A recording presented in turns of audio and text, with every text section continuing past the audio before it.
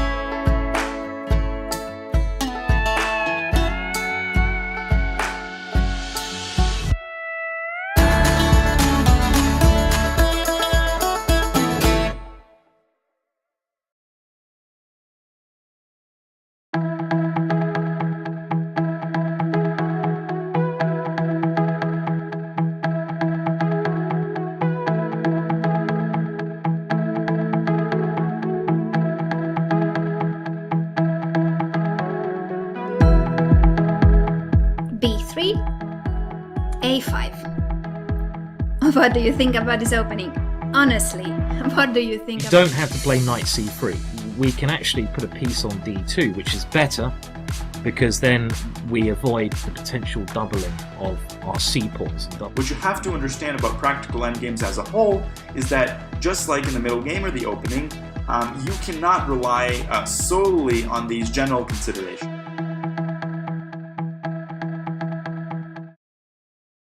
It's time to take control of your journey towards chess mastery. Magnus Carlsen introduces Chessable, the definitive solution for studying chess. Move Trainer uses the science of spaced repetition to identify your strengths and eliminate your weaknesses. There's no need to set up a board, remember which page you're on, or keep track of all the moves you miss. Get started now and join our growing community of over 100,000 chess enthusiasts. Chessable. Take control of your journey towards chess mastery. This is John. John loves to study chess. This is David.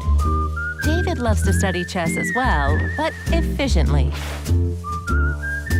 John spends more time setting up the board and figuring out what's on the page of his book than he gets to study. David likes to take it easy and use his time wisely.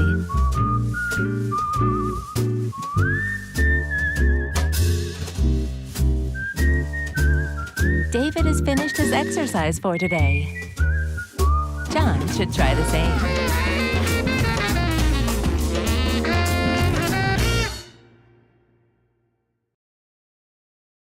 Welcome everybody! My name is Jan-Krzysztof, former world chess champion. We're starting a new course here for Chessable. A very special Chessable course. Master your chess with Judit Polgar. You know what? I learned a lot.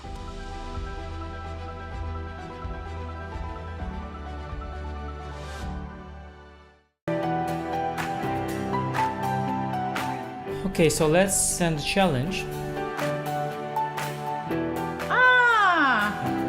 Here is challenging. Nice graphics, easy to see. Oh, what are you thinking about? You're looking how it can be the most painful? Exactly. Okay, fine. So that I give him up a phone.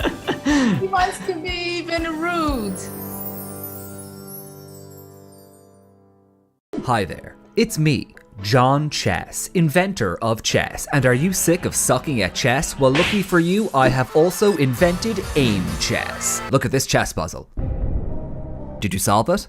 Of course not, that's because you're not using Aimchess. Aimchess is a digital chess trainer that helps you improve by creating unique lessons based on your recent games. Just link your chess.com or VChess account and feel that brain wrinkle. Yeah, see, you shouldn't have blundered your queen just there. Now I know! Thanks, Aimchess! Now all that's left to figure out is how that funny horse moves. They even got acquired by that one chess player other than Hikaru, so you know it's good. Hi, it's me, that guy I just mentioned, and I am the best chess man in the world. But thanks to Aimchess, I also have a girlfriend now as well. This could be you! Personalized training, game reports and analysis disease, study plans, thick, luscious hair. Intuition Builder. All this and more available on Aimchess.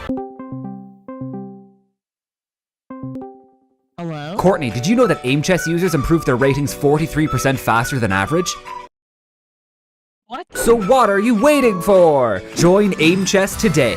Links will be somewhere, probably. I don't know, I just made the video. Aimchess. Sign up now and get 50k silver and 2 free months off your VPN. Now that's what I call a Queen's Gambit.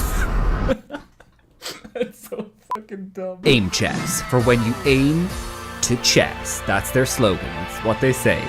Ready, aim, chess. That's another. It's... Look, just sign up for Aimchess, okay? Just... Come on. Literally, why not?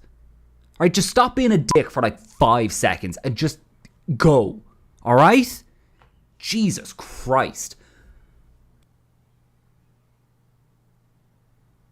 Chessable, the definitive solution for studying chess. Choose from one of the largest online chess libraries in the world, with hundreds of titles ranging from classic books through to our exclusive Chessable courses. Hi guys, it's Anish Giri here. In this video, we're going to take a look at the game that I played against a Spanish hustler on streets of Barcelona. It's a quick and a very exciting and action-packed game, so do check it out. It features one of my favorite openings, the Najdorf defense. Let's go. Okay, actually he's not really a hustler. Ruben is a very nice guy. Starts with e4, c5, knight f3, d6. What's your rating? 1750. Opens Sicilian. Ruben knows his stuff. Knight f6, knight c3, a6. I asked him what his rating was, just to be sure he doesn't know too much theory. Bishop e2, reasonable line, trying to castle. e5. Yeah, he knew his theory. Knight here. Bishop e7, castle, castle. Both sides castling now. He should develop the bishop, I should develop my bishop. Or he can go for the f4 plan, which eventually he does. King h1, preparing f4, going out of this diagonal. Rook e8, all theory, I was prepped. f4, bishop e3, f4 first, f4.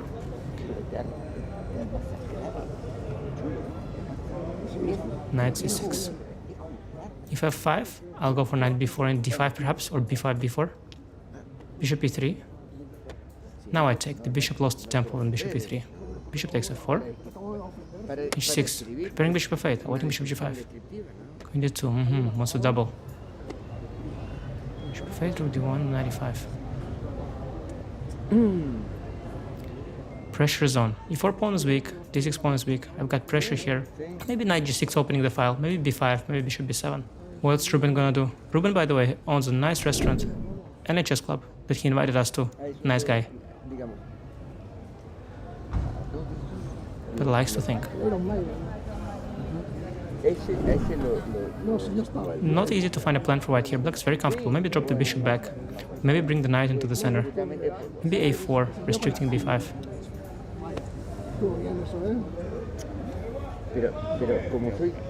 Which one is he gonna go for?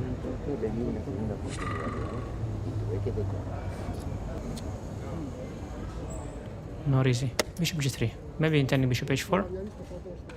Opening the f-file for the rook. Bishop h4 is not a real threat, so I go b5. Bishop h4, I've got g5, or even bishop e7. a3, preventing b4. Now I'll get comfortable development, pressuring the e4 pawn. With the knight and the bishop now. Bishop d3, very passive, but does defend the e4 pawn. Knight h5, I had other options, maybe rook c8, knight c4. But knight h5 forces the bishop to do something. He takes. I could take with the pawn or with the rook, but now already I spotted a very nice idea. There is an interesting theme here. Do you see that? Now intending something very tricky. Knight d5. Decent move. Now the queen should probably go here, but I had a little dirty trick. Takes, takes, and queen b6, taking away the square from the king. And now I started praying. Look at this. Look at me, trying to distract him.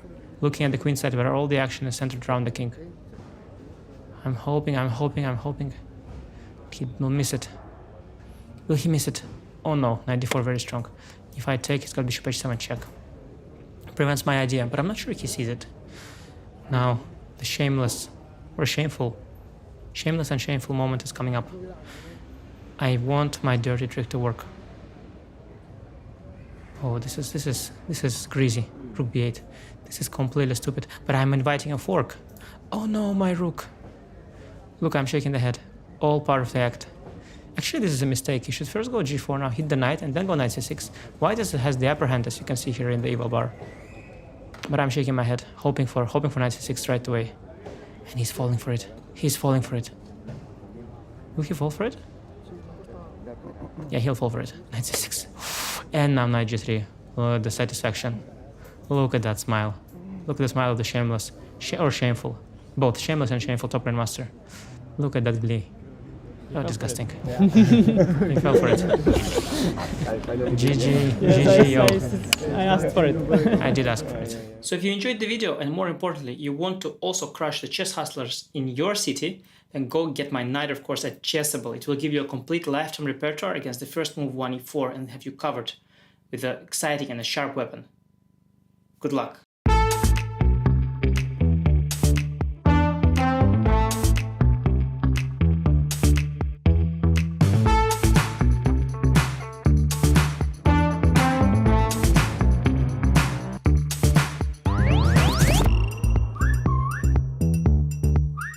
The Greenfield is a very good opening for those of you who are striving to get a double-edged. In this video, we're going to look at the latest developments in the 6 bishop g5 Najdorf. I'm gonna start with sort of my first official Stonewall game. The idea is not to fight against any opponent move, prevent everything, defend and so on. No, it's just to move.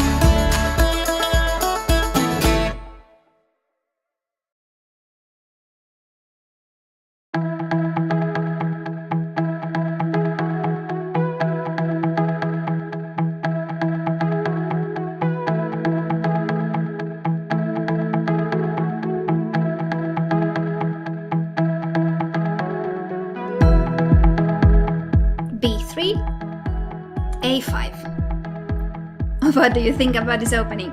Honestly, what do you think? You don't have to play knight c3. We can actually put a piece on d2, which is better because then we avoid the potential doubling of our c-pawns. What you have to understand about practical endgames as a whole is that just like in the middle game or the opening, you cannot rely solely on these general considerations.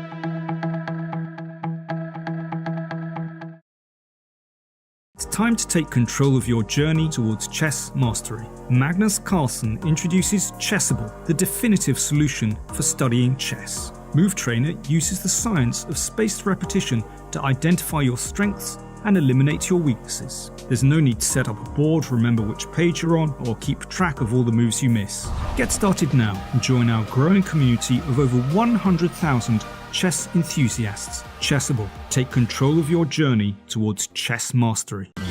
This is John. John loves to study chess. This is David.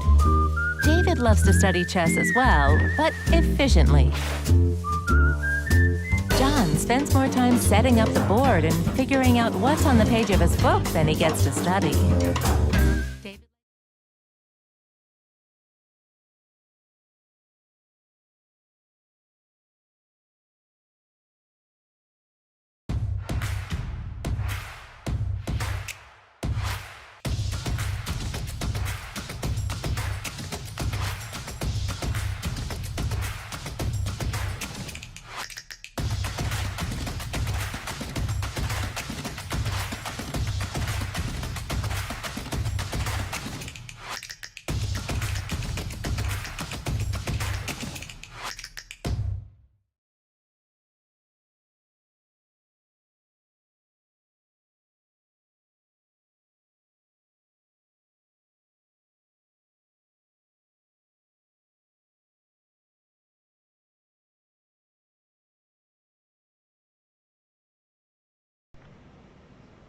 is the first ever encounter in classical chess between Alireza Firouzja and Hikaru Nakamura. Here to talk us through all the action is the legend, Judit Polgar. Judit, how are you today? Hi, welcome everybody, and I'm very happy to be here again. We had such an amazing first 2-round kickoff of the candidates tournament that I think, well, I can just hope that we are going to have at least as exciting as we had in the beginning. Yeah, it's gone to the wire. Yesterday we had 3 draws, but we can't complain about the lack of fighting. All the games seem to last pretty long. We had 2 games ending in move repetitions in Nepomniachtchi against Fabiano and Duda versus Ding. But even those games, they didn't feel like short draws. No, the players really have come to play. Well, absolutely. I mean, the players seem to be very much in the fighting spirit, already starting from round 1. Yeah. Which is interesting to see that in the old times, let's say 15, 20 years ago, it was always the strategy. You have to go slow, you have to be comfortable in the tournament, you make sure that you win the game if they give you as a present, but actually you make draws and then stabilize, right? The tournament is very long. At the same time, we see that, for example, Fabi is really going out with his opening preparation, and he is taking risk. And he's not the only one, I think we can say. I mean, Nepo is playing also extremely interesting and sharp, and we see very complicated games already. Yeah, I was so impressed by what Fabi did yesterday, this G5 and Knight G4 idea, and clearly backed up by a lot of preparation. It's not just that he plays some line and sees where it goes. He's checked it all in great detail. He looks very, very strong. But let's go and have a look at today's matchup. Do a quick round of predictions. Ding versus Rapport. Who you got? Well, I'm solid today. I say it's going to be a draw. Ah, but you never bet against Richard. Well, I can't. Sorry. Fair enough. Fair enough. I'll be the bad cop and I'll say 1-0. Ding on -1. He has to try today with the white pieces to get back into the tournament. Well, this is a great chance for him. I understand that point, but I think he'll not make it. Fair enough. Caruana against Duda. I think there is a fair chance that Fabi will win this game. Of course, it's going to be very hard, but he has the patience for it, so I would bet on him. I also have a feeling Duda's been very solid. He's played the Marshall, the Petrov against Fabi's 1e4. But Fabi, with a lot of time to prepare for such an event, he usually comes up with something special. I'm very curious what the opening will be. But I also go 1-0. It's then the first time that we make the same prediction, I think. Yeah, it's true, usually. We try to disagree. But Fabi's look too good.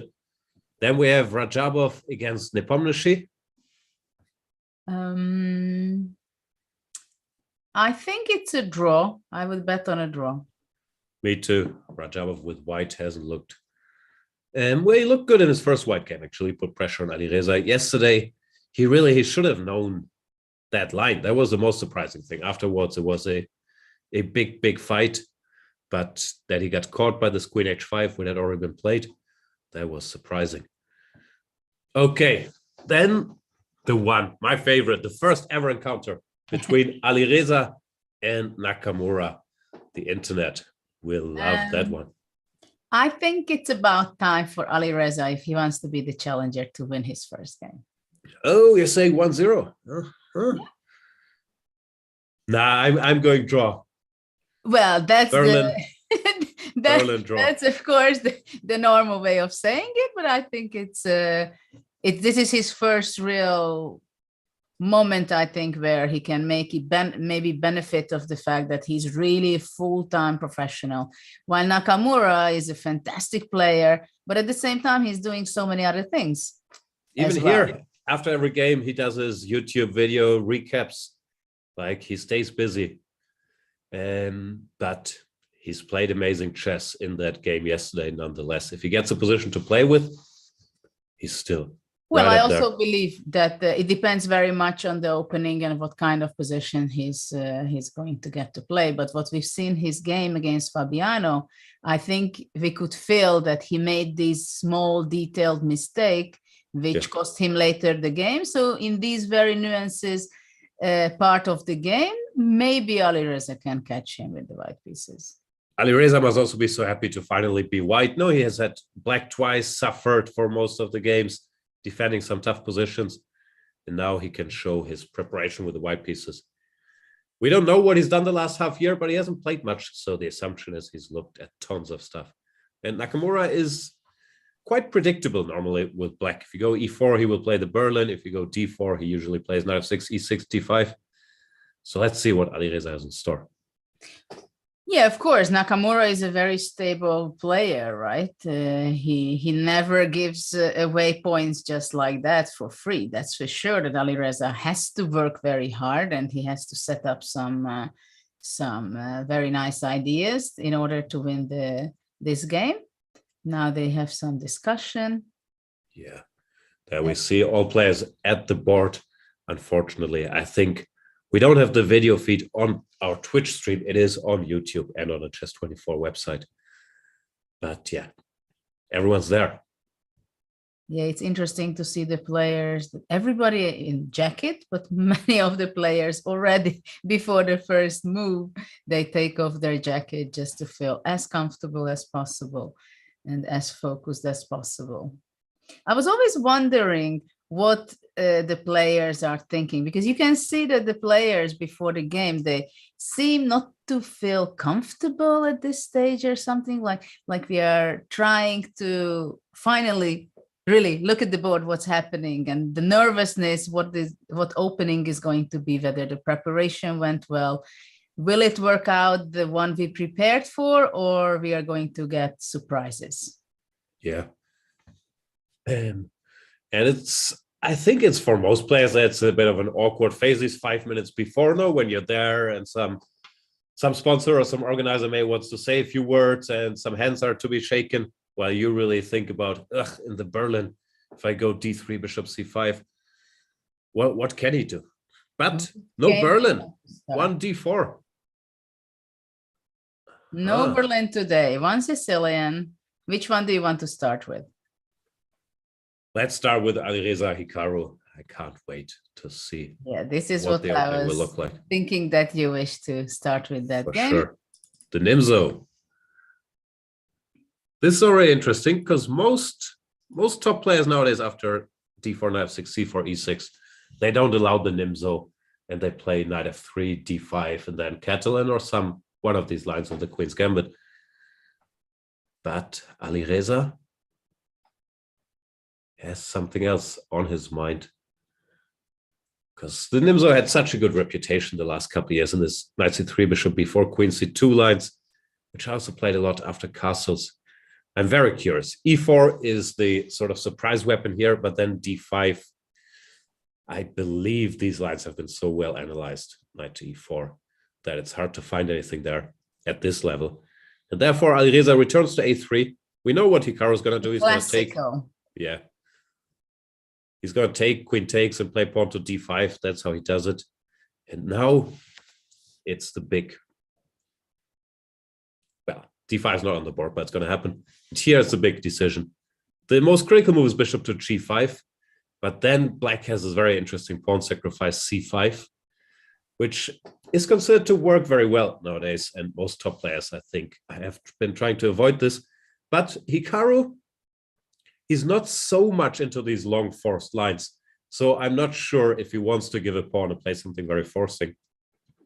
And if he plays dc4 here or h6, then the game slows down a bit. dc4, there's a lot of theory. Queen c4, b6, and rook d1 here is the main move.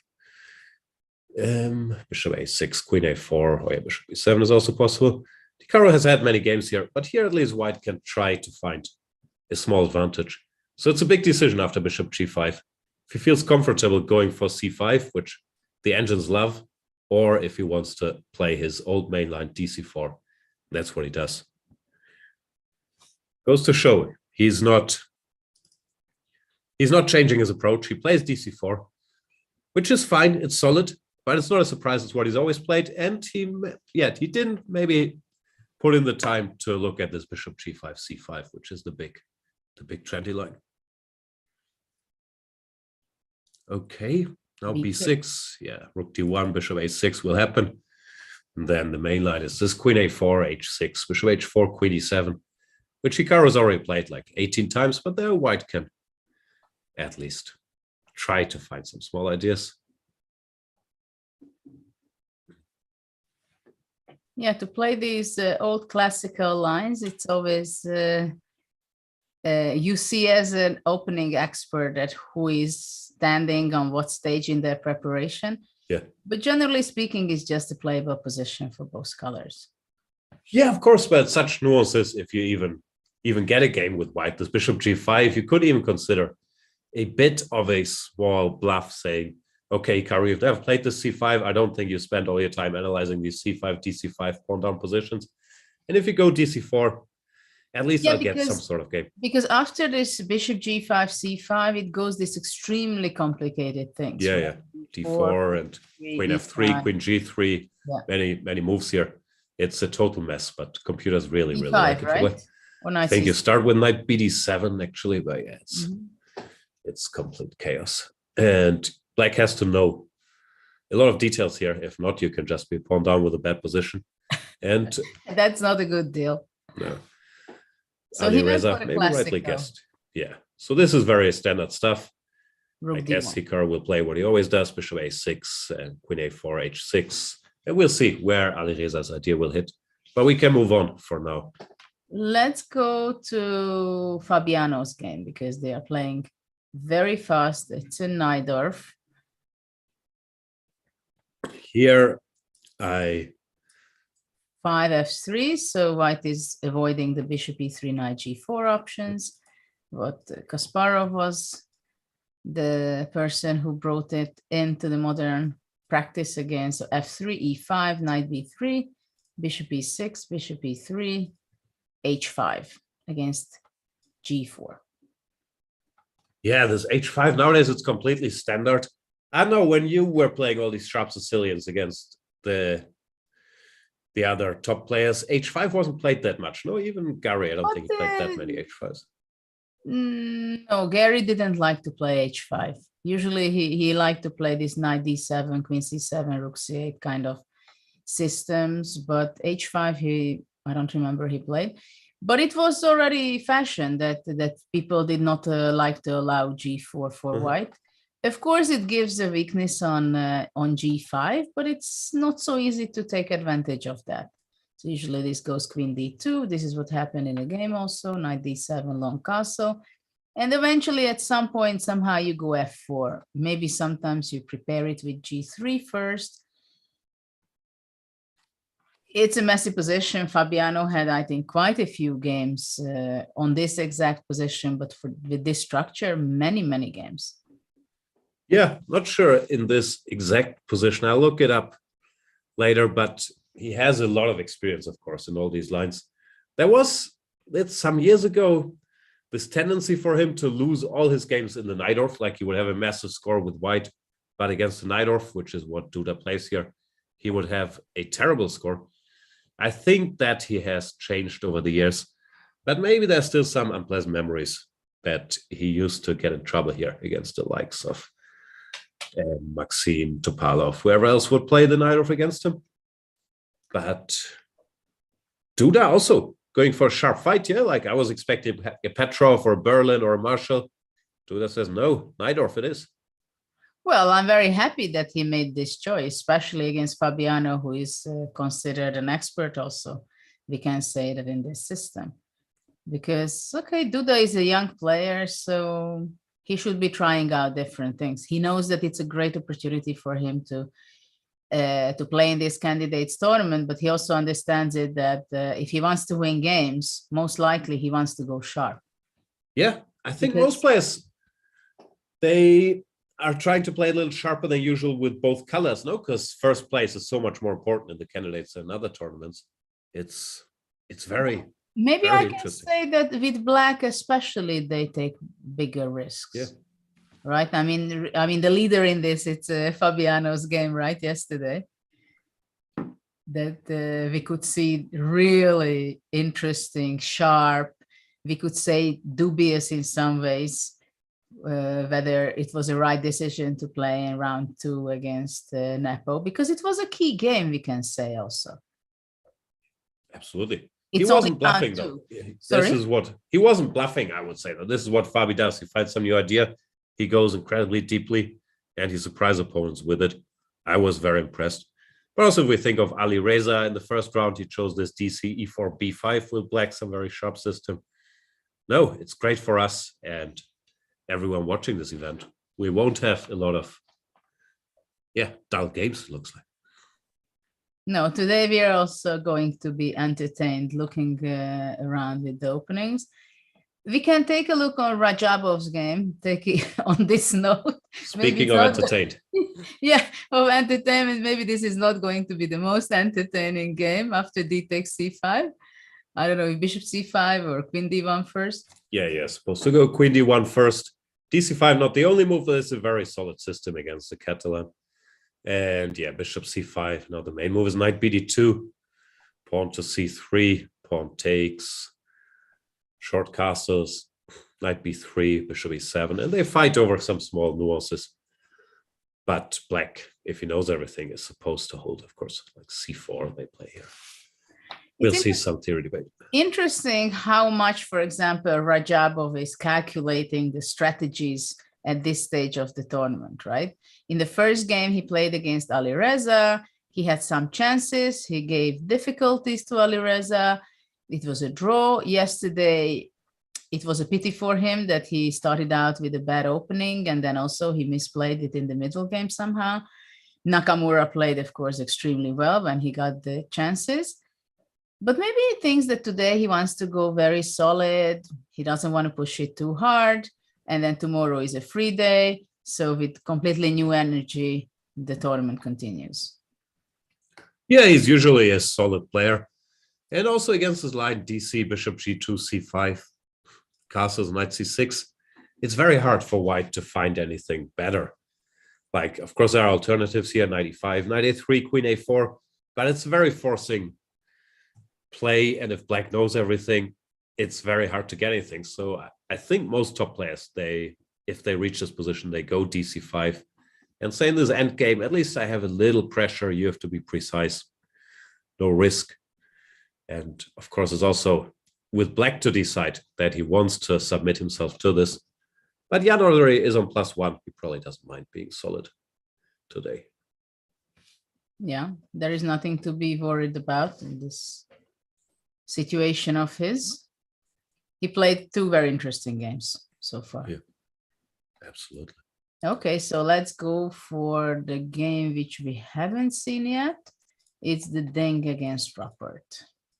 So it's a Greenfield.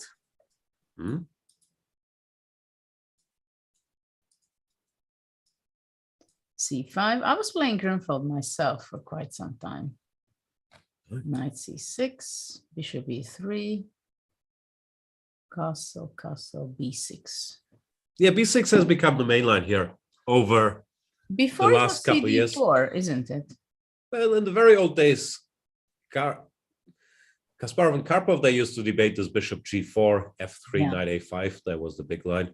Yeah, that's what I was playing still, and then it went Bishop F7, takes, Knight C4, right? Yeah, I think King takes. Yeah. King takes, and now black has many options. Queen D6, Knight C4, E5. There's lots of theory here, but black players have started to avoid this. It's not so easy to equalize here. Also, instead of Knight A5, there's Bishop D3. So they started looking for alternatives. And here, CD, Bishop E6, and all this nonsense. Then D5. Yeah, and sacrificing. Rook C1, or many options here. Yeah. So B6. Yeah, B6 is the trendy one. And now all kinds of things have been tried. I think the most recent fun game here was Pragnananda against Anish, where Pragnananda managed to catch Anish, who's always amazingly well prepared, with a nice idea in trying to recall how it went. I think he went H4 directly after B6. Wow.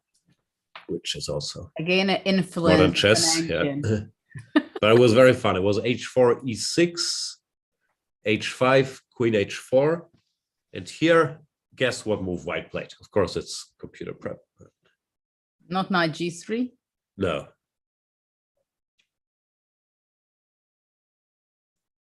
It's very difficult, so I'll give you 5 tries. It's an unfair. Knight f4. No. That's too normal.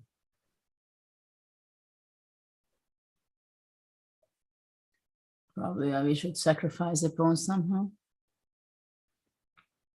Well, bishop b5 is a normal move.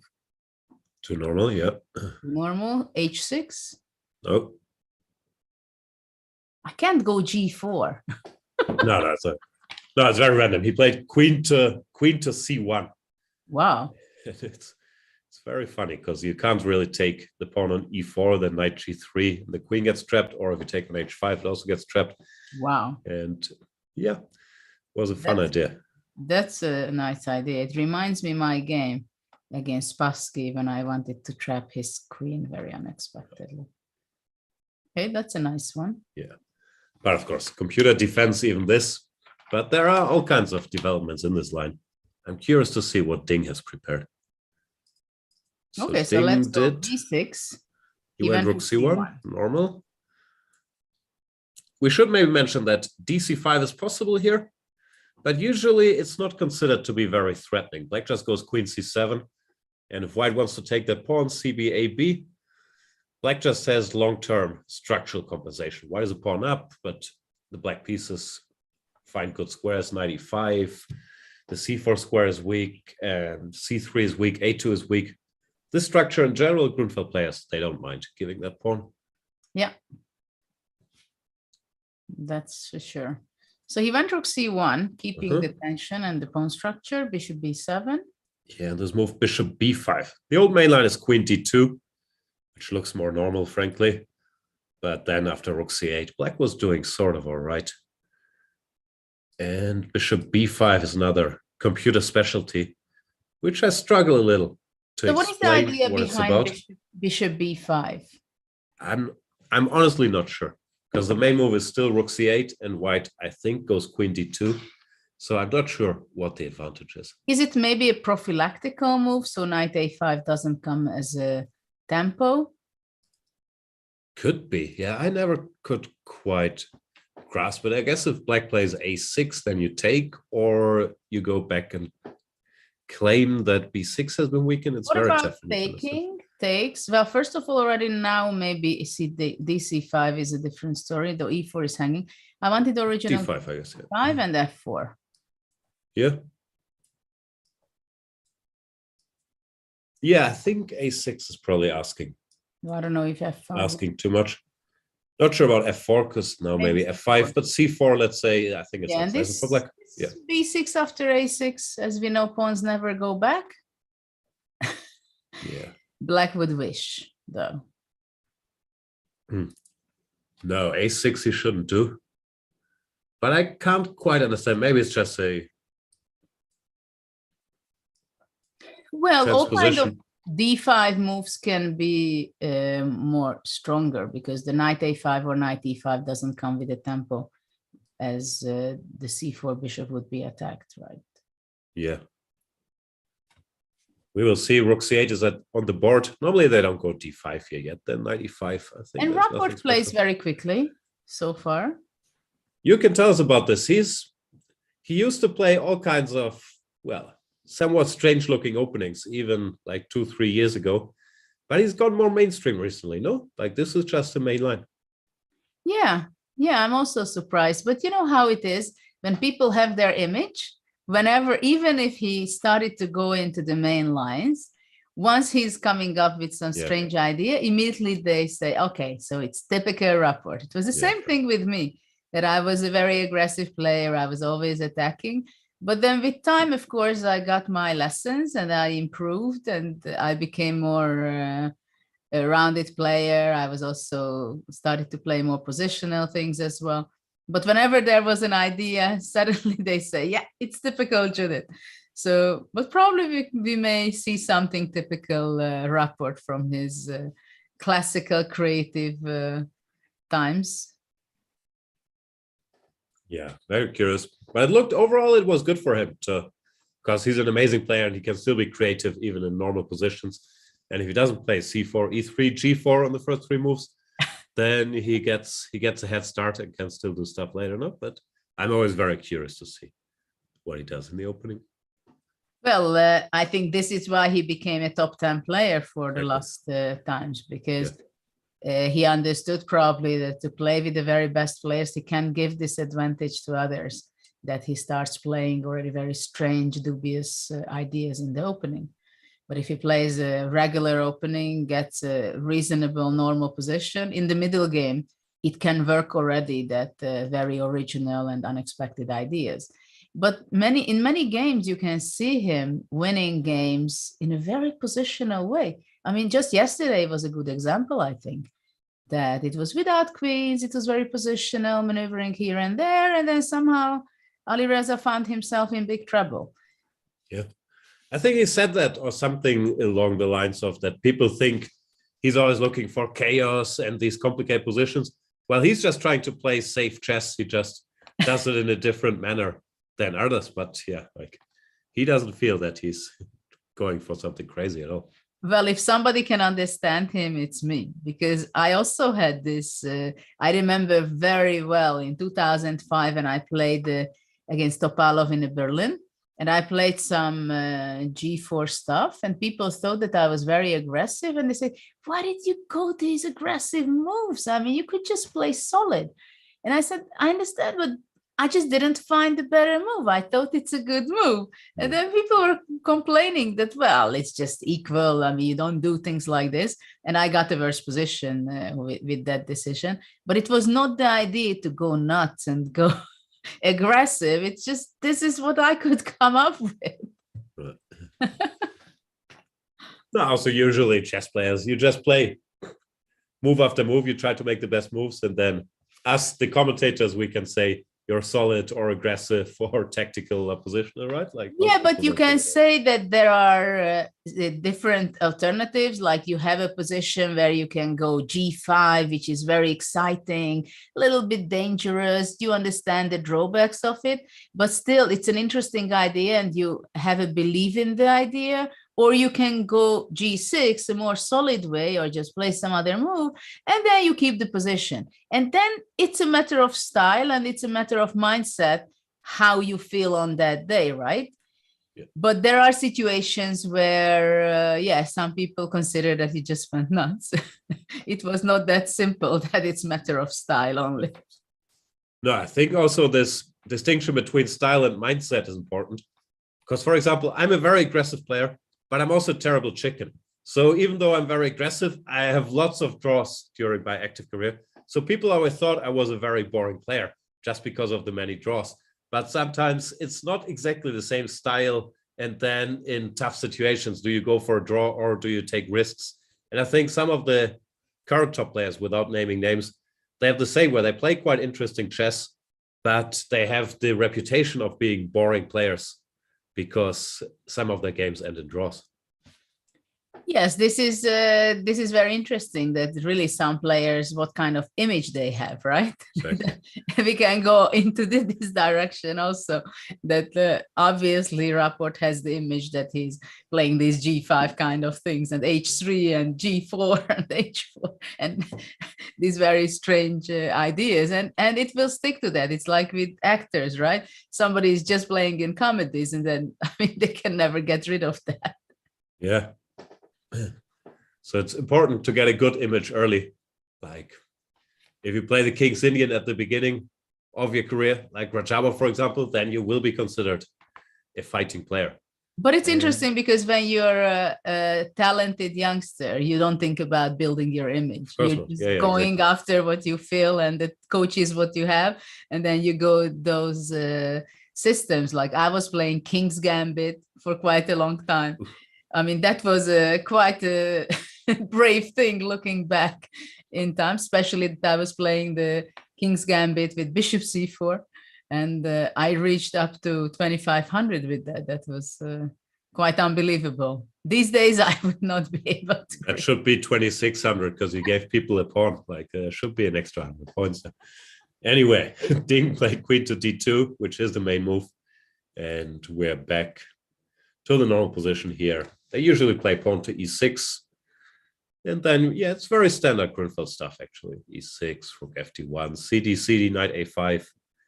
And we can say that actually this is the first day that all position has a normal, very traditional pawn structure, actually.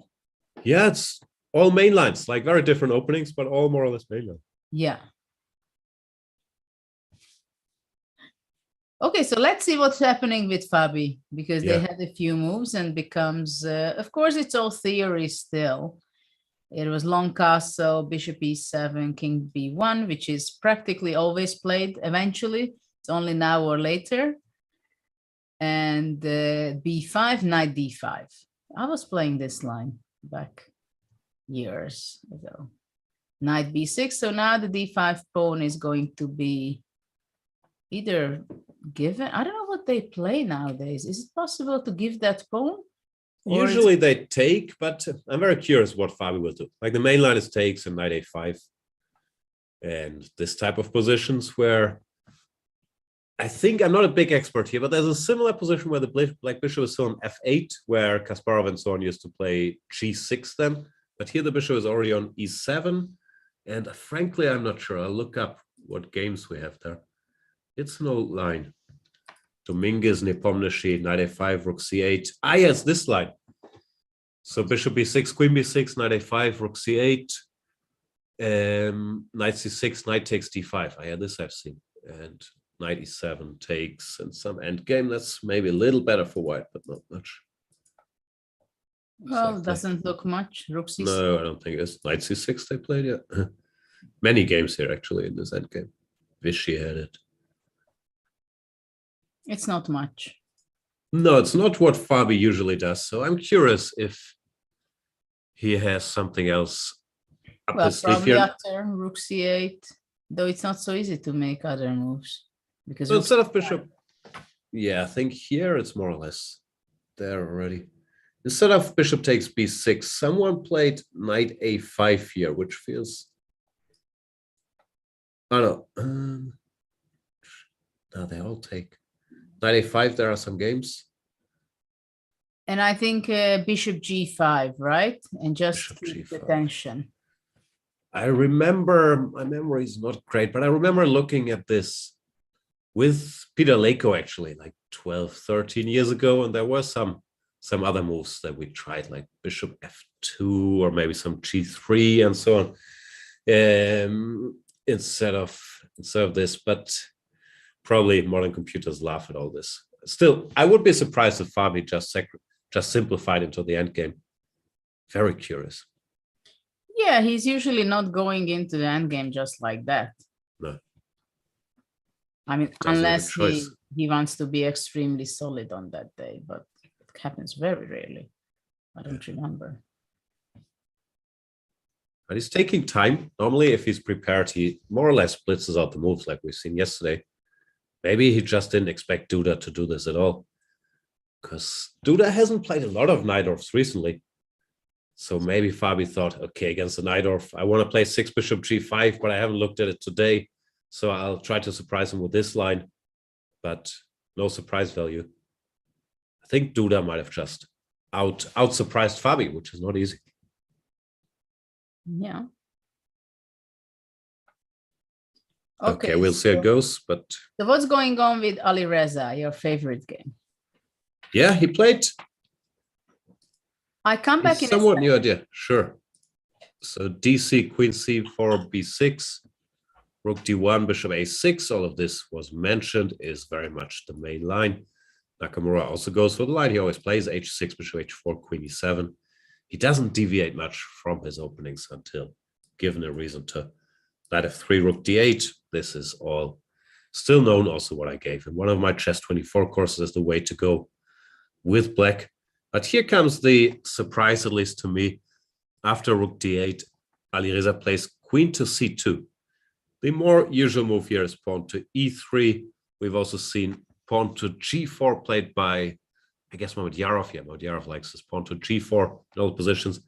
But after Rook D8, Queen to C2, somewhat strange move, or not strange move, but somewhat surprising move. black goes c5, and if d takes c5, then black would just exchange rooks, so that's not the idea. And Alireza, clearly following his preparation, because this is the line that Nakamura likes to play, goes e4 directly. I think I might have seen this. Black takes on f1. I guess the king takes. And then there were some lines, I'm not sure about the move order, where black had to go g5, and after knight takes g5, hg, bishop g5, there is this pin. And it could very well be that Alireza is speculating that black has to find some very only precise moves here to make it out there. So what I like to call a semi-bluff. With white, you play some forcing line. And if black knows everything, it's a draw.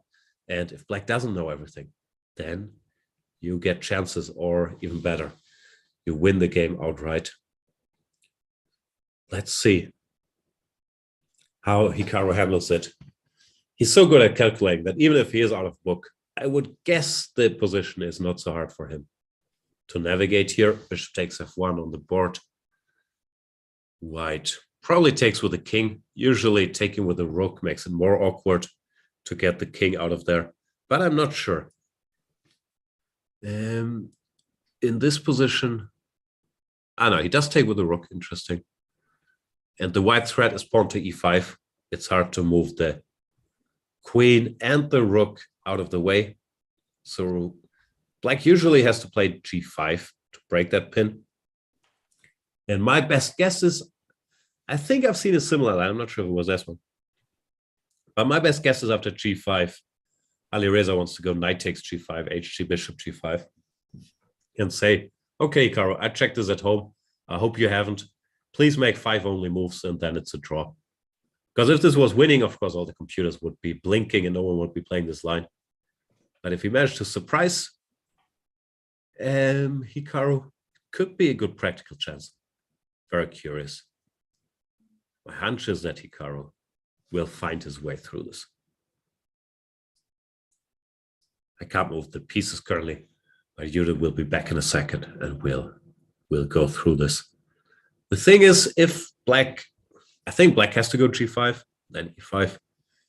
No, g5, then knight takes g5. And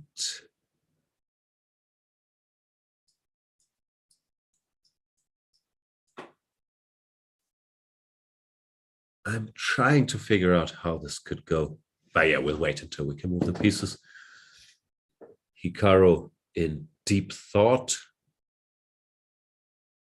But he also does this looking up thing, which I think is typically people are trying to remember their files. You know, you've looked at this or it's somewhere in your notes, but you're not exactly sure about the details. At least when you see top players looking up, it normally does mean that they say, okay, I don't know this, I have to switch to deep calculation mode. We will see. I'm back. Judit is back, and yeah, we're talking about this Alireza position, where on move 13, he played a rare move, queen to c2. And it's a very forcing line now. c5, that's the correct reaction. Pawn to e4, bishop takes, and rook takes. And yeah, in order to break this pin, it looks like Hikaru has to play g5, when I think Alireza wants to take. I've looked at something like this. I'm not sure if it was here or a similar position. It's the usual. Computer says 0-0, but it's a mess. Well, g5 seems to be that it's again, at least in one game, it will happen. Yeah, but here he has to know e5 is just threatening. You can't move all the pieces out of the way. Is there any other option for black? I don't see it. You could. What can you do? I'll play e5.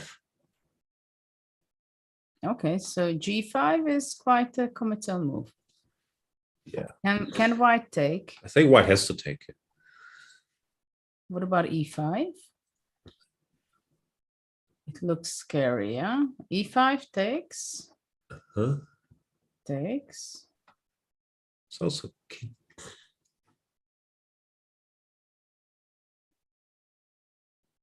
Checking g7. Huh?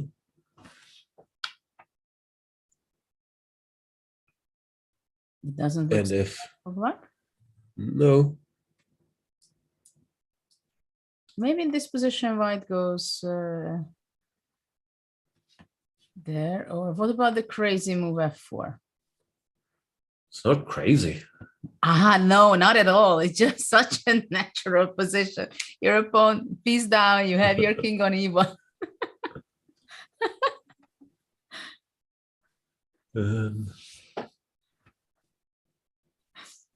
I don't know. ED4, what's happening?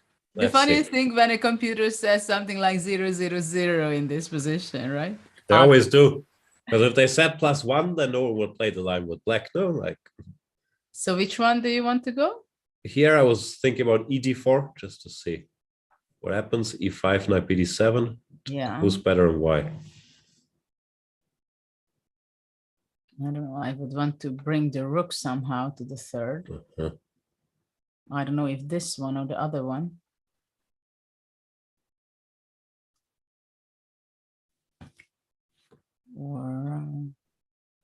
Or also, well, I don't like my king. I would like to have it on B1. That would be a good one.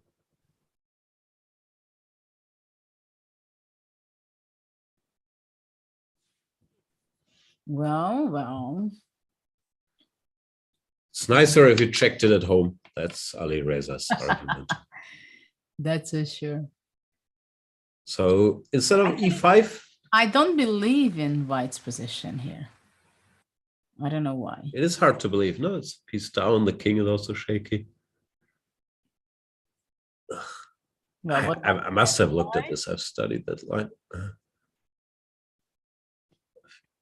Queen f5. I'm a chicken, so queen e6 would be my first candidate. Yeah, this is the first thing we can look. Takes, and takes on f6. King f7. Looks fine, doesn't it? It looks completely okay for black, I think. Yeah. Well, talking about normal pawn structure. Yeah, no longer. It's not longer the case. But still, this is still like an old school game. It's a Nimzo main line. White has prepared some very specific idea, and now black has to find his way through.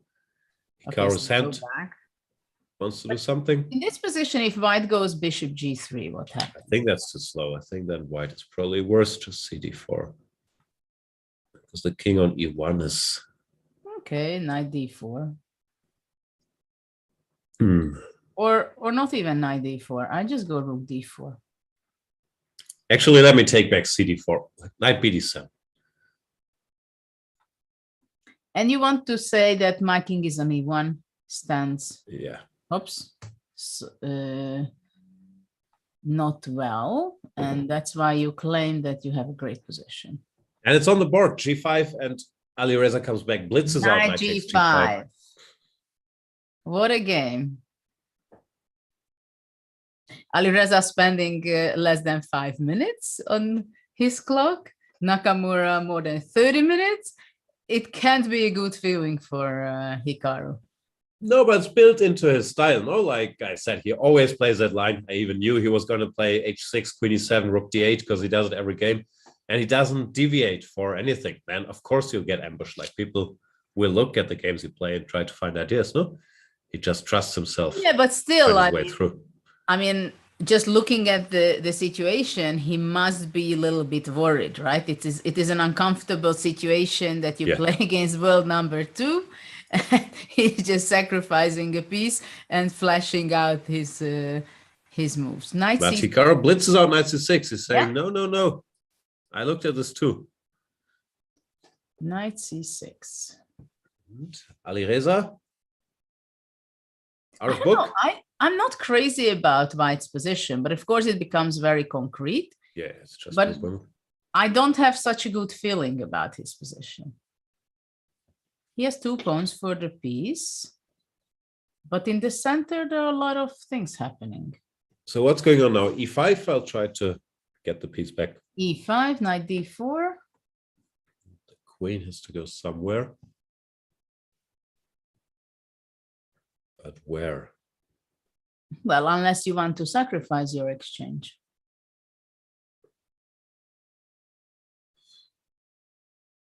Not sure I do. Is it enough? I don't see an attack over there. Rook d4, let's say. Yeah, rook d4, bishop f6, queen d7, or queen b7. Queen b7 also looks fine, yeah.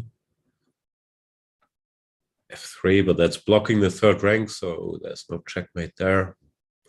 Okay, but your rook cannot come to d8. This is an important element. True. I have some nasty moves, like plans like queen c1. Yeah, but let's say, I was going to say an illegal move, king h7. That's not allowed. But okay, then queen somewhere. Queen a6. a6, yeah. Queen a6, and on But queen c1, you want to go queen d3, right? I'm not sure. Queen h6, queen h7. I'm in time, yeah. Yeah. Yeah, somehow you're defending back.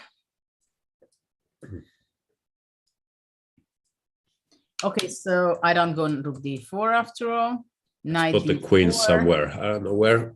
Queen b1, or where does it go? Ah, Alireza blitzed out a different move. He blitzed out queen c1. Greetings from Stockfish 15. Queen c1 I like. That you're on board with. Yeah, but still, after knight d4, aren't we going to be transposing? Maybe queen f4 is this point. Well, queen f4.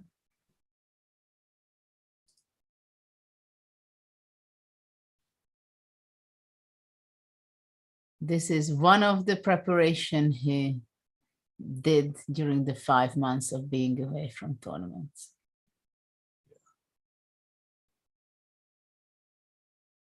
No, this looks not easy, but okay, check here.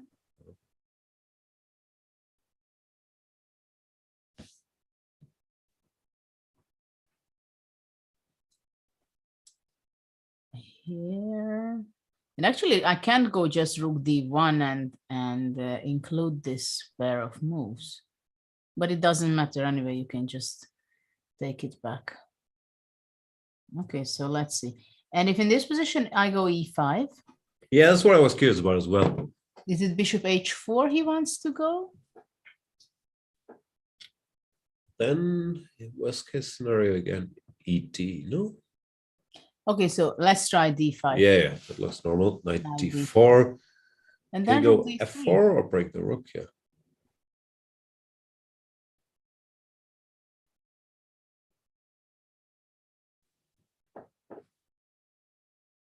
Scary. Well, but for the moment it's not the big problem. Why? What's the problem? Rook goes here.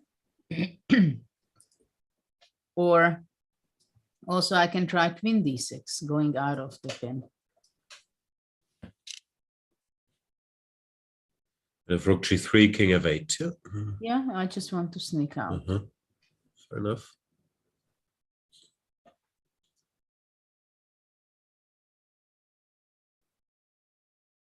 And ready to take.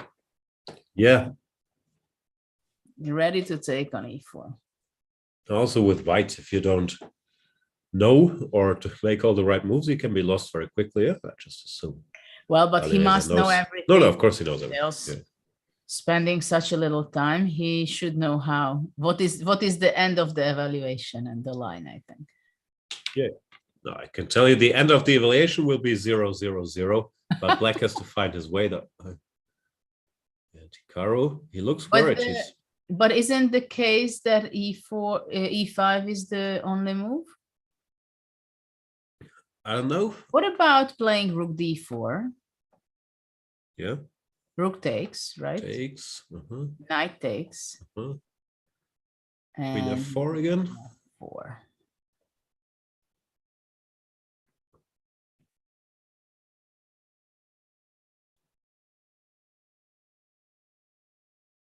Queen f4. Here's my suggestion with my trained chicken eye. Ah, no, it doesn't work. It's a pity. I was gonna say queen d7. And after bishop f6? Knight c2, I wanted. King here, queen Knight b4. d4. No, I wanted knight d4. Yes, but after knight d4, you're pawn down. Yeah. Queen takes, I was hoping to survive. But it's probably not the dream. Although, I think I just... b2 is hanging. Can't I go rook b1? Rook d8. Queen e3. Queen c4. Queen c2 maybe, or d3. Queen g5 is there. Okay, queen c2, I have But to be maybe careful here. No, maybe queen c2 is still good. Because queen g5, king h7. King h7, yeah.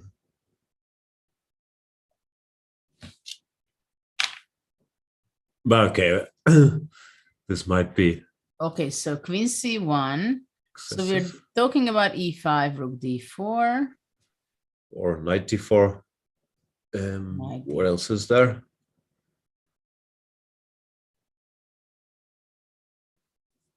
e5 feels the most principled somehow if black is trying to refute it.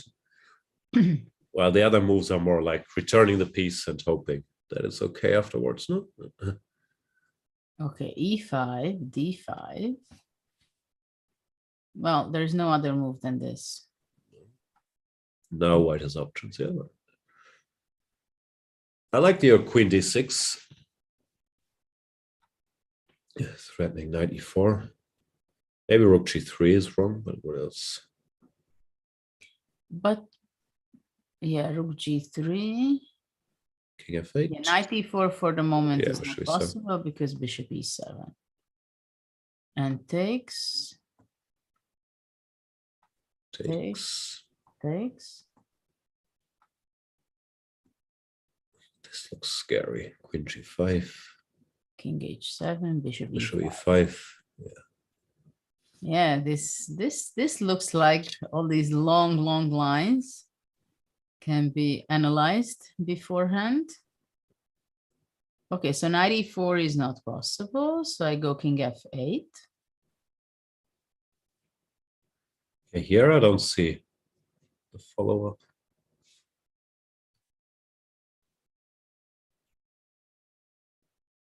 King f8. Because any move you're going knight takes e4, no, like rook h3, whatever, knight takes e4.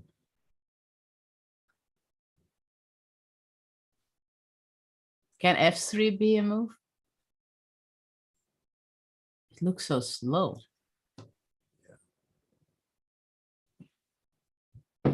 I find it hard to believe, like f3, I don't know, knight h5, knight f4, I'm happy to give some material. Yeah, but back, how no? can I defend the e4? Yeah, I was wondering if instead of rook g3, we have to start looking, all right, what else? f4, knight takes e4, no? I think absolutely. Yeah, no, it just doesn't work. And rook h3, trying to go rook h6. I will just go anyway. Rook Look at my h6, knight. and yeah, that's rook h6, f6, or queen d5 in. Well, I just don't see any idea for white even after rook g6, rook Hang on. h6, d5 simply. Yeah, no, rook h6. I want to try something else. If instead of this, I take on d8. Here? Uh-huh. And takes. And f3.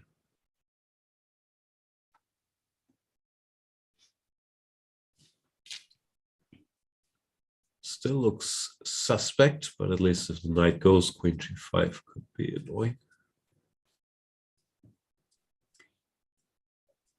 Well, if queen d5, you take, right? Take and king f2. Uh-huh. But it's not, I don't know, takes, check. Instead of takes, Never end. queen h6, I get checkmated. Yeah. Well, that's a nice option for black. Queen Comes out. h6, knight c2, yeah, just to show. Yeah, I thought you don't want to try out to allow me to go knight c2 check. How did we get here? Ah, that was e5, d5, knight d4, yeah? Well, so are we messing the first move? Now e5, f4 we looked at, didn't look very tempting either. f4.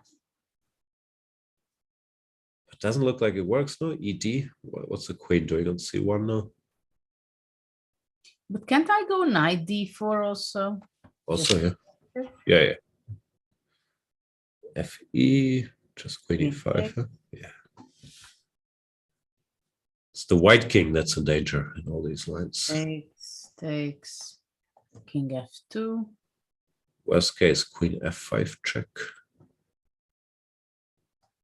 Queen f5. Yeah. Well, if this is the worst case for black, then Yeah, that's it's pretty not good. a bad case. Okay, so let's see the actual position which they are having on the board. Queen c1.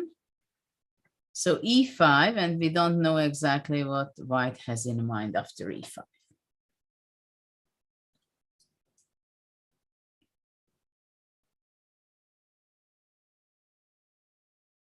I'm pretty sure there is, like, for example, there's an option here. Probably at the end of the line, which must be objectively the best, is some kind of exchange up for black, but white has a pawn or two, great compensation, still a little messy. Black has to play very accurately, and then it's a draw. Fair enough. There's one line we had, this could have been a draw, no? Like, am I allowed to switch on the computer? I'm so curious what it says. Or shall we not cheat yet? Not yet. Okay, okay. But I think it should be balanced. No, I'm sure it says 0-0. Just would be interesting to see how we'll figure it out. And so rook d3 we looked. We talked about f4. What about f4? What about f4 here? Rook d6. Also, still queen d6 might be possible, not? But yeah, I like rook d6. Why not? Queen d6 doesn't look bad either. Nope. Because the e4 is very much in trouble. Okay, so f4, no. Actually, rook d3 looks the only move. Yeah, this line we had to know. Queen And d6, now we that talk looked normal. d6. This is what is very annoying. And in this rook h3, we were surviving at least.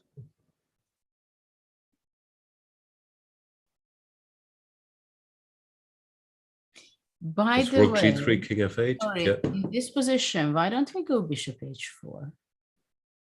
Ah, queen g5 check. But it's only jack. Rook d6, yeah. Yeah, rook d6. But after rook d6 to go rook d3. Okay. Yes. Maybe. Because black can't escape with his king, because after that we give it check. Goes out, check on h8.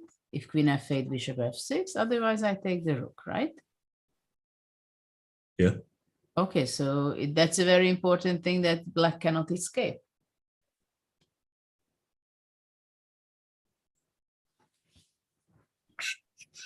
This looks critical. Was rook d6 forced? Okay, queen g5 is a threat. Well, that King h7 feels a little suicidal. And a rook on h3 becomes a little more problematic here. I always find interesting and funny that, let's say, if the pawn would be on h3, maybe the whole position has a completely different Yeah, so often. And this is maybe one of the case, because of course here the h3 square can be extremely important. So where the black king is going to hide?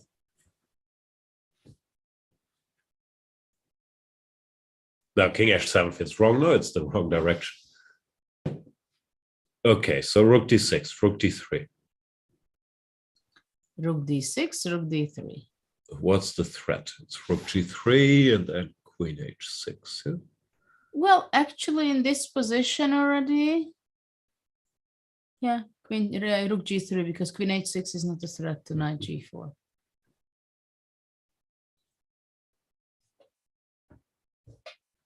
Scary.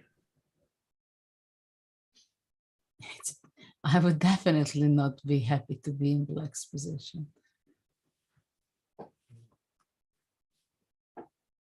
Okay, let me try to run away. Queen d7. Ah, we get help from Tadeusz. Rook d3, queen d7, queen g5, king h7. Okay, so queen d7. Yeah, probably it's the only move. It's a good one. Going to that direction, looking this direction as well. Okay, so check. I wanted king f8, but he said king h7. h7. What's the rook trick? h3. Rook h3. Oops. Oops. Ah, beautiful. That's an unpleasant surprise for white. He's saying black is already winning here after queen d7. Okay, so we can't do that. Wow. Oops. And what should white do, Tadeusz? Our producer is feeding us the right lines here. Well, rook 20 rook d3, he says. Ah, that's what we had. Ah, okay, we switched to this h4, which looked good actually. I got excited about it. Yeah. He says rook d3 only move. Then we had this queen d6.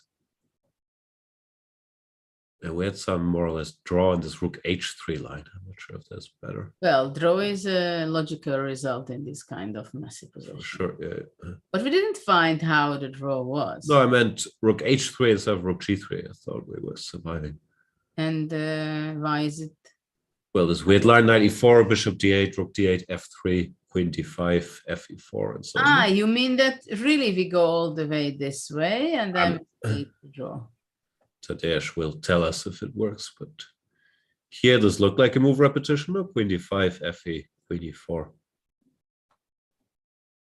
And Tadeusz is saying the perpetual is one of the paths to draw. He's teasing. He's saying there are more paths to draw. And here, yeah, I guess king e1 or whatever. Yeah, but after king e1, knight c2. King e2.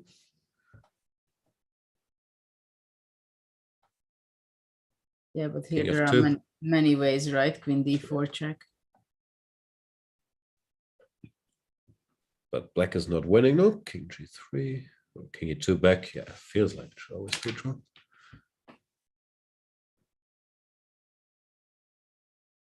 Okay. The problem is Hikaru has to calculate all of this right now, and he can't move all the pieces around and try out. He has to find But I one think way. if he's not panicking, No. if he can calmly calculate the lines, he can make it easily. Yeah. Sorry. So queen c1, and his only move is e5.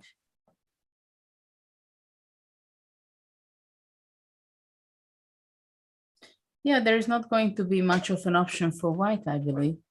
Do we know? With the king on e1. Yeah, d5 seems like the only way forward. Or your bishop h4 move. Oh no, here then there's ed4 again. Well, if now bishop h4.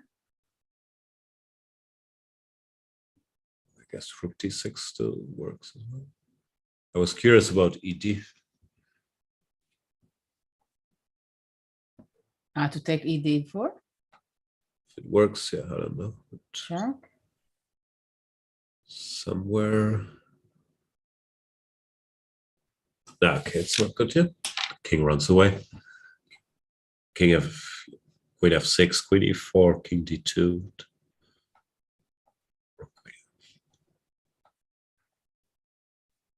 Interesting.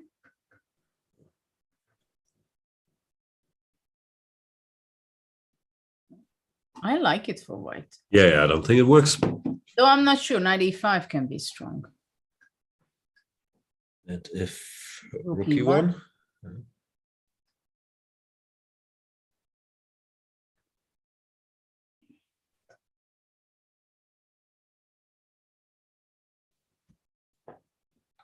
Well, it can be check, king c1, check again.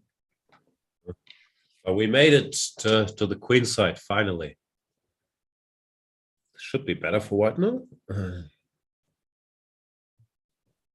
With the stupid king out there. Well, it looks extremely good for white, but Maybe the knight queen on f5. good. Queen f5. Yeah. Nice move. And then you just want to go bishop f6. Checkmate. It's not a checkmate. Close. Queen Ah, h5, queen h6. That will be checkmate. Yeah. Yeah. Though in this position, black can go something like queen d5.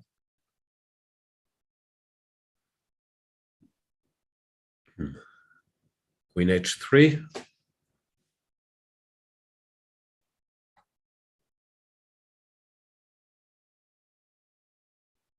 Well, knight f4.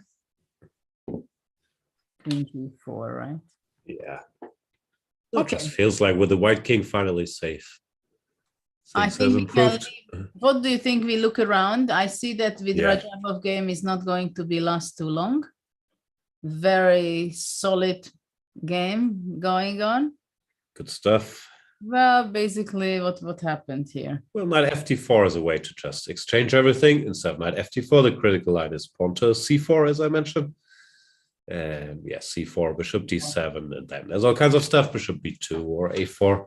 And white tries, but knight ft4, it's just exchanging pieces. Well, this is what was happening. Yeah, okay, this By is just a the- draw. Not Simplifying. much a to little. say. So this is not going to give us big surprises, I think, this game. It is going to be a draw. We have Fabiano's game getting into the end game after knight b6. He did take and play knight a5, rook c8, and going into this end game after simplifying. He spent a lot of time. I don't think this was his game plan for today. He just couldn't think of anything. Well, it's an Yeah. unpleasant surprise that for Fabiano, that we divide pieces. This is not what he wanted against Jan-Krzysztof, right? Bishop d3. Yeah, I think, okay, let me look it up. I'm not sure about the move order, but I think this has been played before. I was checking ChessBase earlier. There's so many games in this endgame. Well, black should be absolutely fine. I have no doubt about that. C6. Okay. C3 is the main move, but rook d2 was also played. King e7. After knight c6, Yeah. c3, king e7, and I guess rook d8 next. Yeah, I'm not claiming it's winning, just there are more games with it. Mhm. King e7, rook d1. Instead, rook d2 was played, king e7, bishop d3. Still games. Dominguez Nepomniachtchi from this position. Dominguez Anand. And Dominguez was Fabi's second, of course, so could very well be that work has been done on this. Linear Dominguez, the former So Cuban what star. happened who there? moved to Was it St. rook Louis. d2? Yeah. Rook hd8. And Dominguez twice played rook hd1. Then he had one game with g6, one with rook c7. Both draws. Long time ago, though.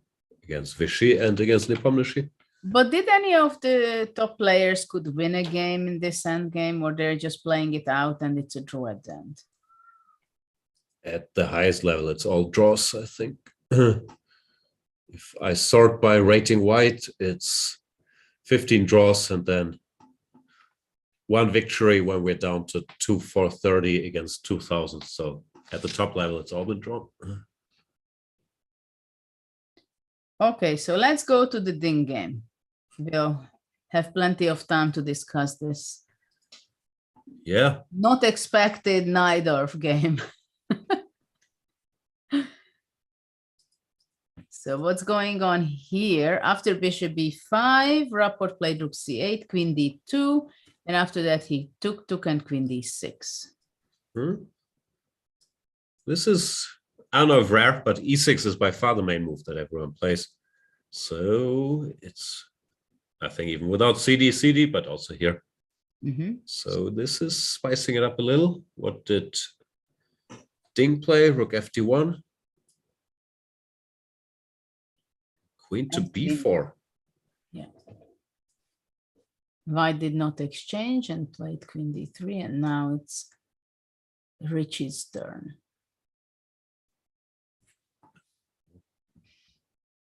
It's okay, let's say rook d8 seems to be a very natural move. Yeah.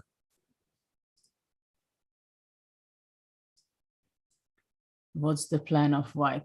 Can he go bishop a6, for example? Can that give anything?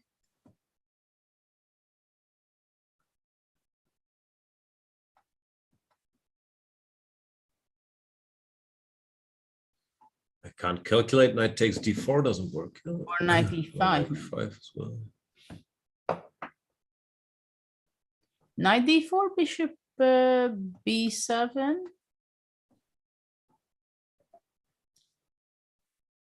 c1. Bishop c1. So anyway, knight f3.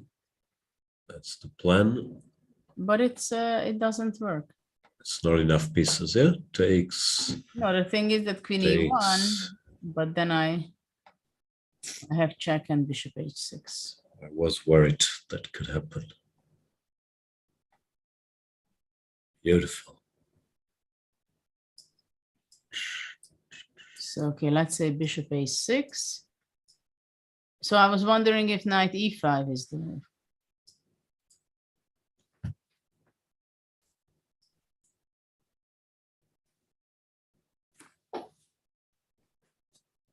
I think It's this good, no? Bishop a6 maybe doesn't work. Yeah. But actually after If we go knight d5 is a threat. If we go a3, where does the queen go? Just back.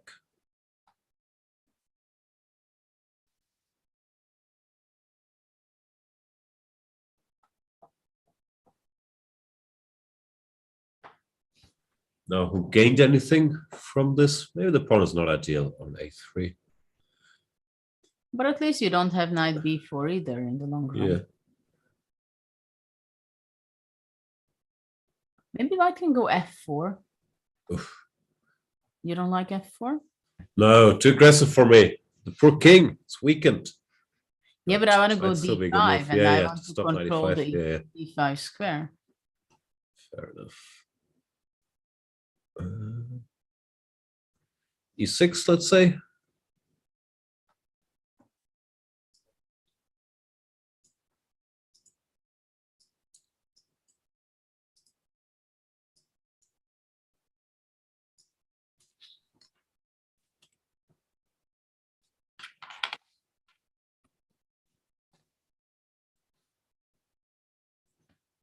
By the way, is it in this position bishop f4 makes any sense? Somehow it looks like the queen is not finding itself.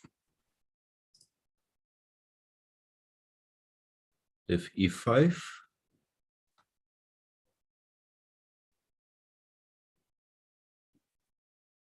bg5?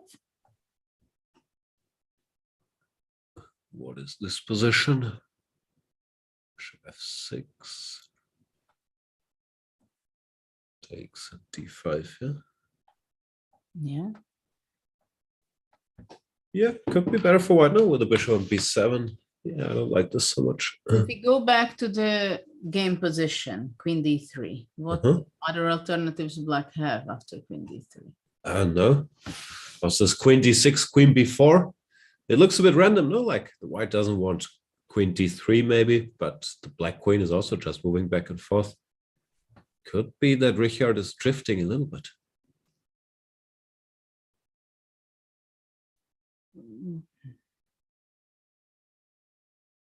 Yeah, queen d3 seems to be a good move. Yeah, But because if knight f5 or whatever, there's always a3 and then white kind decides. of the only move, no? What do you expect after queen b4? No, the end game, like you can think about, no? Takes an a3, takes a bishop g5, something. Well, would you go a3 and bg5? A3, let's say.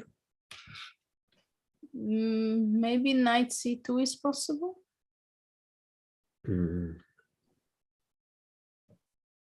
How does this go? Bishop g5, you take a3. Why not?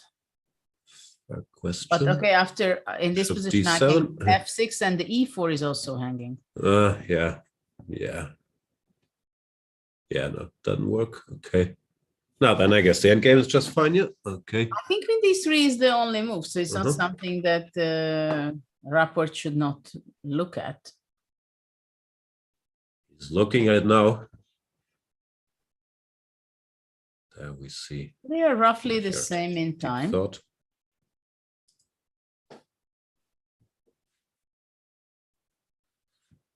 In general, I don't know about this position, but the verdict on all these positions has changed a bit also in the last 2 years. It used to be that black is supposed to be just fine. But ever since computers started going h4, h5 in every position, especially in these lines, like very, very often, they just say white is better and you push h4, like even here, because the pieces are so far away from the king side. I think it's very much in the air still. And then very often just pushing the pawn further to h6, just cramping the king. It's really a new approach, which is why this bishop c4 line is back in business. What okay? I go to rook fd8. Yeah, went a3. I mean, there's no other way. I go queen d6, and you went. No, I liked your bishop f4. Even here, h4. I'm sure it's possible.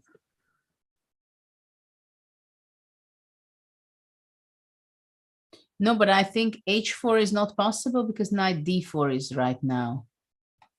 Does that work? Oh, it doesn't because rook c8. Yeah, the rook is pinned. Rook c8 and the rook is pinned, yeah. Okay, so I'm not threatening with knight d4.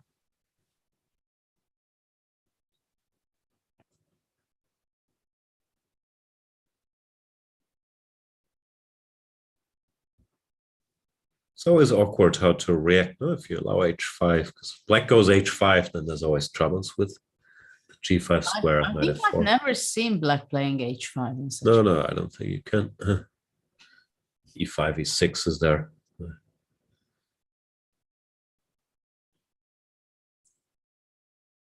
We'll see how it goes. I'm not sure in this position, but in general, these h4s all over the map is really why people went back to playing bishop c4, and it seems like it's a problem for Greenfield players. It looks not so pleasant for black, I must say.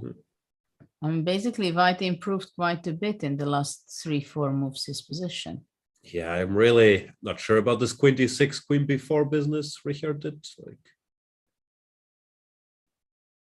I'm afraid he's also not sure about his decision of making this queen b4 idea.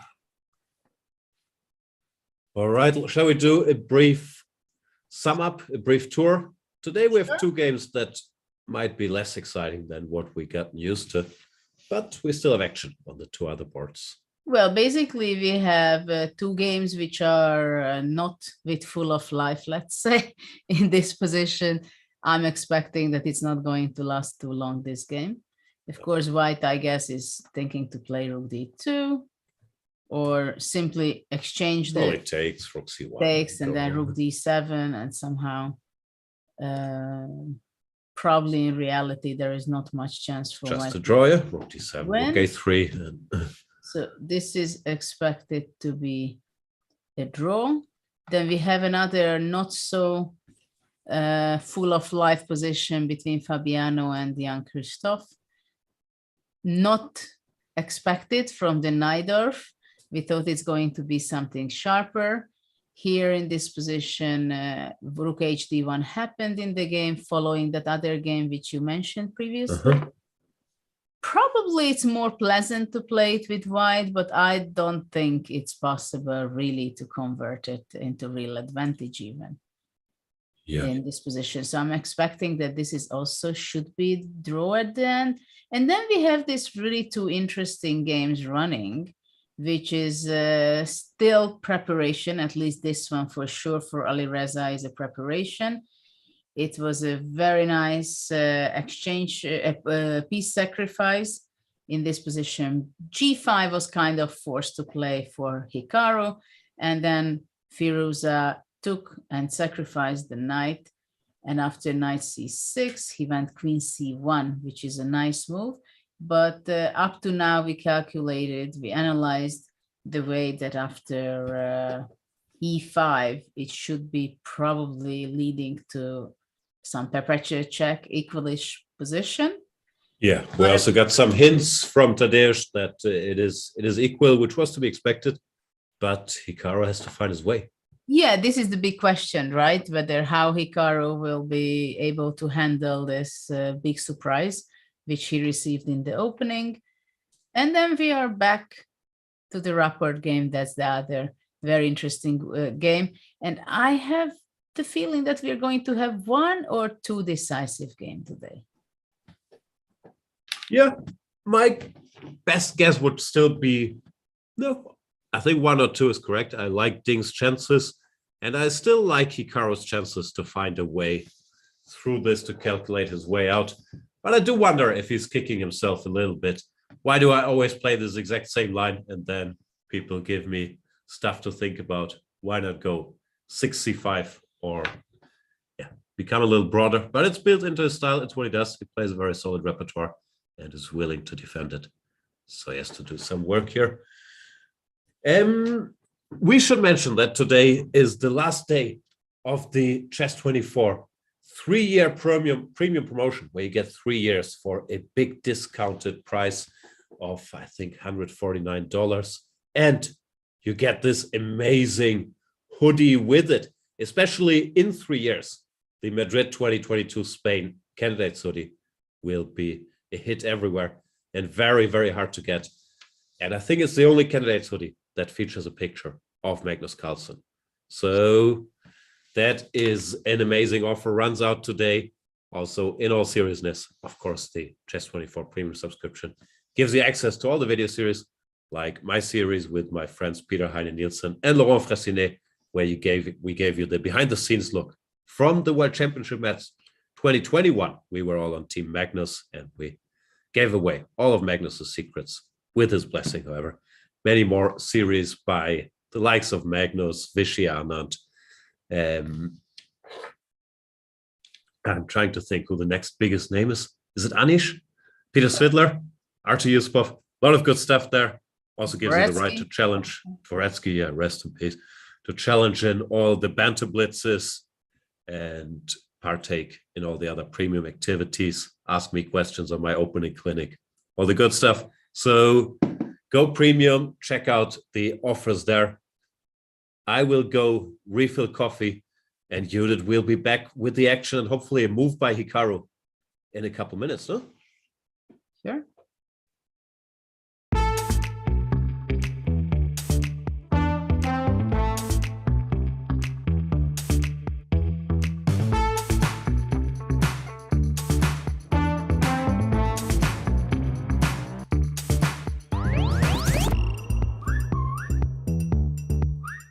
The Greenfield is a very good opening for those of you who are striving to get a double-edged. In this video, we're going to look at the latest developments in the 6 bishop g5 Najdorf. I'm gonna start with sort of my first official Stonewall game. The idea is not to fight against any opponent move, prevent everything, defend and so on. No, it's just to move.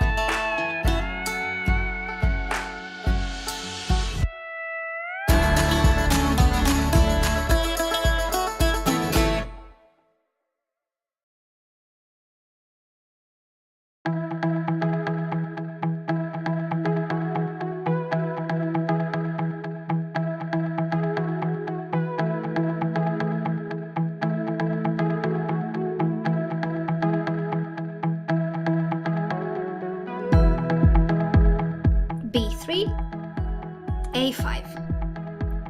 What do you think about this opening? Honestly, what do you think You about... don't have to play knight c3. We can actually put a piece on d2, which is better because then we avoid the potential doubling of our c pawns. What you have to understand about practical endgames as a whole is that, just like in the middle game or the opening, you cannot rely solely on these general considerations.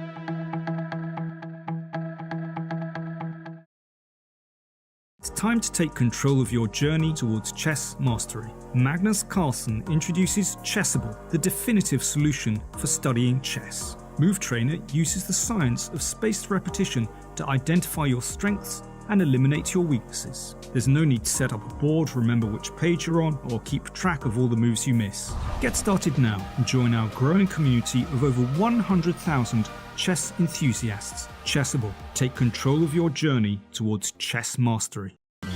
This is John. John loves to study chess. This is David. David loves to study chess as well, but efficiently. John spends more time setting up the board and figuring out what's on the page of his book than he gets to study. David likes to take it easy and use his time wisely.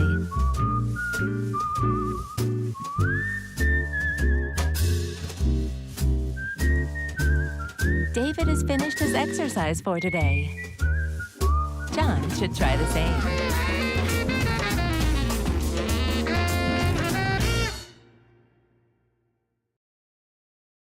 Welcome, everybody. My name is Jan-Krzysztof, former world chess champion. Are starting a new course here for Chessable. A very special Chessable course. Master your chess with Judit Polgar. You know what? I learned a lot.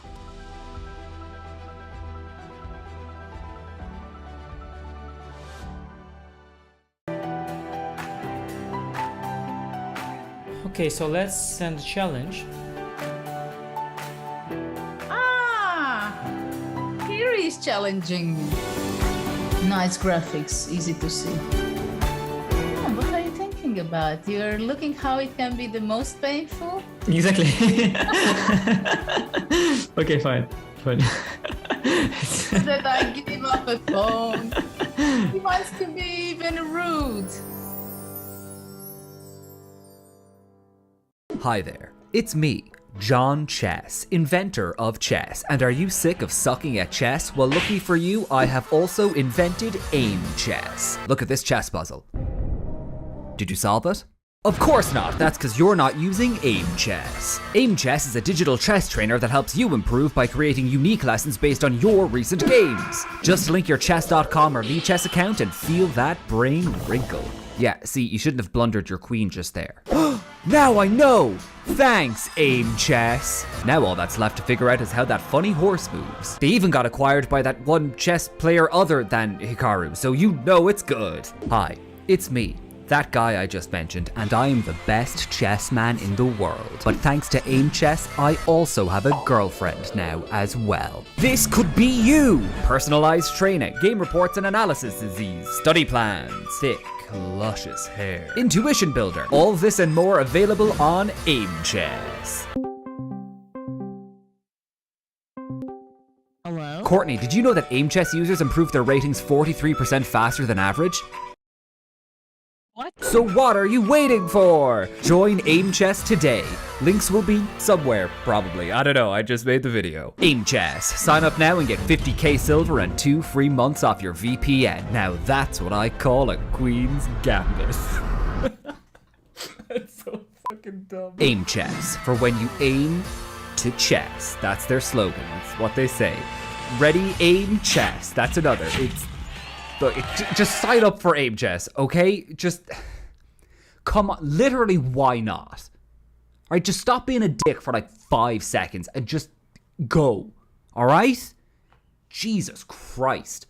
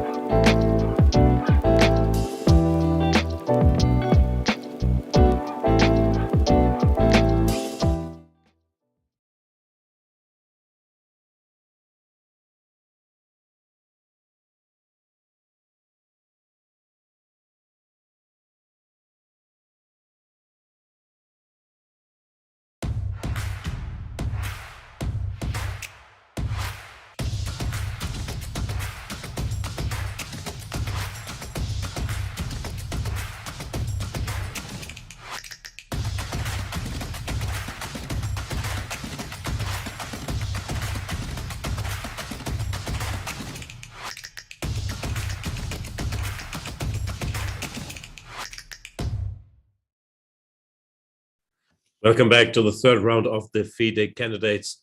And Judit, we have to jump into the action in Alireza Nakamura. Some moves were played. We got some hints during the break if this works or not, but we weren't told how it works or why. So he took knight takes d4. He took on d4. Rook and takes after d4. Yeah.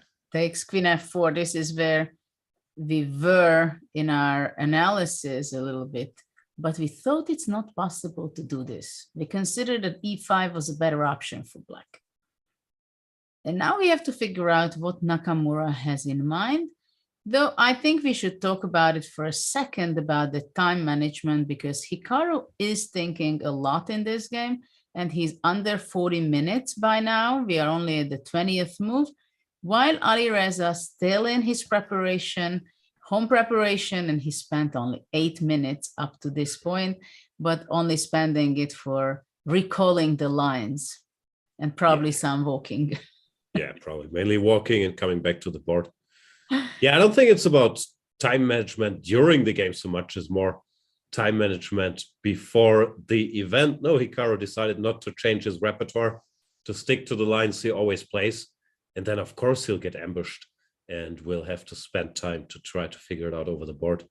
That's what happened to him today. I think for during the game, there's nothing to do. No, he has to calculate. He will need time to make it through there, because one wrong move, he will probably just lose. And Alireza knows all the details here.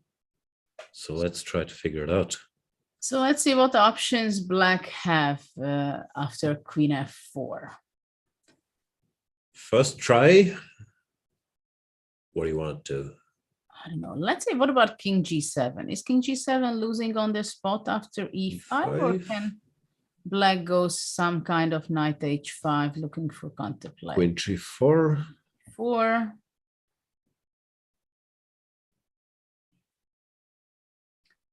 Well, it definitely looks extremely scary and probably also bad for black. Yeah. Right? So this Yeah. is not possible. King g7 is not possible. If we give a check, knight c2.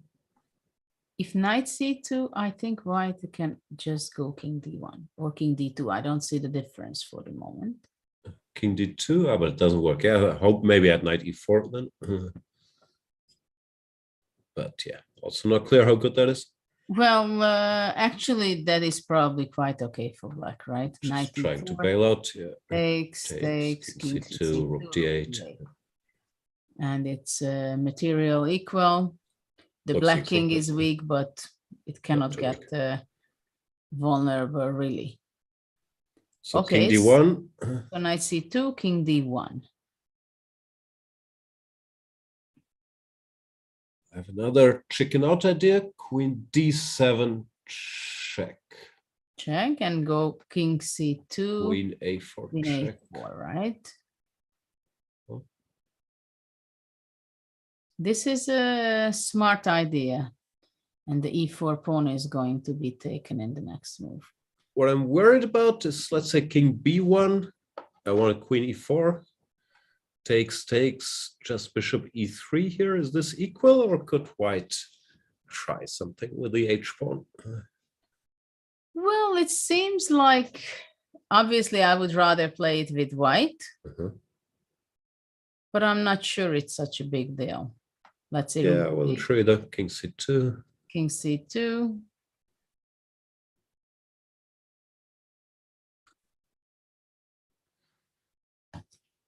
Then there are a lot of questions.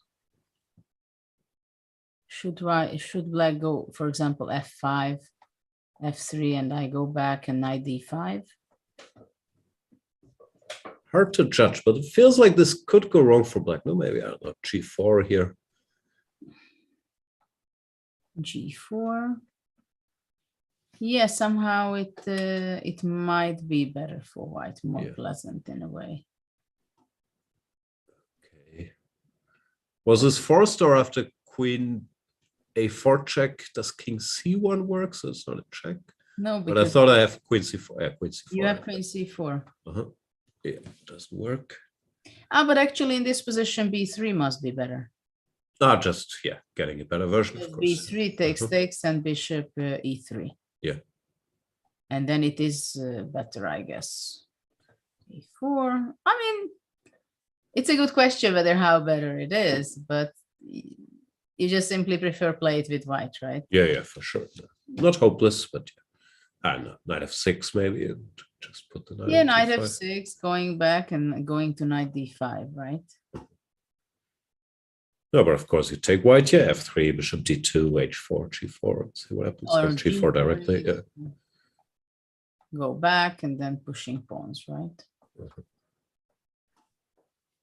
Okay, so It's that's an nice. option, but it's not equalizing, let's say. No. So this was knight c2.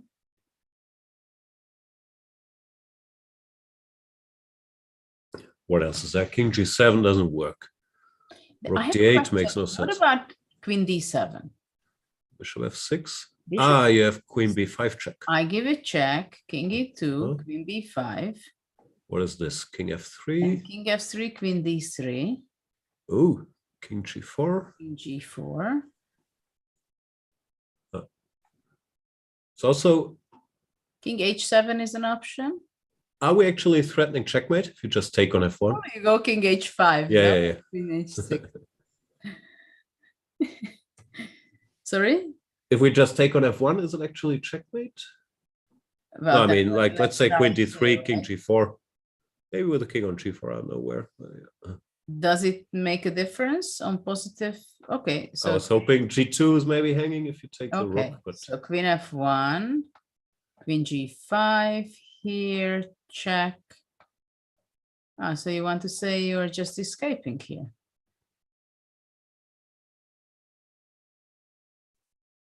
Not could bad. be, no? Queen f7, king c6. There is nothing.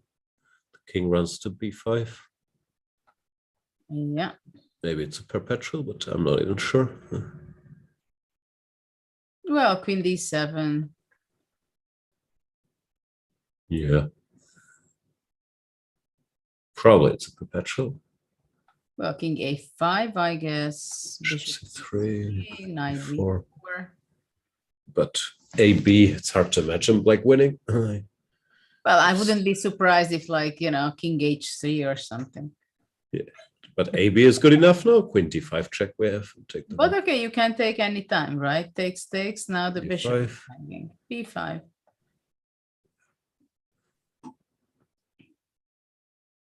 Queen a2. Nah, I'm not losing this. No, you're not losing. No, I thought that white might be playing for a win. Yeah, somehow. but maybe we win now. Queen a2, king b6, bishop d4. Like, it's a lot of checks. But actually, I think after queen d5, king a4 is maybe a better idea. Yeah, looks. So one day you can just take it. Yeah. But okay, this was black trying to win, which he shouldn't do. Yeah, after queen d7. He had Okay. king a6 in perpetual.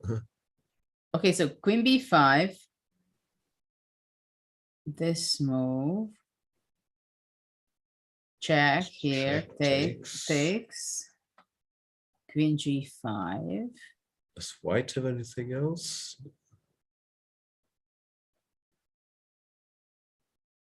I was wondering about some crazy move like queen g3, but it's not That I was exactly also helping. thinking, Yeah, but I just don't see the point. there's Really. no threat here. Exactly. Might as well give the check. Yeah. Queen g5 takes. King e8. We could also take the rook, but Yeah, but then every queen all g2 and pawns yeah, are going to be taken. it just doesn't work. Yeah. We have knight c2 on. And it. he's played knight c2. Oh, is he going for that endgame? He's going for the endgame. But that's tough. No, he will get a slightly worse endgame and spent a lot of time. So Alireza's strategy would have paid off then. No, then it was a fantastic story for white, even though it's a big question whether he's going to be able to convert the endgame. Okay, so now the question is king d2, we said knight e4. King d2, d1. queen b5 makes no sense. What happens if king d2, king e2? Sorry, I'm hallucinating. I thought queen b5, but knight d4 check back. Yeah, I think this can only be difficult for white. I mean, you cannot go anywhere else. Yeah. Unless you want to go king e3, but it doesn't look. Even then, knight c2, trying to draw. King f3, knight d4. No, king d1 we have, and King we are d1 on the board, queen d7. We're going heading there. towards to that endgame, which seems to be very forced after king c2. Yeah. Okay, so the good news for Hikaru is he didn't get checkmated, and he found a way out of this. The bad news is he'll have a slightly worse endgame and only 29 minutes against 1 hour 50. But he's an amazing defender, as we know. So, but it's not this is going to reasonable be for him. easy. No, It's not an easy endgame, I think. I think it's extremely difficult for black. no, because also strategically, no, it's not like you find the right moves, but like white can build up. It's on the board. Queen Yeah, a4 queen check. a4. We thought b3.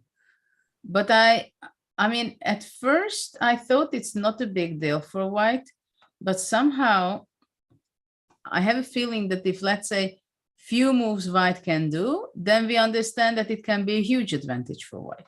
Let's say if white would have really time to play h4, h5, he can go g4, f3, already pushing back the knight. I mean, Alireza those went- pawns are on black, and it's not so easy to change it. He went king b1. Like, is there anything after b3, or is it a strategic decision that he doesn't want his pawn on b3?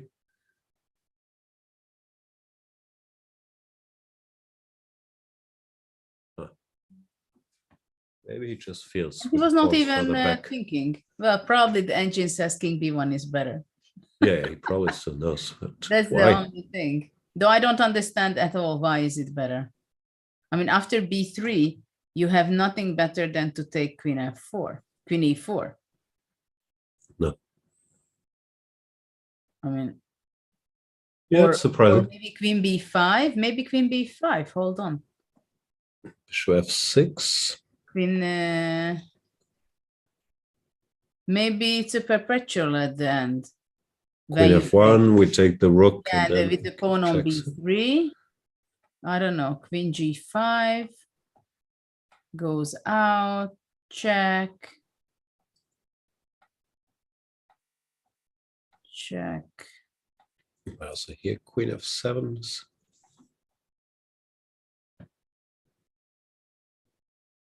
So maybe this was his problem. Maybe, yeah. Yeah, Because makes sense. otherwise, f6 is saying. otherwise to have the king on c2 and pawn on b3 must be better than to have them on b2 and b1. Great. Okay, so bishop f4. He's still in his Bishop preparation. f4 is still blitzing, yeah. Like, Of course, because he's in his preparation, I guess. That's why. no, Bishop because E3 just kind bishop of- e3 looks so much more normal at first sight than Yeah, bishop f4. But yeah. But in the other hand, on f4, it might stand better, because if black goes f5 with the pawn, then already bishop will be idly standing on e5. yeah. No reason not to trust Alireza here. Still blitzing. Absolutely. Yeah, Hikaru. Let's say after knight f6, what do you think? Is he going to play g4, h4, f3? What is the best way of improving the position? Knight f6 is on the board.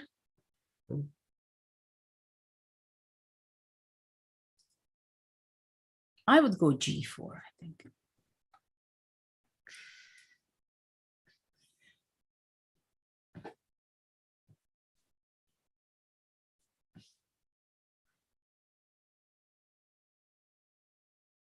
Though after g4, maybe he goes rook d8. Yeah, king c2. Then rook d4 doesn't work. Well, after rook d8, also bishop e5 can be a very promising move, unless knight e4 is unpleasant. Uh-huh. Have something on d2. We gave him some counterplay. Well, I guess we are going to be noticing on Alireza when he stops and starts thinking. Yeah, I guess now is the time. That's the point when he is out of book. But this is already move 25. We have our first result coming in, not a big surprise. Radjabov against Nepomniachtchi was drawn. Yeah, Radjabov didn't try anything there with white. This line, especially 12 knight ft4, just shows that he wanted to make a draw. It's really game over, more or less, right? Yeah, and they went for a perpetual repetition of moves, because in this position, after this, it was repetition of moves. Otherwise, it would be not possible, because under move 40, the players are not allowed to offer a draw. Yeah. Okay, not much to say. Nepomniachtchi will be all right with it. 2 out of 3, 2 black games. Good start for him. Radjabov 1 out of 3, 2 white games. Less. And then we have another 3 games running. Of course, we can say that the most interesting, for different reasons, it's Alireza's game, but now it became an end game, so we'll see how it unfolds. We have Fabiano's game against Jan-Krzysztof Duda, which is an end game. And after rook d1, black started to set up his pawns to g6, c3, knight a5, very logical continuation, I guess. He wants to put his knight on a great outpost on c4.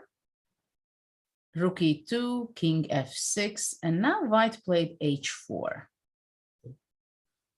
Trying to fix the pawns before black gets even more active there.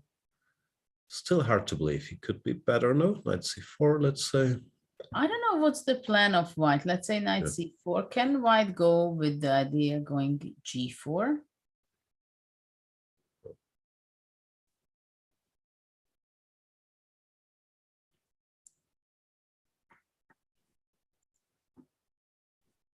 Guess that's his point.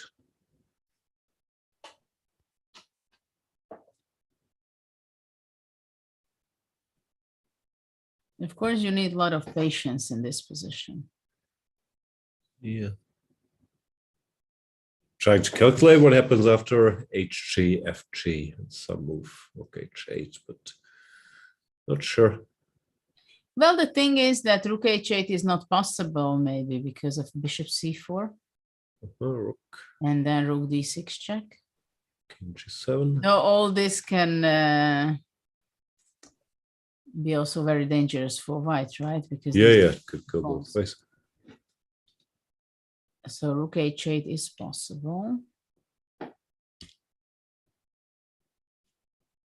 Well, rook f1 check. Yeah, king g7. Even king e6 was an option, maybe. Also possible, yeah. I don't know, it feels like black has enough counterplay to me. I mean, black has all the activity, right? Yeah. And I don't see why the knight should be a worse piece than the bishop on d3.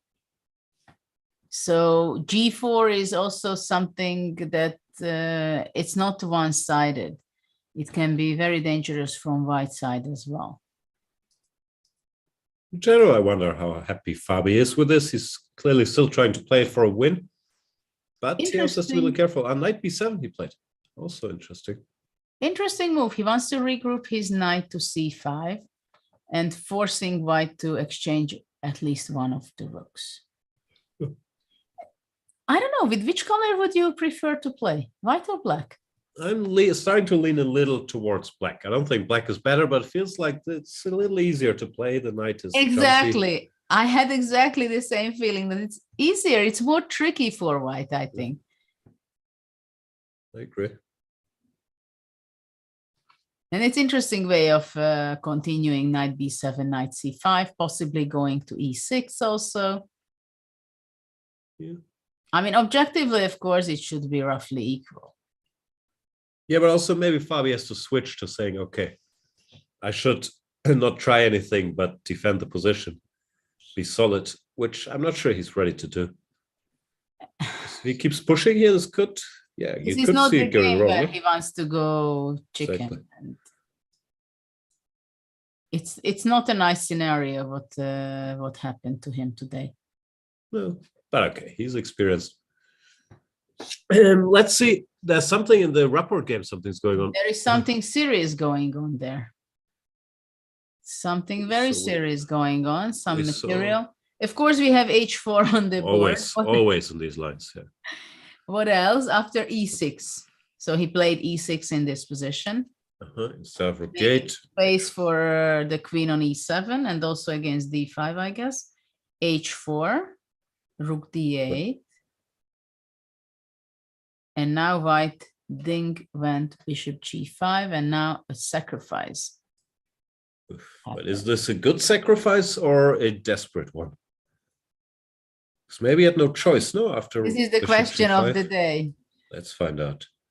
Knight d4, bishop d8, and rook d8. So he's one pawn for the exchange.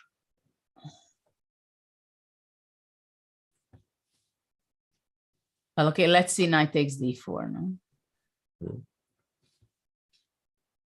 Let's start with this. Rook takes d4.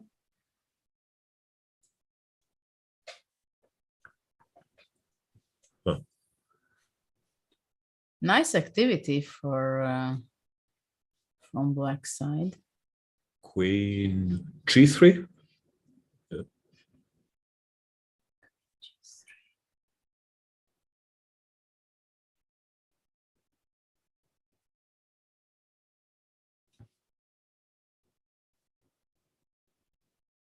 So okay, if you just take queen b5, you go queen b8 check, bishop f8, and then queen takes b7, right? And it's just an exchange up.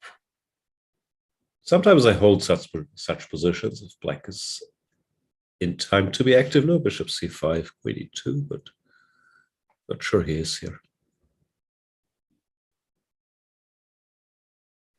I don't know. Let's say if we talk about this kind of here, queen e4. Black is reasonable. I would think this is a draw, yeah. Yeah, this is no real problem. Okay, so rook d4, queen g3.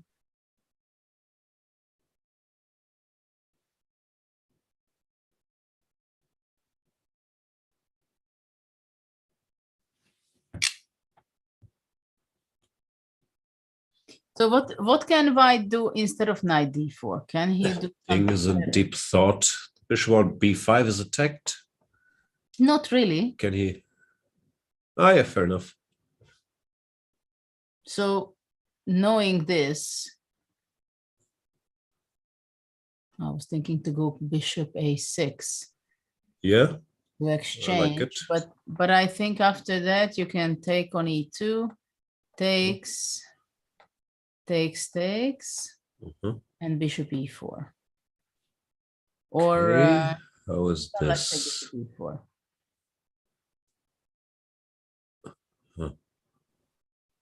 And after, yeah. a3. A3, I think I can take it.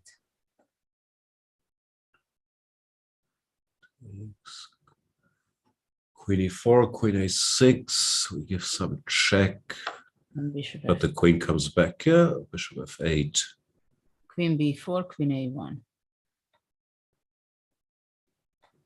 King h2. Oof, this could still go wrong, no? Like, I don't know, queen e7. Well, the question is how can you improve? Yeah. Weird position.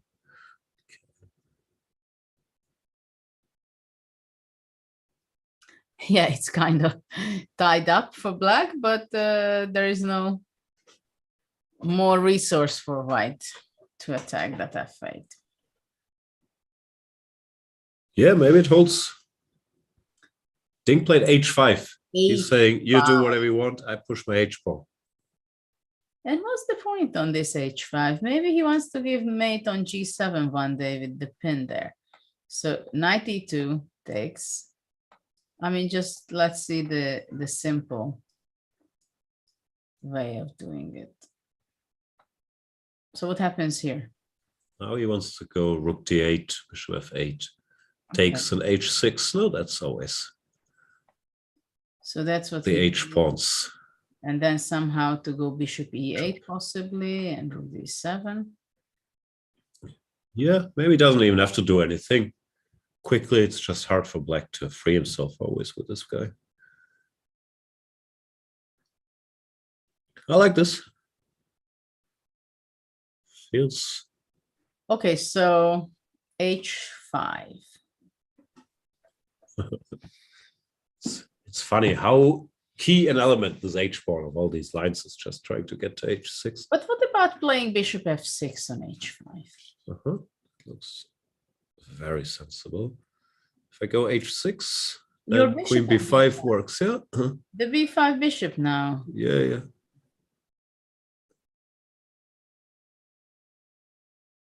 Okay, so I can't go h6.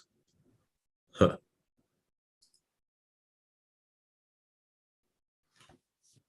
And if now bishop a6, what has changed? Maybe not much.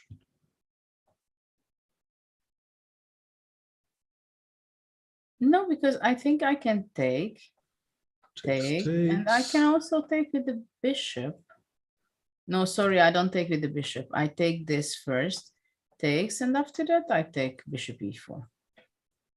Yeah, I was wondering about this, just to play h6 and argue the king is still in trouble.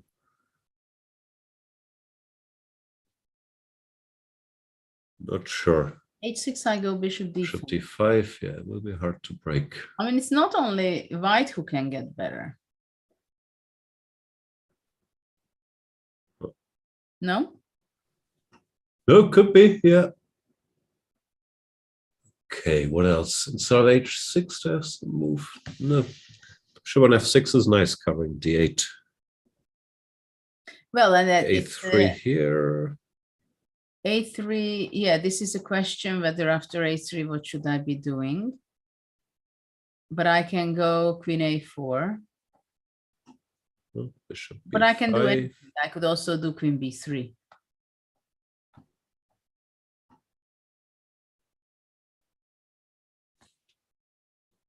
Yeah, like hanging in there. Well, I don't know if you can go rook d7, let's say. And then after queen b1, you go queen f1, because otherwise on this move, bishop e5 would be devastating. Ouch. But you have a move queen f1.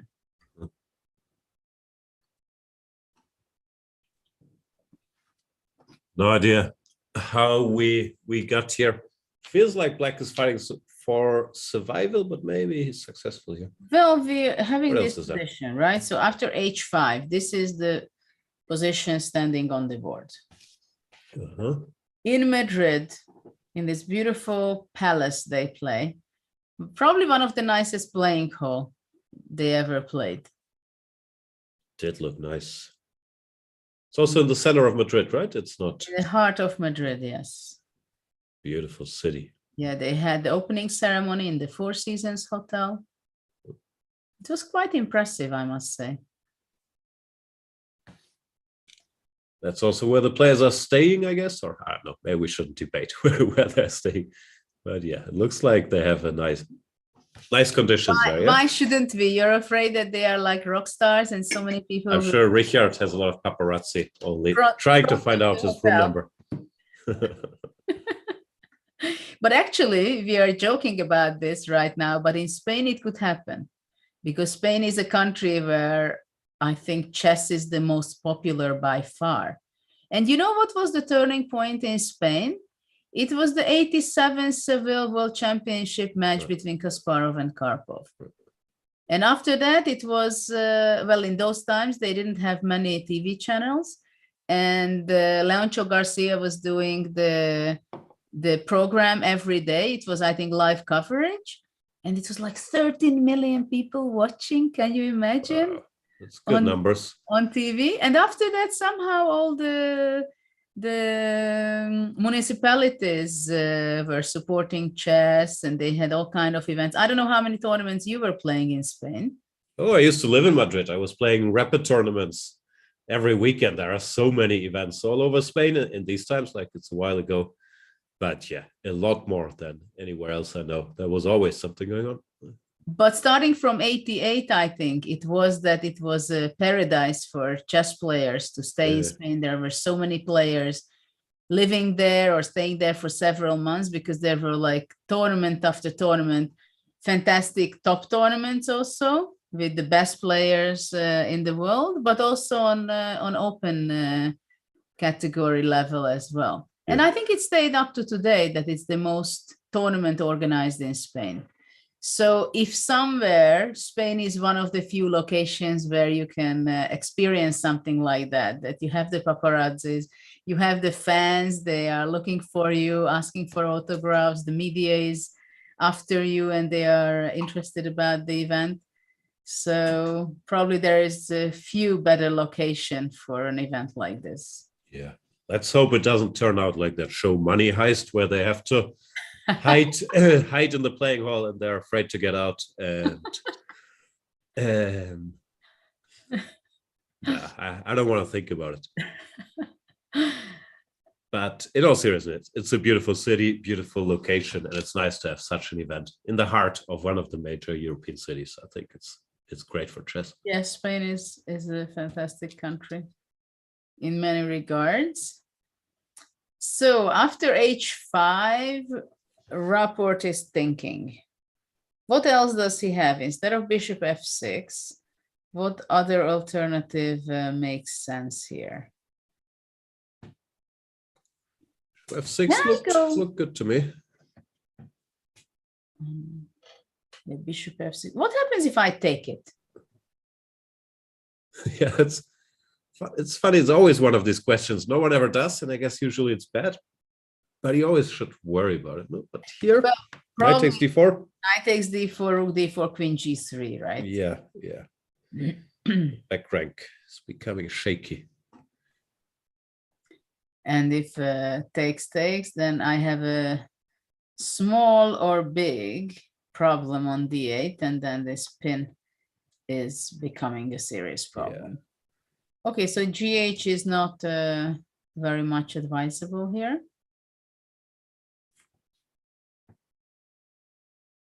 No, let's look at bishop f6 again. But one second, what about playing knight c6?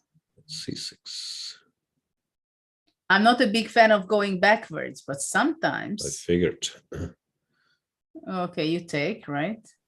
I'm not sure if I have to. So I was looking at boring moves like queen c4.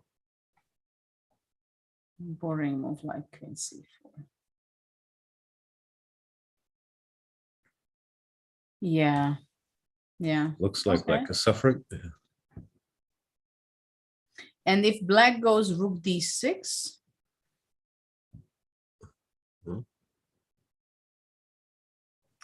Because I'm thinking if knight d4, I would be taking with the bishop. And I have all kind of tricks suddenly. I don't have tricks. Queen g3. Queen g3. What's the point? Queen g3. Can't I take this pawn? No. I'm hoping for some counter tricks. h6. h3. You want to go check first and h6 or h6? I want h6 directly, but maybe check first, even smarter. Just once the pawn is there, it becomes so hard for black to make it out. Yeah, it changes the position quite a bit. Yeah. If the pawn on h4 or h6. That I have to admit. But check and h6 maybe was even better. No, you're right.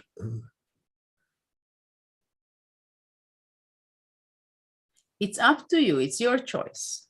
Okay, I will try check and h6. I still like white's position here. You will have your drawbacks of that too. Don't worry. You're ready for this one. Because I'm ready for this. I take it.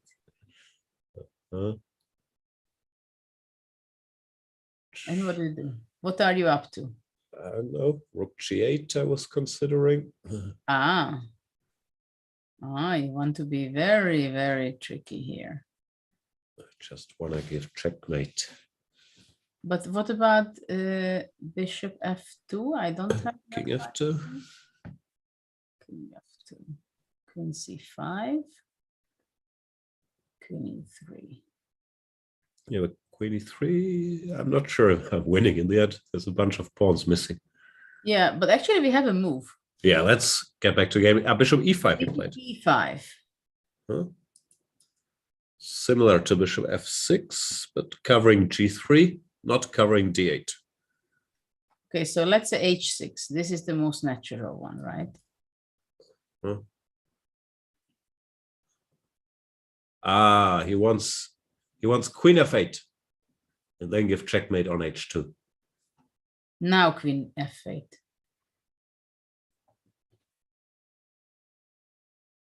That's always what I'm worried about. When the pawn ends up on h6, that they just take it. And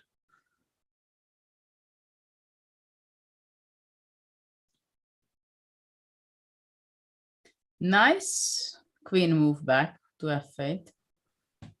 if knight d4, rook takes, d4. queen e3, just rook e4, yeah, like doesn't do anything. Yeah. What is this position if white takes this? h6 I can take now. Rook c7.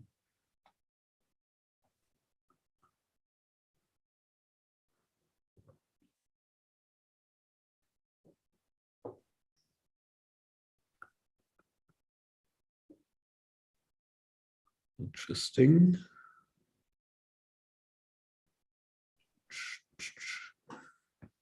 Feels like it should be a draw. I just can't spot it yet.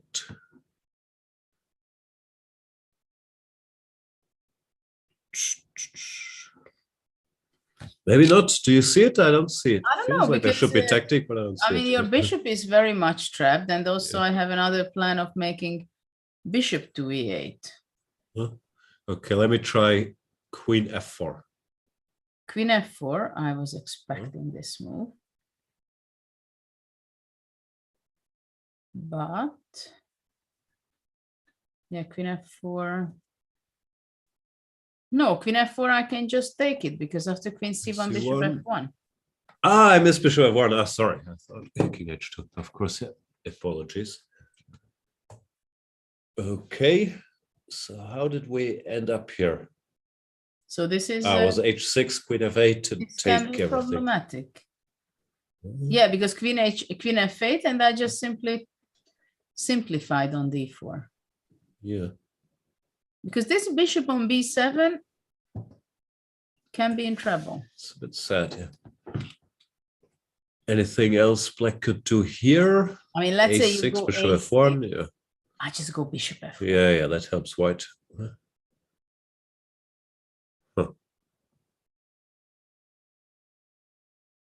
And this can be frustrating, unless, well, maybe queen e7. But if that pawn stays alive, I dangerous. don't like my chances here.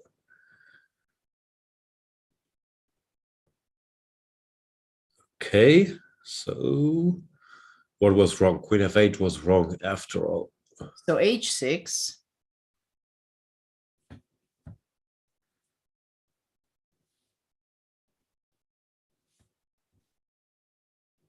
Queen f8 feels right, but yeah, if this just works for white, what to do? Let me see. I have a question. Queen f8, knight d4. Can you go queen h6 now? Oh.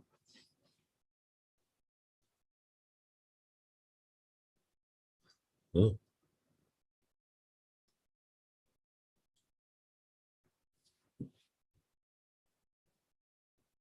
Could be, no? If well, queen if e3, if bishop f4, yeah. If you do what? Queen e3, I was wondering, but bishop f4 looks fine. Well, I just thought that you go with this and you take on d4.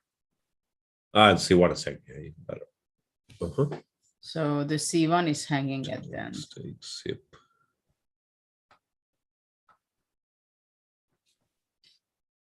Right? Yeah. Well, if it works, it's a great, well, not trick, smartness. And it's a very important one. Yeah, this is key. White has to bail out. Okay, it's not better yet. Queen h3 takes d4, like Okay, let's see. Queen h3, but I find it hard to believe. But okay, I take. Your pawn structure is a horror. I know. I shouldn't remind you, yeah. Now, There. white can't be better, like rook c7, I was thinking, but it's running out of pawns here. Bishop What you go, e8. bishop e8? Yeah.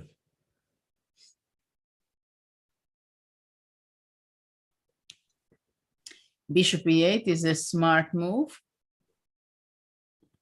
Even here. Though I'm not sure that you're gonna be okay. Look at this funny thing. King f8, bishop f7, and I go bishop d5. And after that, I'm trying to... That bishop you want to trap. Yeah, I mean, your bishop is kind of trapped. Well, you can go h4, h5 later, but for the moment, I guess you're gonna take. Yeah. But okay, you take, I go b5. It is very funny. Looks like it should end in a Rook draw d7. somehow. Yeah? Rook bishop So I have f6. to move. I will have to bail out with rook d5 and draw here. I think so. I mean, okay, bishop e7 is not completely true. Yeah, That bishop it's g8 here. bishop g8, but the problem is that this pawn is under attack. Yeah, white can't do much now as long as the rook is to guard the bishop. I think here even I could already take if I wanted to. But okay, Yeah, sure, bishop switch f6, up. of course, it's better. Okay, so... Okay, so what were we doing? Bishop e5, we're looking at h6. And some yeah, if points. h6, queen f8. So what else white can aim for? I guess he doesn't have to go h6 to begin with. No, just look nice if it's possible. What about bishop a6, which we tried earlier? Bishop a6.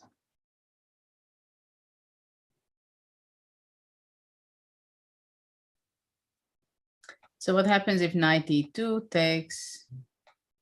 Take everything. Can I go bishop e4? Now I was hoping something would be there, like rook d8, bishop d3, or some h6. But yeah, rook d8, bishop d3, does it work?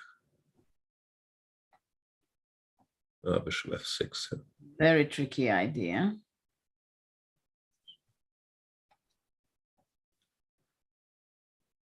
Yeah, still not crushing.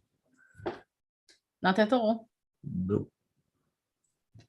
But maybe you have something better. Here it feels like there should be something. No, I don't know. Yeah, what about h6 once again. Yeah. The king is so weak. Well, and my two bishops, it seems to be not perfect. Yeah, this looks bad for black, I would say.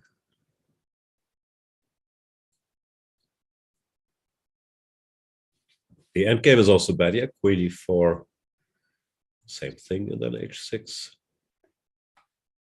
Queen e4. So it just takes an h6 here. Takes, h6. Yeah, this looks lost. Rook d7. Bishop c4.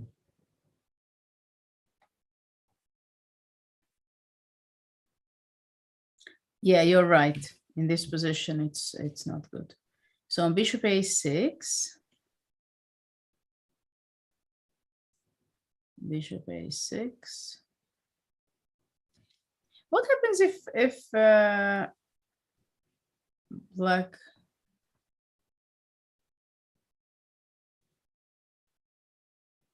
Okay, let's say I take it, and I go here. Oh. Okay, I guess takes on d4.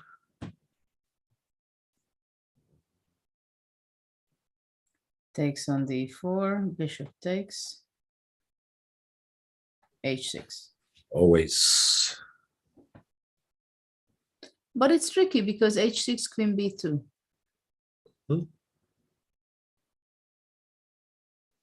Your queen is very much out of the game. Yeah.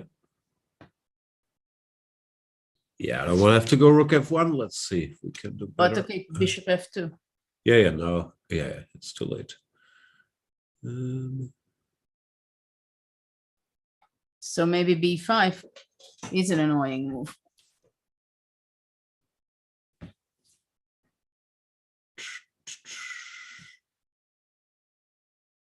Because if you don't exchange the knights, I believe that black should be okay. Or that's the feeling. I mean, knight c3. I somehow don't believe in this for white. Yeah, no, the pieces are a little loose. Can I play some weird move like king h1 instead of knight c3? Not sure how happy I am about it. Well, black can go back queen e7, for example. Yeah. No, my king is not exactly safe there. Yeah, it looks wrong. Or simply go king g7. Yeah. No, interesting. No, king h1 I take back. So how was this? Takes a b5. Bishop a6, we decided take and b5 now.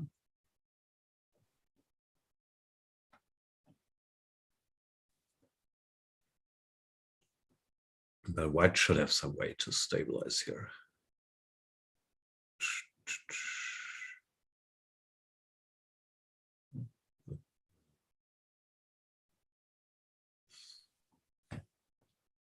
I don't see it, but it should be there. Well, I don't know if king f1 or Yeah, maybe f1. Yeah. Sorry? Maybe king to f1. Yeah. Yeah, but then queen b2. Yep. Then that's the problem. So it's, I mean, somehow with my knight on d4, bishop on e5, and your queen on a6, completely outside of the city. You're happy. The location is not good there. In chess, it's like in real estate. It's all about location.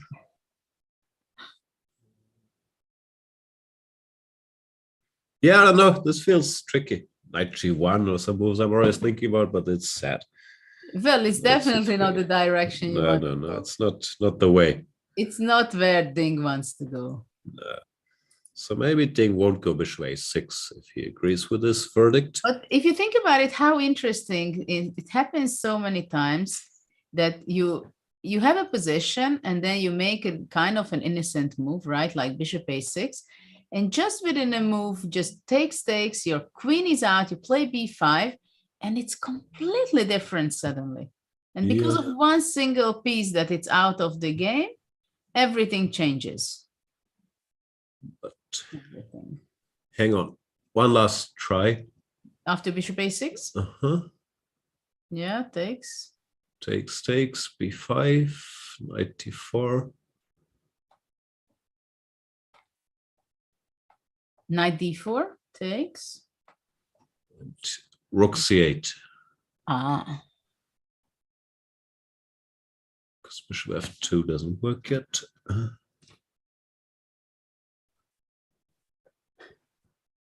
Okay, so take. I guess takes, king g7. But at least I'm not losing. No, like no, you're not losing at all. Queen c2 or some move. It looks like maybe take on g6 first. I have time.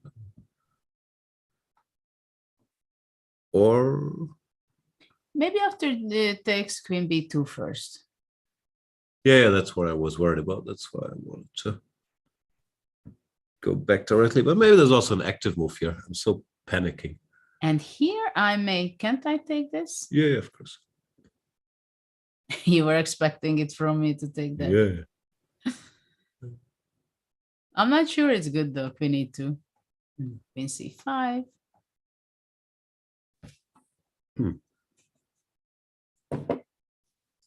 Instead of queen c2, I don't have a more active move.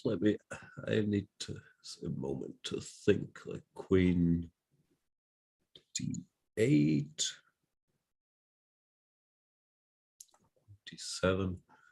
Not sure where my queen is going.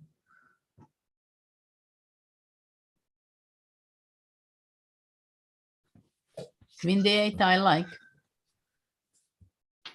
Yeah. from white side. Yeah. But maybe I should go e5 is E5, somehow too much. Not sure, but it feels if anybody's better, it's white at least now with the after e5 the bishop doesn't defend anymore. Queen h4 or whatever. Rook c1.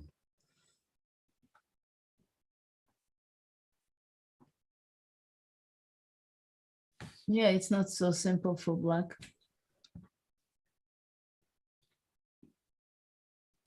Yeah, rook c8 is definitely the move after bishop d4. Yeah, I just blundered the pin as usual, but bishop f2 doesn't work. No, if we can simplify, at least white is pressing.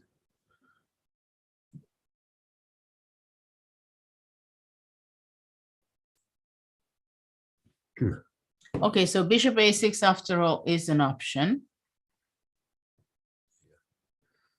I need to excuse myself for a little bit. The doorbell is ringing. I'll be right back. Apologies. So until then, maybe I take around what has happened between Alireza and Nakamura. First of all, white also started to think, though I don't know exactly when it was. After knight f6, h4 was played. This was the hesitation, how to continue with white, to play g4, h4, f3, but Alireza showed us h4, knight d5, bishop d2,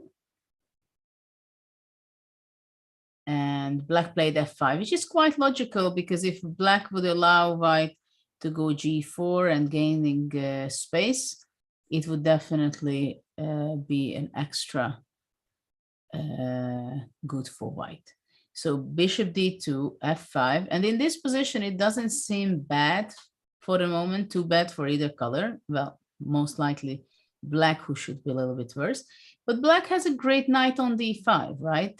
I mean, it stands perfectly fine. The bishop should be on e5. That would be a much better position for the bishop, supporting the pawn from e5. So after f5, white played g3, because if f3, then maybe black would go f4 first. And basically, anyway, white has time to do something like this, g3, and only after that f3, I guess. King f7, f3. So white does want to go g4. So for example, rook g8 would not stop g4 because white can continue anyway, because after fg, it would be a check from the rook. And what has happened after f3, black goes rook h8. So it's a prophylactical move. Doesn't allow white to go g4 so easily. Bishop g5, defending the pawn and also placing the bishop on a more active place, but still white is playing to push g4. And now Hikaru played c4, which is completely understandable that he's looking for counter chances. Because if black stays and waits, then white can always improve the position, right? To play g4, to play h5, to improve the king's position. But right now c4, and I'm not sure that white, it was not better for white to look after this option and play some prophylactical move like b3 against c4. Bishop g5, c4, and now Alireza is thinking how to improve the position. Because look at this knight. The knight is incredible. It is wonderful. The problem is for white that white cannot break into anywhere with the rook, because the d5 knight is very well controlling it. And g4 finally arrived in the position. So now it's a question, how will black react? Because for sure white wants to go h5 and improve and push the pawn as far as possible and later on to somehow to green. But for now, g4, it was the very logical continuation. seeing what has happened before in the last few moves. Now black has several ideas. He can try to go king g6 maybe, and this way to stop h5 to put pressure on the bishop in g5.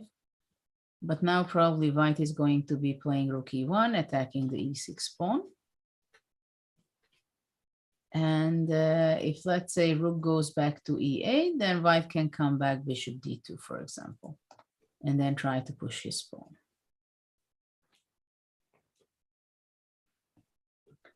Okay. What did I miss? Well, actually, things are really happening in the Alireza game. Ah, f3, h4, g4 all played already. Basically, it was played out, yeah, the improvement of the white structure. And now the question is, just in the move before, Nakamura played c4, which I think is a quite reasonable, looking for counter chances over there. And probably he wants to improve playing b5, a5, b4 somehow. Yeah, he just played b5 as well, g4, b5. Yeah. So the question is how white can improve his position without giving too much of counterplay. Let's say h5. I was wondering, but I think also possible that he wants to take on f5 and rook e1, rook e5. Huh. Because let's say h5. So where are you going further? Sorry, not a6, a5.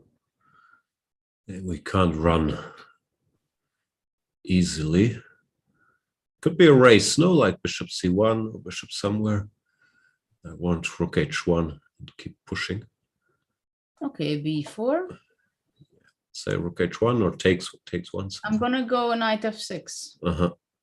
Ah, yeah, I can't move. Okay. Well, you have to go rook h4, but yeah, but I don't threaten anything, so I don't like it because I don't want to start with h6. Okay, then let's try your idea to go b5 gf. Yes, but if you played h5, I mean without h5. Yeah. So let's say we take, or to play rook e1 first, threatening gf. Maybe that's also an option, not to give up the tension. Yeah, I think it's unpleasant for black. No, because this is the question, right? With the knight on d5, whether can it stay stable, or we can loosen it up and we can push it away. No, I don't know what he... What do you think about the endgame if we go rook e8? Like takes, h5. I guess white has rook d1, but no, let's say takes. I think rook d1 I would be thinking, because I don't know. This looks tenable, no? King f7, and then we But sit. how can you win? Yeah, that's what I was saying. It looks like a draw because it's sort of a fortress. Yeah, I think it's a fortress. Yeah. So after rook e8, if rook e1, rook d1.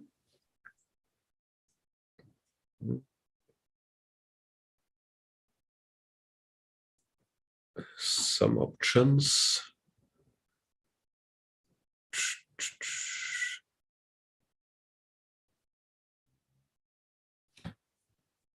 I'm not sure how to play. King e6 comes to mind, but it's the wrong direction a bit. h5. Oh, I think after king e6 we go h5. Yeah, of course. And it seems like very dangerous for black.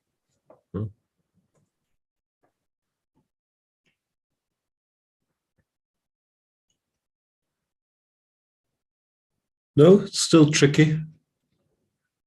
Well, knight b6 you have to go. But I don't want to. h5 still. h5, right? Yeah. Rook e2. Rook h1. You don't mind this move or knight a4 first? H6. I'm not in You're time. not Yeah, rook scared. b2, rook a2. You're not scared. I'm always scared. Rook h3.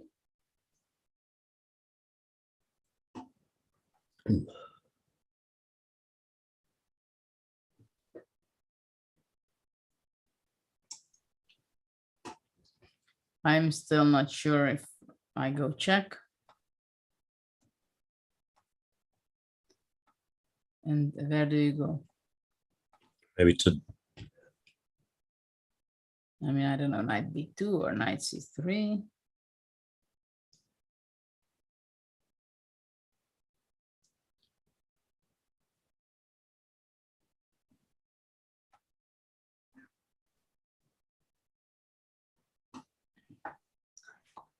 I don't know how I'm going to catch your pawn on h6.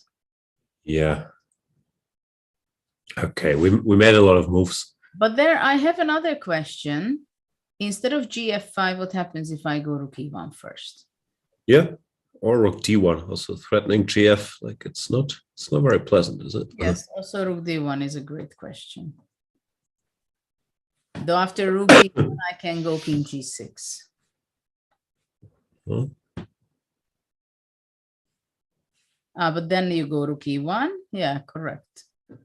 Then It's shaky. very shaky. But I think this is the secret for white. Somehow to, in a good moment, to take g takes f5 and activate the rook. Yeah, there's rook d1. I don't see a move. Like what is black doing?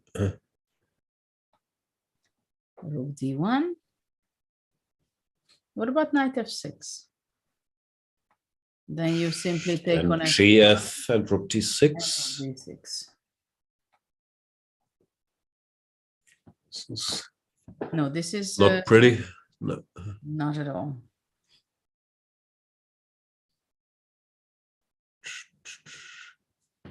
I don't see it. Looks really bad. Like fg4, but it's not a move you want to play, of course. That's definitely not the move you want to play. No, but what else? No. At least I have my strong d5 knight. Yeah. The problem is that after king g6, you go rook e1. Yeah. You have to go back, but yeah, maybe.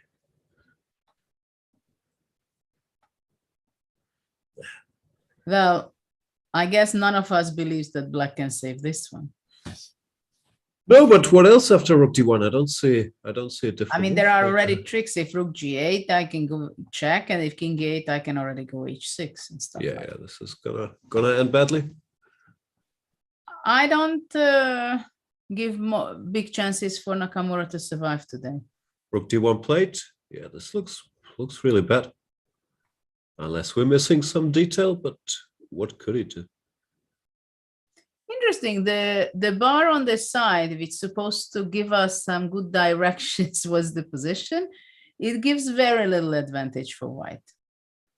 Yeah, it still doesn't care.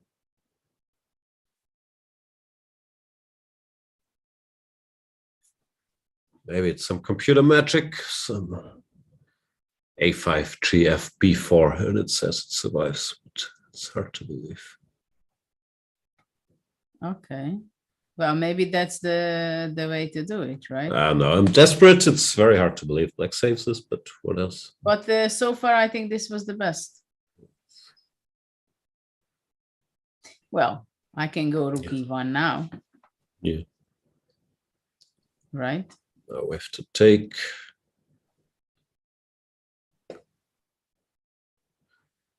No, it's all very sad. No, I think it's very sad for Hikaru. What are we missing? Why does it say it's equal or almost equal? So FG, and then A5, let's say.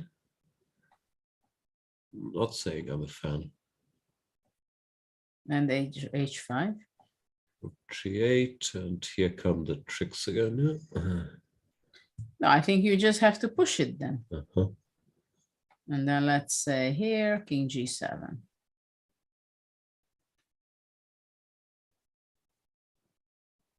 Yes, I think it's essential that black is keeping the files and white rook cannot enter. Probably that's the only way to save the game. You need strong nerves to deal with these two passes, but okay, if there's no alternatives, he will do it, of course. And we get notes from today. She's saying FG, FG, Rook G8 is strong.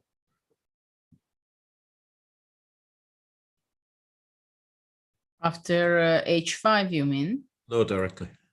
Here? Here, Rook G8. So prophylactic against H5. That's nice. He gave us more moves. Rook G1, E5, he said. Black Yeah, is Rook holding. G1. It's possible. E5 going back with the bishop, right? Yeah, to E4, and apparently black is in time. But black must be very sharp here to save. Yeah, so if you miscalculate here, you just resign, yeah, like H5, G5, and so on. So it's a key moment for Hikaru, and he only has 70 minutes. The good news for him is it seems like there aren't really alternatives to FG, no? Like, I mean, he could give the pawn, but how happy are you?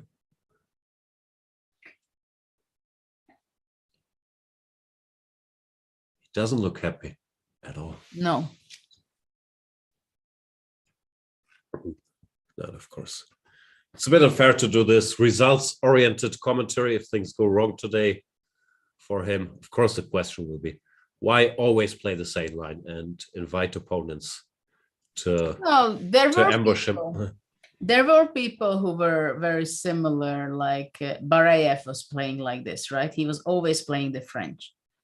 Shirov, for example, was a player like that, he was playing one line, and you could make sure that if he was successful with that, he's just going to enter the same line for sure. That's but how he was also a target, especially once the computers got stronger and times have changed a little. It's not just that he always plays the Nimzo. The Nimzo is a great opening, but then after 6 bishop G5, like I said, C5 is a good move, but he always goes for DC4, H6, Queen E7, Rook D8, and of course your opponents will ask questions here. Then, I mean, you either have to find a way through there. Yeah. I wanted to ask you, as a great opening expert, what are the biggest difference, let's say, in the last decade that the opening preparation changed? I mean, okay, we had the engines already 10 years ago, right? Yeah, but even the last 2 years, I think it was a big jump with Lila and AlphaZero and Stockfish also implementing this. I'm not an expert how it works, these neural networks, and then UE thing, they've become so much stronger. And it's really hard for white to find anything anywhere. Like, you can't just have keep playing the same line and expect success with white. So I think people are just trying to be more and more flexible. And it's a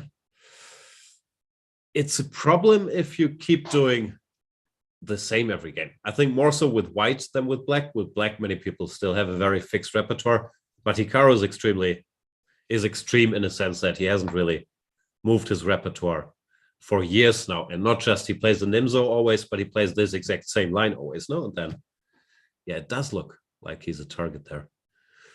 I don't know. He played FG4. Yeah. FG.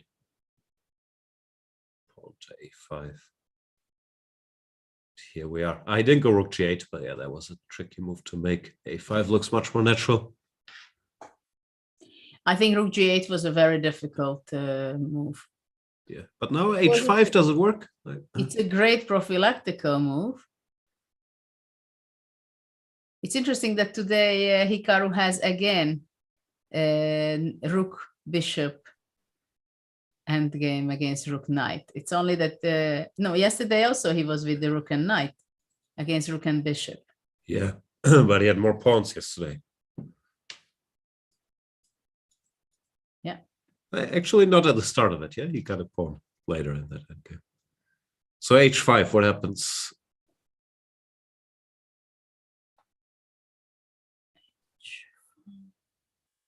I'm not sure h5. Maybe rook f1 first. Also, but what do you dislike about h5? I can always give the check.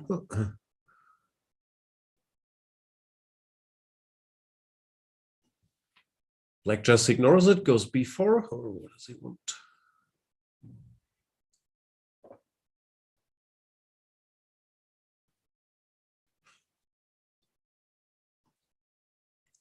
If b4. Very scary. Yeah, I guess check rook now. f1. King g7, let's say. And now somehow bishop e5. Yeah. And you remember yesterday also with his game, we wanted to get the bishop on e4 with black. So we have some things are very similar to We can yesterday. try now, like AB, bishop f4. Is there a chance in the rook ending?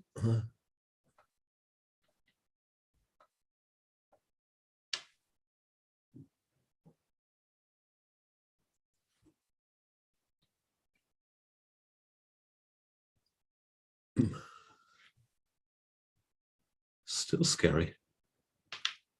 Yeah, but the thing is that, so what, after all, I go with rook, I don't know, let's say rook a8, bishop e5, king h6. Instead of bishop e5, g5, then you take, yeah? If g5, I may take and rook a5 maybe? Yeah, that's what I thought. How does this go? h6, king g6 is in time, yeah? Rook h4. Huh? Rook h8. Rook a8, sorry. Yeah, looks like black survives. Black survives. Huh?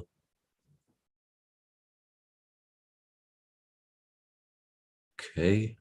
And if we go, let's say a5, h5 before, whatever takes, and check king g7. Okay, it's the same line, rook f1, king g7, takes. Not bishop f4, but bishop c1. I don't know if you really want to take on b4. How essential is that? Yeah, it's also a good question. I'm not sure. Okay, let's say bishop c1. You want to go bishop d2. I was wondering if bishop h4, something like that that's way. also no. So what's the idea after bishop d2? That's the question.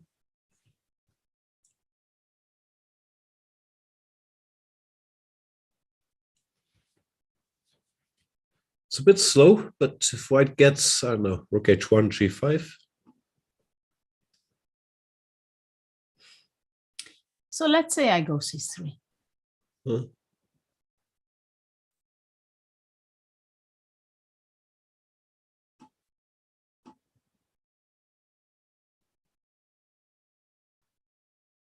Yeah, bishop c1, but do we have to provoke c3? Why not bishop c1 directly?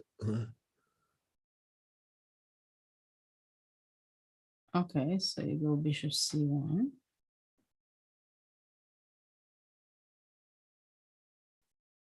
Bishop c1. And if I go knight f6, I'm not threatening. No, my bishop can come somewhere nicer. No, bishop f4, Yeah. bishop d2.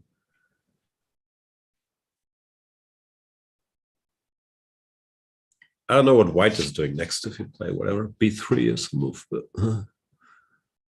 b3, you want to go here. Yeah.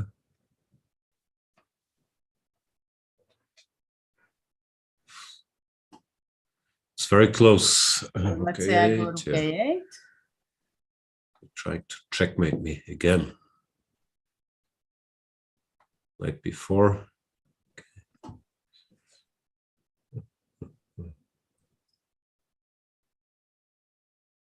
This we should avoid. Well, it seems like we have to sacrifice the rook already, but after that we will not win. No. Okay, so f3-5, probably bishop d2 is a little more careful, but He went h5. yeah, fair enough. That much we expected. Yes. I think you have a point that maybe we shouldn't go AB, just allow all this counterplay. Because if bishop c1 directly or check and bishop c1, I don't know. It's not like black wants to go ba necessarily. But I'm not even sure that rook f1 is Yeah, we can start with bishop c1 and see what happens. Because of ba, there's still rook f1. yeah. So what if c3, let's say?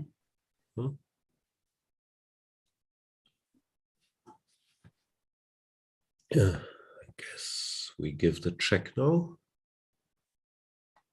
Or immediately you can go rook h1. Yeah, also. Though I don't know. I mean, after rook h1, I can go maybe rook c8. What's the threat? g5?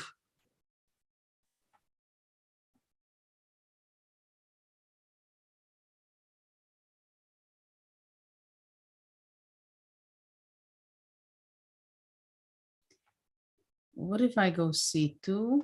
King a2. B takes. I mean, I don't know. What about playing a4? Maybe I'll try without the king. g6, king g7, rook g1. Leave my king on a1 for the game.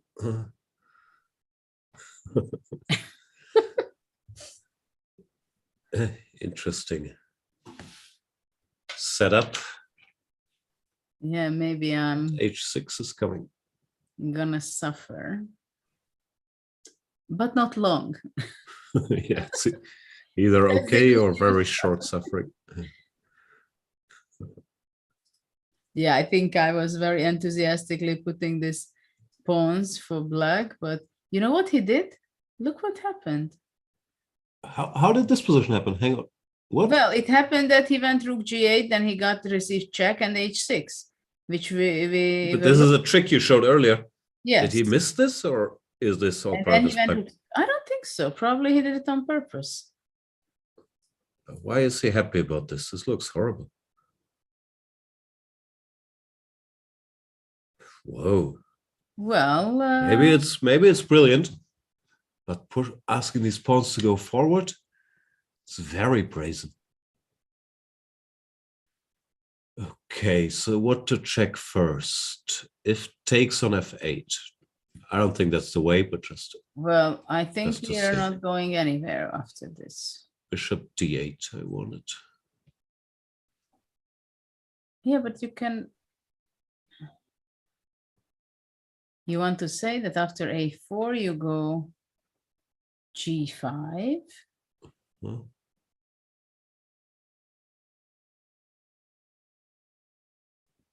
And now knight f4 is a must, I guess, because if king f7, then h7, g6, this is too far yet. No, knight f4, bishop f6.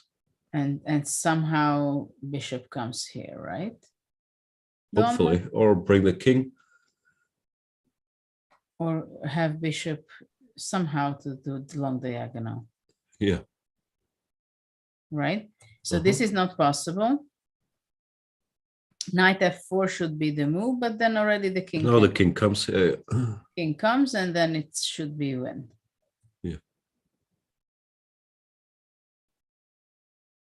Well, that's the question, whether it's a win, right?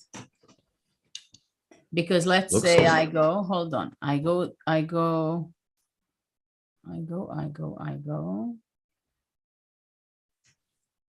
Okay, let's say I go king f7, Yeah, that's also what I was curious about. No, I want to take bishop a5, king g6, bishop d2. bishop d2, and I go e5. And very quickly e3, but okay, you can go bishop g5, of course. Yeah, king c2. You go here. But still, how can you win this?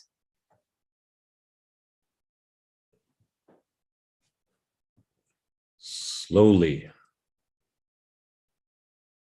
King d2 for starters. Okay, bishop e3 or whatever. Oh yeah, let's put it there. Bishop d2.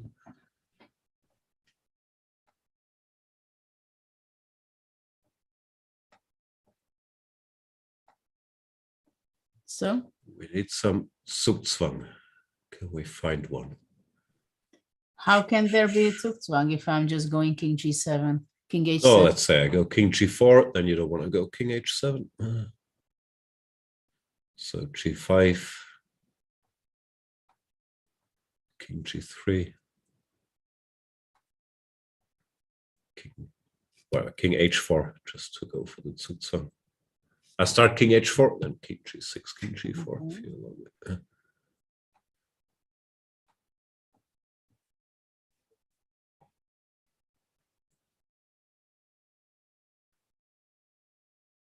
Looks winning, no?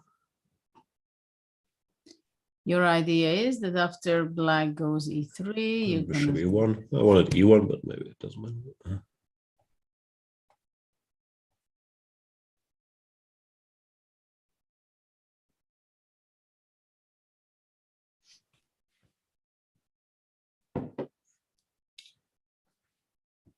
But in this position, I go knight b6. You're still happy. So I look for the pawn.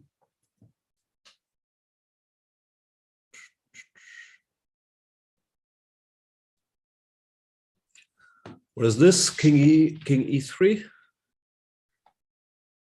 Not sure our line is forced, but just to get some idea.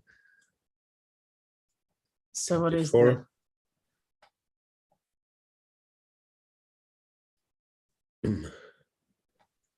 King d5, let's say. Yeah, maybe. Should be winning still. Well, now it's going to be here, c3.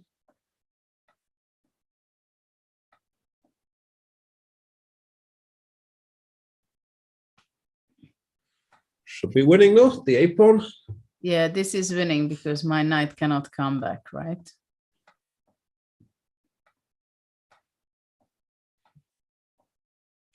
And the knight is out of the radar. Or knight. Okay. I'm still running though. Maybe I'm catching. I'm going. But I've seen books on this. A6, A7. Normally that's a good setup for white. Oh yeah. You go all the way. And the king comes.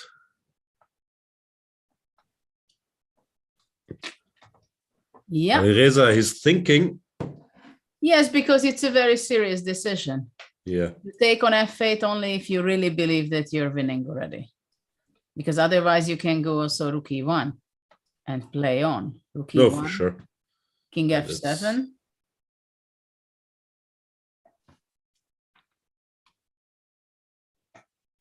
I don't know what. So how did we get here at all? Like, I'm already confused. From which point of view? Yeah, so we took on f8, king f8, bishop d8, a4.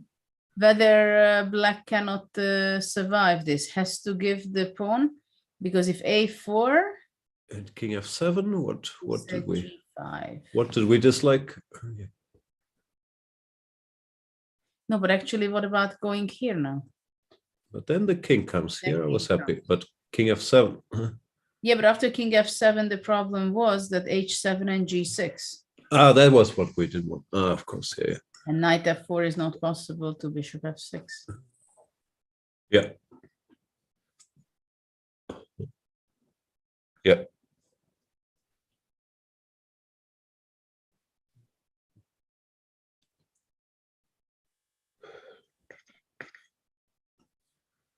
Okay. I mean, this should be over, right? I'm staring at this now. We just go e5, e4, but it looks very sad. Yeah, but you just go here, e4.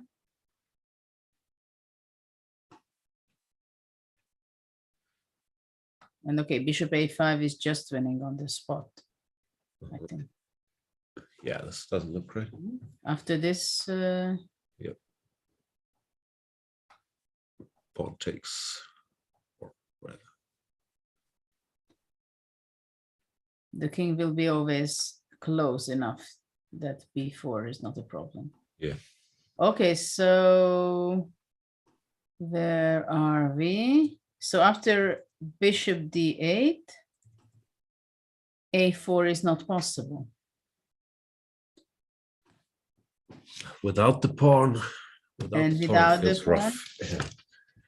Now there's not much play left. I would think this is winning. It seems so. Yeah. So what are we missing? I will cheat out of curiosity, switch on compy. Rook f8 Here's what it says. Bishop d8. It doesn't give big numbers, so probably thinks it's a draw. Let's find out. But maybe A4. because it doesn't see the depths of it. That could also be.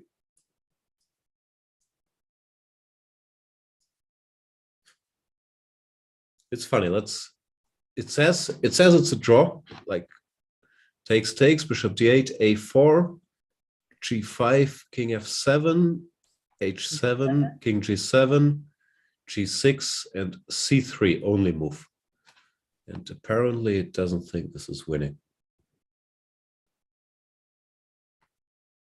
c3, and what's the point? Takes, king c2. He goes back.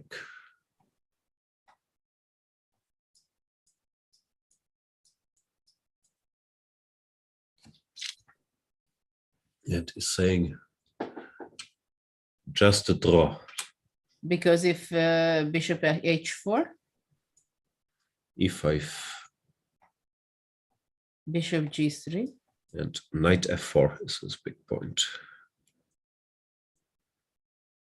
Now that the bishop moved. okay, so the idea is that basically with the king I cannot move to any of these squares because of knight f4. Yeah, So I have to go around, and then maybe if the king goes too far away, then b4 will come. Wow. But it's pretty sick construction to be sure this is a draw. Of course, computer can be. Well, what a knight on d5. yeah. Like yesterday, his knight on d4. There are does so like many his knights. similarities in yesterday's game. He was only on the good side. Yeah. c3 takes. It's funny, it comes down to tempo. Yes, c3 is absolutely the only move. Everything else is lost with the stuff we were doing, apparently. It's like a study composition. Yeah. No, computer says after rook f8, move the rook somewhere and gives white an advantage, but not like it sees it's winning. I think he's going to move away. I don't know. I'd be so tempted to take, because even if you see all this c3 stuff, Yeah, but I think somehow you would feel that should still be winning. yes, but the thing is that if it's not winning, then Nakamura will save it probably. While in this other position, if you move away with the rook, you may still shuffle things. Computers are so weird. The first move here is rook c1, intending to play a4. That's his idea. Those are the moves nowadays people play. Oof.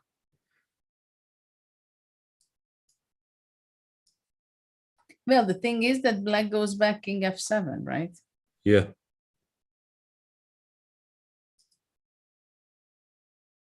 Give some bishop d2. Okay, I switched it off. This isn't so important. But yeah, the c3, it says it's equalizing after rook takes f8. That's amazing. Which explains why our little bar is not higher. Yeah. And why do we go bishop d8? Why don't we go bishop d2? Because after that you just go b4. And I thought b4, yeah, that's what I wanted to avoid. And g5. Okay, king f7 again. And he does take.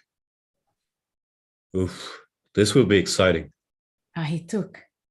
Wow. It's a draw, but Black needs to do some study-like stuff in very limited time. Then again, it is Hikaru, if anybody can defend 12 this. minutes. 12 minutes on the clock, and he has to make... The good news, it's not so many moves. It's 3 moves. Yeah. Assuming Alireza plays bishop d8. Strange to take and now think, no? You would think that when he took, he had made up his mind. I think Nakamura will hold it.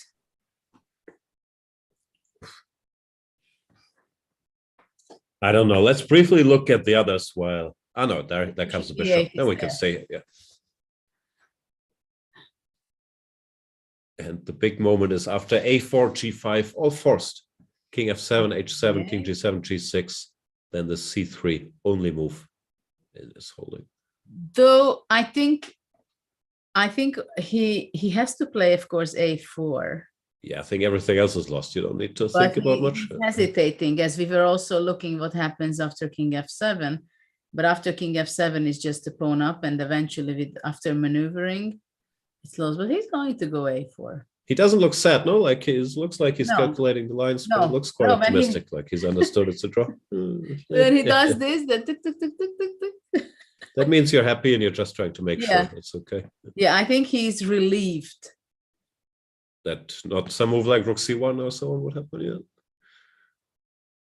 If he spotted, it's a draw. But such a strange construction. He goes a4. Yeah, a4 he will play.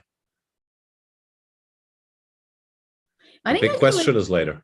He's one of the players here, I think, who does this many times, that he looks out and then it's very clear that he's thinking and calculating and stuff. He doesn't have a poker face, although sometimes his shaking head can be like misleading. Yeah, sometimes he shakes his head, if not so much. But you saw this video on about Giri, right? Yeah. Advertising his new Chessable course when he played someone on the street. Did you see that? The clip, yeah, I think, I'm not sure I've seen the whole thing, but I've seen it. Then he plays this move, which is just provoking a losing move, making a fork to him, and then he's like, oh, I blunder. But I think is very tricky against 1800 players in this. I don't think he's doing this against the top players, but he loves it. Fabi mentioned that Nakamura and Giri were the two most tricky opponents to play with body language, I think, like they're doing this stuff. He didn't play a4? He did not play. He's still thinking about it. But he wanted to play already. Yeah, his hand was there already. Yeah.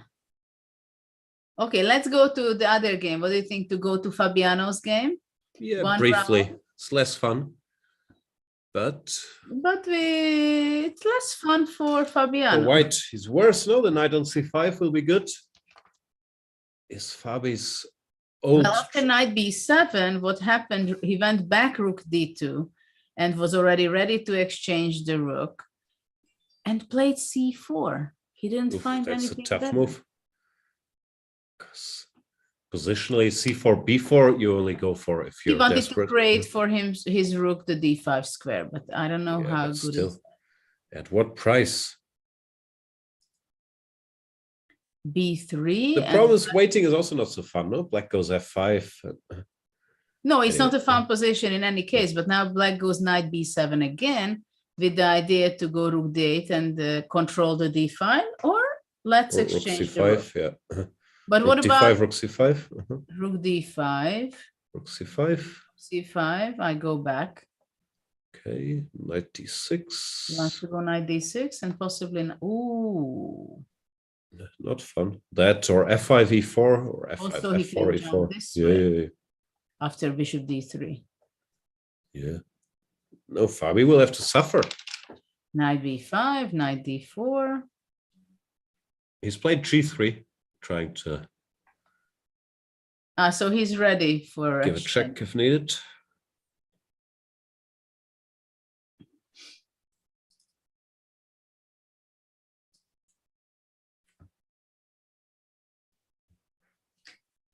Maybe g3 is a good move. Just And after rook d8, what do you want to do? take. And after that? King d2, king e3, king e3, Knight c5. f4, let's say. Just trying to survive. I don't know. Can I go f5?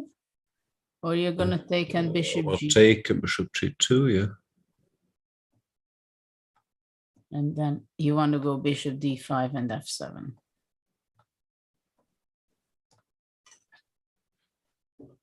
Hanging in there. I don't know. I can go knight e6. Still not giving up. I'm going f4. Okay, takes. Takes and bishop e4. Yeah.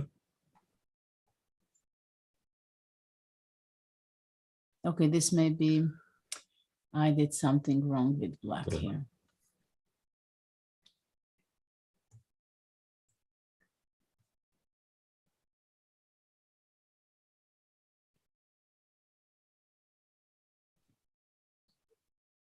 Yeah, but it's not fun to play it with white. No, but I think he understood he has to bail out. It's going to be a draw he's in problem. bailout mode, yeah. Which makes sense.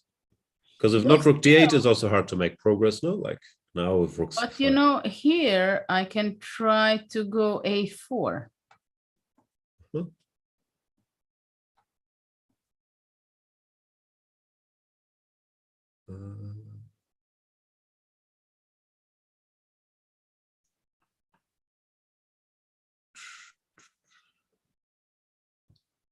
So it's kind of tricky. Still. How did we end up here? Yeah.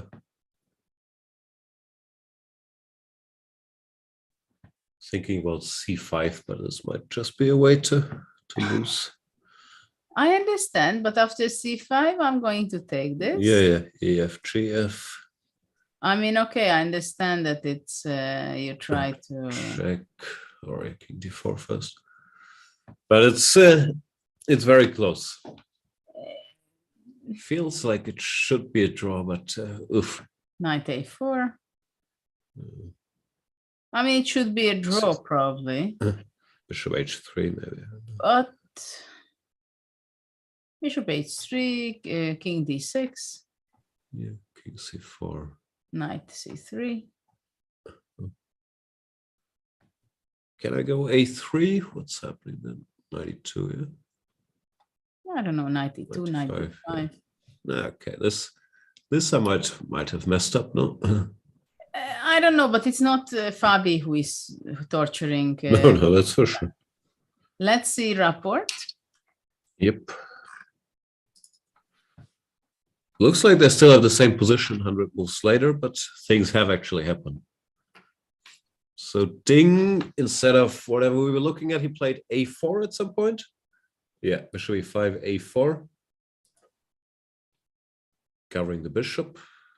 What has happened? Look at that. A4, king g7, king f1. It's just stepping out of all the tricks and checks, which looks sensible. Tension.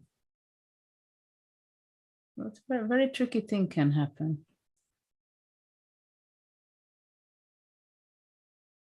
I like what Ding did. He stopped all the immediate action. And now he's ready to play, I don't know, queen e3, h6, all the good stuff.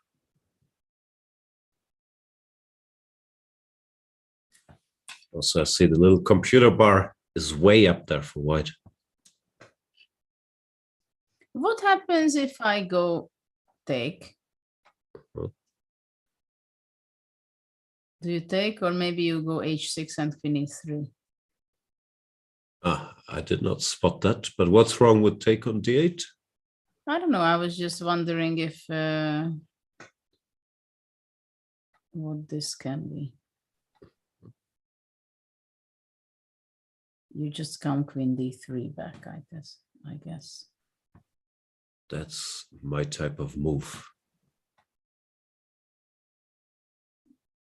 Yeah. Yeah, this cannot be.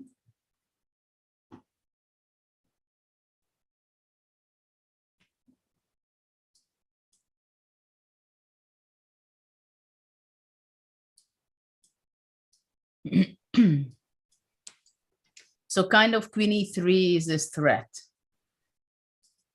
you want to claim. I would guess so. Not sure if What h6 happens as if- well, but yeah. Okay, but what happens if I take? Huh? Sorry, king f1. Sorry, I cannot take. Can I? What happens if I take? Still queen d8. What's the point? Queen d8, knight knight c1.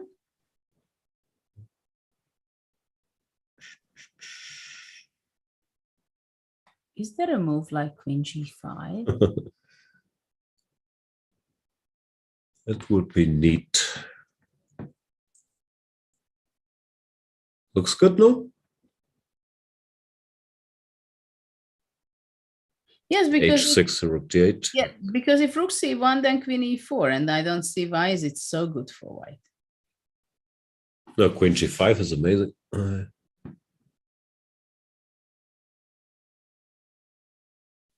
looks like resigns.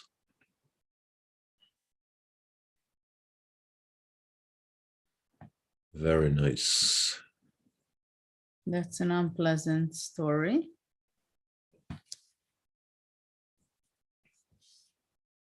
It's okay. It's time to go rook d6. d6 and queen e3.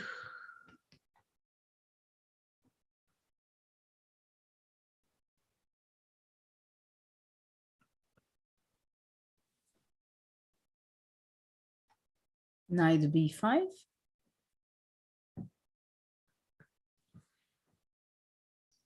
h6.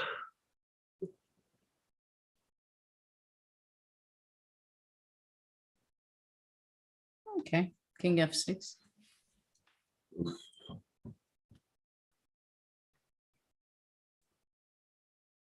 Okay, I guess we start with, I don't know actually. f4 is tempting. But maybe it's the best.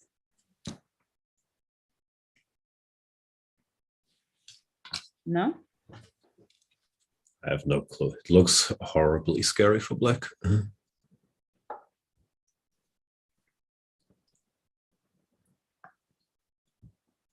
Huh. What's happening with Nakamura before he makes it to time control? Let's have a quick look. Game of the day, he went down to 2 minutes and he goes for this. Here we are, but the big decision still comes after. But it's good for him. It's going to be move 41. Yeah, he can think about it for a long time because it's exactly move 41. Exactly. H7, king g7, g6, and now he can spend an hour. So we know that good timing. move 41 is just as dangerous as move 40 from making mistakes point of view. Yeah. Still, you'd rather have the hour here to calculate than not. No, often on move 41, these careless mistakes when the drama's over, but here he knows to figure it out. And here for sure he has to spend the time because he cannot move with the knight. And there are on the board. Practically 3 moves here. C3, B4, and E5. B4 is losing on the spot because you just give up a pawn. So it's either E5 or C3. It's a bit unlucky for Alireza. I know that it's move 41. Like if it was move 40, it's a very different story. If Hikaru has to decide with 1 minute.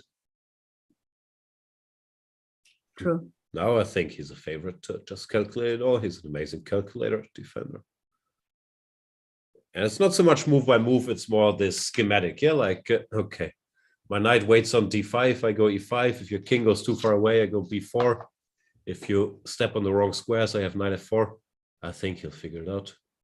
if he hasn't Yeah. already. King G7, G6 will be played, of course. And whoa, it looked like he was ready to blitz out C3. Oof. It's move. You see? Move 41, Hikaru. He's You saying, see? I don't need 2 hours. I already figured it out. Okay, he didn't need time control. It's making move 41. A tempo. Wow. I told you he's going to make it. I didn't think that it's going to be like really like flashing it out. Wow, he's really not wasting time. He's saying, I No, have to go do my recap video. I can't think here. I know it's a draw. Can't waste my time, right? But when Firuza took on F8, you remember when he was like started to think He and looked happy, yeah. calculating? I think he went all the way. Yeah, maybe even before, yeah, like oof. Good job. And he looked so relieved after rook f8 too, because I'm Yes. sure he understood if rook c1, I must continue suffering. Well, now Yes. it's forced. Yeah. He tricked Alireza into this, which looked incredibly tempting. And Actually, apparently the it's a thing draw. about it, C3 is very logical because you want to eliminate the pawns if it's Sure. possible, right? And have this b4 counterplay if the king moves over. Yeah, yeah. Yeah, No? he's making it. Good job by Hikaru. And look at this, what an amazing knight. Yeah. So if I go, yeah, the thing is that I'm not fast enough. This is the thing. That simply if what? I go bishop g5, it would be my move. It's bishop c1 and game over. Yeah, this e5 is important. You have to have knight f4 in all these lines. 5, and when I move away with my bishop, then knight e7 or knight f4. Yeah, or knight f4. Yeah, yeah. No, but e5 matters because there's never a check with the bishop. Yeah. But 1 second. Okay. If it's black to move, what do you do? King h8? King h8, king g7 is the only move. I guess king h8, yeah. b4, I don't know if it's losing, but I don't want to do it. Okay, so let's go king h8.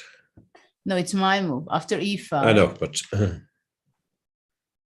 you can make a waiting move if you want. Okay, king d3.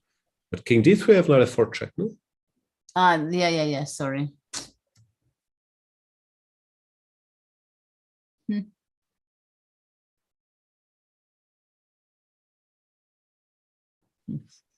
But if you play whatever king c1, I have to go king h8. Can I go e4 is just wrong. Yeah, I'm wondering if this ever works. It should be wrong because I go up. Now you have Or you bishop go c1 e3. coming. Maybe here it's still possible. I don't know. No, e3, king d3. So e4 you cannot go. Uh-huh. Yeah, I was just curious. So king h8. King h8 is the only move. But good enough. Next move, king g7 and bishop h6. There's knight e7.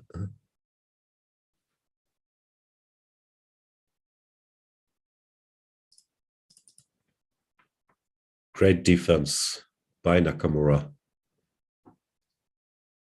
Yeah, you can see his strengths and weaknesses displayed in the same game. No, he gets ambushed in the opening. His repertoire is narrow, but then he doesn't give easy chances and he doesn't miss.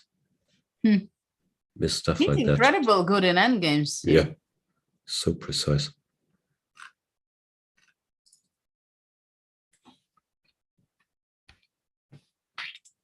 Firuza is surprised on this, right? Hang on. Yeah, Alireza. He looks unhappy. He's starting to realize. But there's something happening in the report game. Shall Yeah, we let's go see there? that. Because he took on e2 and didn't take on d8, if I see it right. He didn't take and play queen g5. Maybe we missed. Maybe he missed, or we missed something, or he missed queen g5. I'll check. So knight takes e2. Queen takes d8, best move. Knight c1 and queen g5, only move. And white is winning. No, you were right. He didn't So it spot was then Yeah. on the spot. Well, instead of queen c1. There are other moves, but they're also bad, like queen takes e4 is a computer line, bishop e2, queen g2. Maybe didn't like this, but it's also winning, apparently. But on queen e4, isn't it f3 winning? I can check, but I guess then knight g3. Yeah, here knight g3 is a draw. Ah, that's a draw. So after queen e4, queen g5.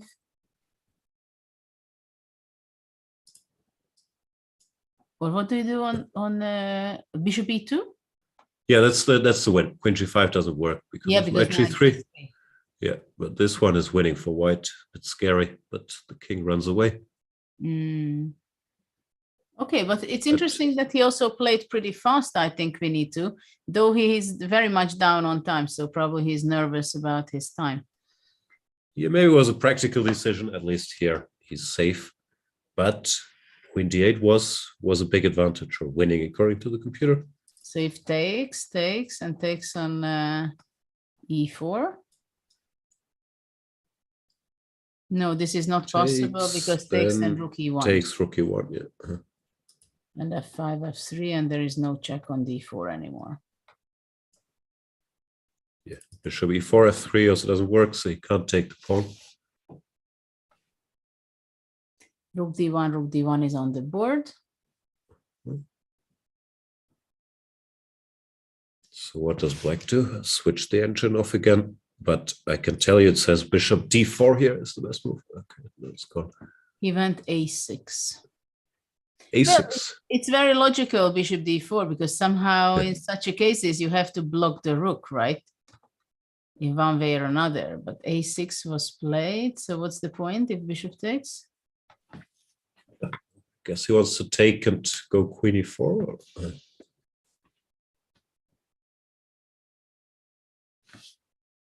What else? But also possible to go bishop e8, maybe.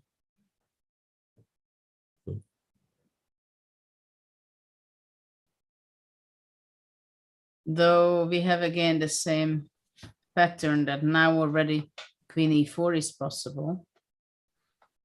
And now rook e1 is not winning anymore because of bishop d3 check, right? Yep, that's his point maybe. When rook goes there.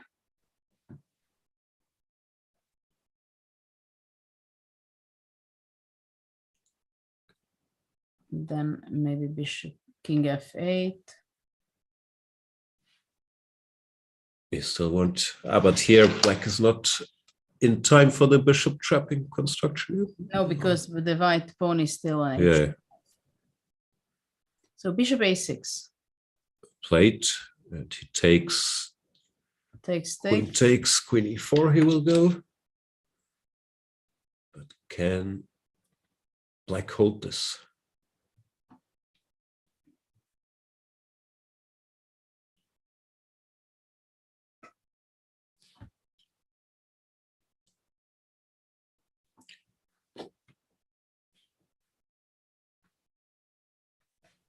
Well, feels like it's on the verge. Yes. Between draw and loss, but queen d4 was probably not the move played. Yeah. Okay. Sorry. No, it was the DGT board. I think it paused after. We have surprises, but not this type. No. It's still only move 26. They're not in desperate time trouble, but there's quite a while to go until the time control. Fabi, he's going for this construction that we talked about with the king on e3 and f4. Yeah. Should hold, although he won't enjoy the process that much. So status quo seems to be draw in Rajabov Nepomniachtchi. Hikaru with not a miracle escape, but a very precise escape from a bad position against Alireza after he got ambushed. Fabi was surprised by the Najdorf, but will survive and make a draw. And Ding is better, but not yet completely winning against Rapport. No? It's he has to show his great technique, because Rapport will not give his life so easily. Never. Still work to do there.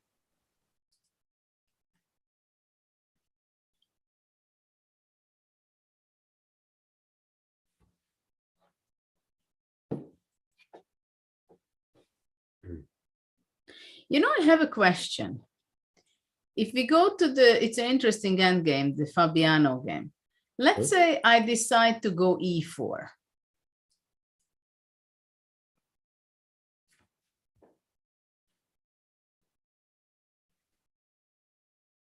What do you do? King d4 is the first instinct, Yeah, of course. I think King it's d6. a question that in this position, can white allow black playing f5, or white has to go f5? So let's try. If we wait, whatever, bishop e2, f5. Yeah, let's wait. Then I go f1, f5. and You a4 pass. will come. No, I go this first. I go this and king c5. Then I go king c5. Here, then I go knight d4. Oh, bishop d1. Bishop d1. Then I see that I cannot go further. So I change my knight position to go here, let's say, and I do whatever I want. Okay, I'll go bishop e2, bishop d1 in the meantime. Yeah. And you want to say that that's it? Yeah. More or less. But I was also curious if you could go for this direct a4, because then you're forcing me to do something. No, you mean like f5? But I went bishop f1, which was maybe stupid. But yeah, yeah, here. maybe bishop d1 is better. Yeah. After bishop I was d1, worried about knight d3, but I'm not sure it does anything. Probably not.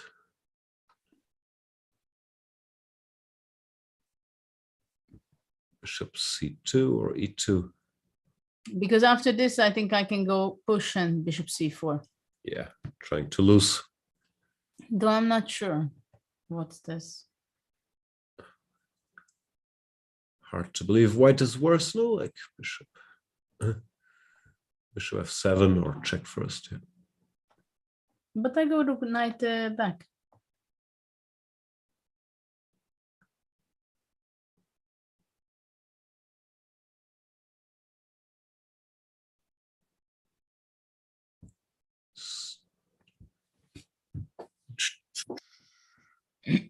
Ugh, I can't figure this out. Bishop c4, then you have a4. Yeah, how is that?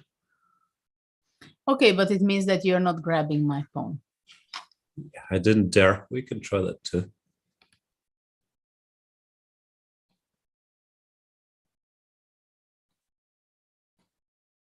Though actually, in this position, if we go back after f4, if black wants to get this, he can get this after f5, I guess.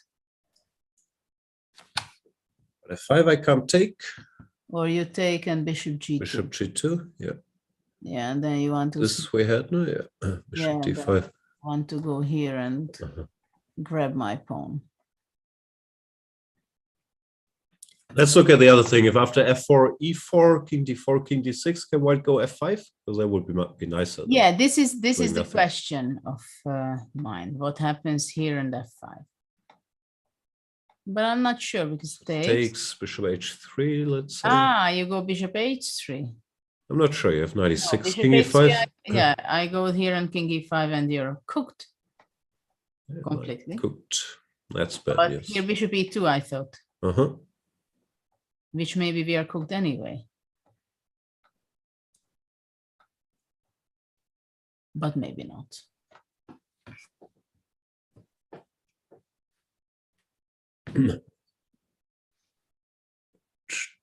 King d4 or king f4? Both look tempting. I think king d4 should be better because after this I go f6. And how do you improve? Bishop d1, yeah. No idea.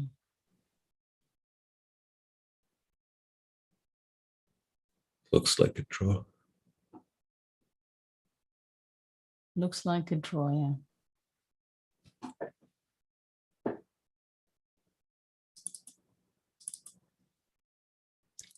All right, so some tries for Duda, but apparently Fabi can still hang in there.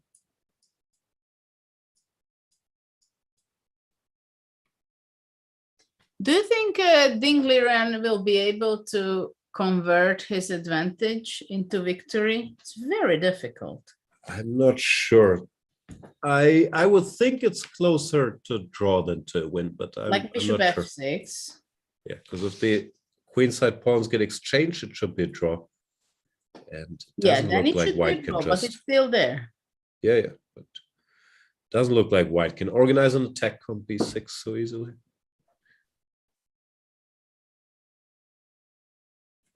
No, I think Richie should hold this, now that I stare at it. And Ding, he might end up kicking himself for not, after this knight takes e2, spending his time there. And I'm telling you that this was the his rook. chance. Yeah. It's the usual. If you don't finish these super top players off, then they will be very, very hard to beat. And also psychologically, you're damaging yourself, right? Yeah. That your self-confidence is drowning a bit. No, poor Ding. He played a good game, but yeah, he didn't grab the big chance. Okay, so queen e2, bishop f6. I think if you go queen e3 or something, I just take on finally on h5. Oh, on h5 you want to take. Mm-hmm. Huh. Well, or immediately or after grabbing the queen.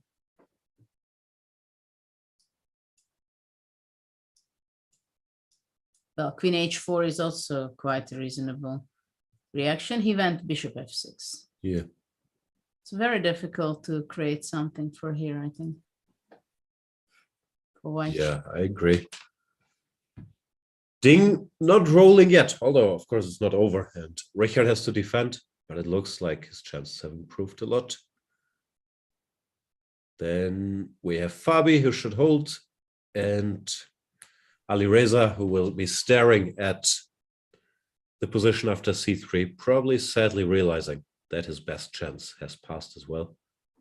Well, maybe today we are going to have 4 draws. 4 draws, yeah, finally. Yeah, somehow with some roller coasters. Because, okay, Nakamura was very tough game for him today.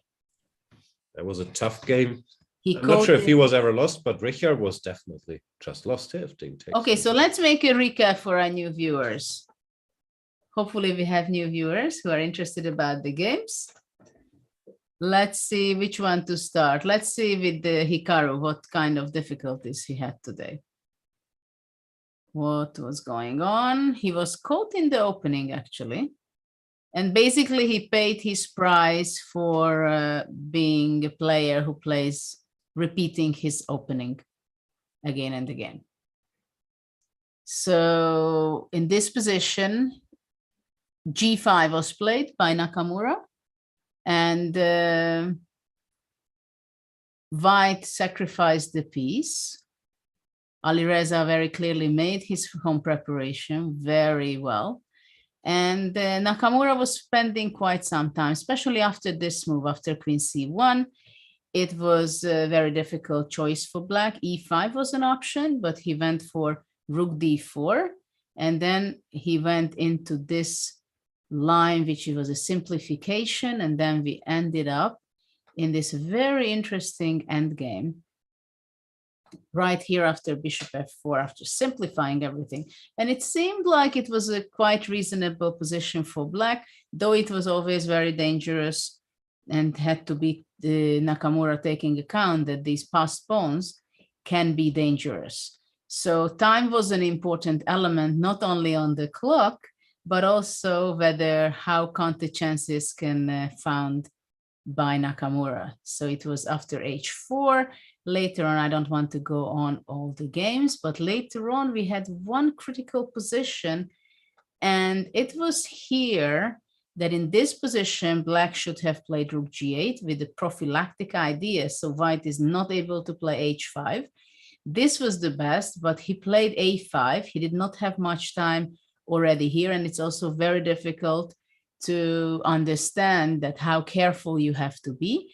And after h5, he went rook g8, and in this point, he went rook f8, which was a very smart move. I don't believe that Nakamura blundered this idea of h6. And here I think white should have gone away and try on to do something else, some other idea in the game, because after rook f8, it seemed that Nakamura knows exactly move to move how to make a draw, which was forcing after a4, white played g5, king f7. Now white has an option to push h7 and defend it with the g6 pawn from here. But look at this knight, it is so perfectly standing. That is the knight which makes the draw. And now the key move, which the engine also suggested, that c3 is the only drawing move, because this way black is eliminating one pawn at least from white. And after this, it will be very difficult for white to look for chances, because after takes, king, it's check. It's very important. Otherwise, bishop f6 would be just winning on the spot. And after king c2, black goes back. And look how nicely the knight covers all the important squares around. So if white goes bishop g5, then if white would have one more move, then bishop c1 and bishop b2 would win the game. But black has this move e5, and already after bishop c1, black can go knight f4, and there is no check on b2, while on g6, black will take the pawn. So this is right now the position, and Alireza is thinking already for quite some time. He played very fast this game because he's down to 122, though they got already an extra hour, both of the players. So this is the game with Nakamura. With Rajabov, it was not a very interesting game from the point of view. It was not fighting enough, because in this simplification, in the Catalan variation, it was basically Rajabov seemed that he just went all the way to exchange all the pieces in this and in this opening against Nepomniachtchi. So tomorrow they have a free day, so they can recharge. Anyway, but he had a very tough first two rounds, Rajabov. And then we have this game of Fabiano, which I thought it's going to be something really nice and spicy and sharp. And Najdorf with h5 black was playing, but somehow probably Fabiano must have misprepared, or he was not counting on this, or something happened, because for sure it was not his dream to get this position simplifying and to have the 4 rook and bishop endgame against the knight, because black is very active. Actually, this pawn on h5, it's very active. We can see also later on in the game. And I must say that I'm impressed how Jan-Krzysztof was developing his game, because he played very well. But here I think for white, he should have played somehow differently, because the way Fabiano played, it was here he went rook e2, probably he would just have to go back with the bishop. It would make more sense to me, because here in a few moves, after knight b7, he got somehow very confused, because it's a very nice maneuver for black to go knight b7 and going to c5 to stabilize and possibly go to e6 and reach out to f4. So there can be some interesting ideas by black. And after this move, we reached this position where Fabiano played c4, which was a little bit surprising to us, because this bishop on f1 is not going to be very active. At the same time, it's a close position, so it's not clear how black can improve. Black exchanged the rooks, and right now we have this position after f4, and we were checking whether e4 is possible, and after king d4, king d6, probably the best way, the easiest way to make a draw is just to go f5 and not allowing black to play f5, because after that there can be dangers, and basically it's black who is going to be playing the cat and mouse game. But white can really play f5 right here. So after f4 now already, Jan-Krzysztof, he is thinking for quite some time. He has another 12 minutes for the next 5 of his moves. Can we check if he goes f5 here again? Or if f5, we were discussing. Takes, bishop g2, a4. Sorry, a4. In a4 now. Yes. Takes, I guess. Yeah, and bishop d5, I wanted knight c3. I'm not sure if it's in time, but at least something to think about. Let's say bishop d5, knight c3, bishop f7. King f6. Or, yeah. Let's go bishop g8. Takes, c5, knight c3. Yep. And go king d3. Still a draw, yeah? Well, having your pawns on white squares, right? It's not helping you. Yeah. I mean, knight d6, I go, well, I can go c7. c7, yeah.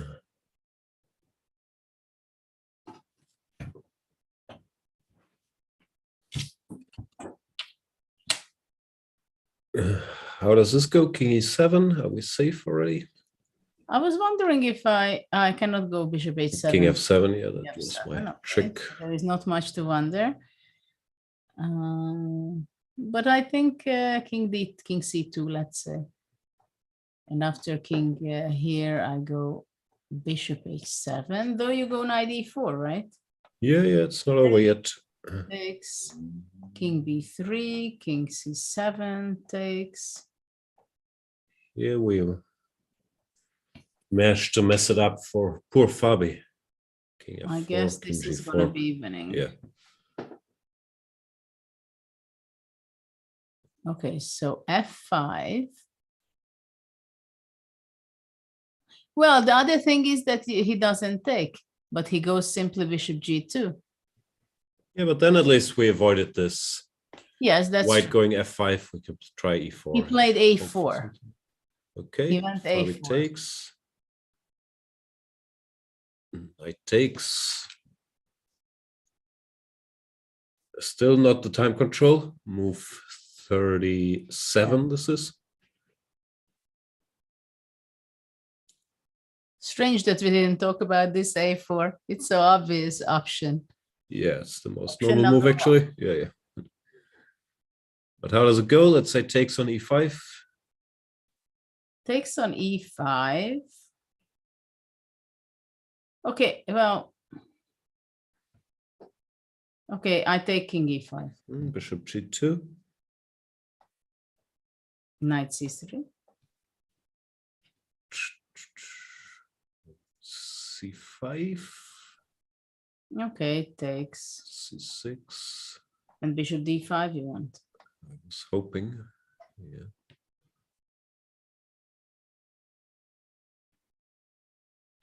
No, this cannot be bad for white anymore. This is fine. So you went f takes e5. Because after king e5, bishop g2, he could play f5, and we have the same position, no? Like if he wanted to. Yeah. Because if knight c3, I think it can't really work, right? Because king c5, this is too fast. Yeah. And then black king is not active enough. So king e5 is a must. But he didn't take. He went c5. Directly, giving the pawn. Huh? Not really giving the pawn yet. We looked at something like this, c5, some different move order. He's giving the pawn. G takes f. Well, it's very strange. We had some line like this, no? Gf, knight c5, bishop c4, and tried to survive, but it's a pawn.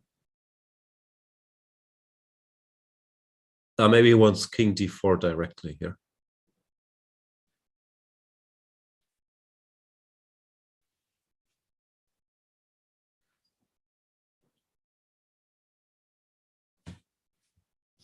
And what about GF King D5? C6 and Bishop C4. Still holding, yeah. F6, Bishop F7, yeah, this should be fine.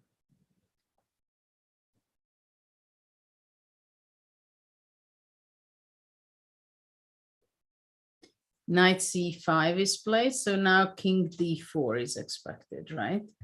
But after King D4, King D6. Yeah, King C4, I thought. Knight E6. Or I start with F5. Takes. And I guess we start running A4. A5. Okay. Also possible, why not A5? Just King C6. So King. Is this that draw? Not sure I want A6. Can I go King C4 Maybe it's just a draw, don't you think so? Yeah, also think this should be holding. The Just simply black king side is too vulnerable. black cannot touch the H4 pawn. Yeah. I still prefer instead of A6 starting with King C4. I don't see what black can do.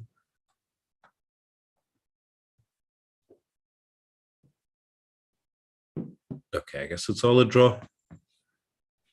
Yeah, probably. Paul Alireza, he's thinking, and he cannot come up with anything. No, it's too late. He's probably kicking himself for going Rook F8 now. Was tempting them. Such a baller move by Hikaru that on move 41 he plays C3 within 5 seconds. But he's right. What's Ding doing? Is he blundering a pawn? Who? Not quite, but Queen C6 looks like something was missed. Queen G4. But he's not better anymore, like E5. After E5, what does his best move is Rook D4? Rook D4, no? And draw, yeah. Oh, poor Ding. He messed it up. Yeah, Rook D4. Yeah. And draw will happen shortly. That's a big escape for Richard. So with Richard, with black he escapes, and with white he misses wins. That's so far been the story. Was twice lost with black, was made 2 draws, and had a winning position with white. Ding wants to get it over with very quickly. He should be balanced it out for after the free day. So we have another draw of today. Yeah. That one's a tough one psychologically and score-wise for Ding. No, he has a winning position. I'm sure he knows he was winning. Now it's a rest day. He had 2 whites. He has 1 out of 3. This is a rough spot for him. Yeah, he doesn't look thrilled. Yeah, he's unhappy watching the screen. Well, he knows he missed something. Yeah. And every half a point counts double in such a tournament. Yeah, especially since he's fallen behind Moreno. He only has 1 out of 3. He might be quote unquote lucky that he's only 1 point behind. It doesn't look like anybody will have 2.5. But it's still not a great spot to be in. No, but it's also not a good sign. Well, I don't know. Maybe he wanted to go for a draw already, but he couldn't offer a draw, and he thought that he wants to go for a draw. I don't know. And he didn't feel like to go Rook E2, Rook E1 in this position, and then he went. But somehow, I think he blundered Queen C6. Probably he blundered, but that's a very bad sign. Yeah. No, he doesn't look in peak shape. Also, the first round was really a bad game. Then the second round was interesting, but yeah, he also couldn't get anything going. And this one, oof. doesn't look good for my prediction of Ding winning this thing so far. Yeah. So what we have with Fabiano, Fabiano did play King D4. It's a good decision by Fabi, no, to play C5. To give the pawn and force the issue. I quite like it. Everything else might have been drawing as well, but here it's somewhat more direct. It's a typical example of when you play C5, that you have to look for activity in endgames, right? Yeah.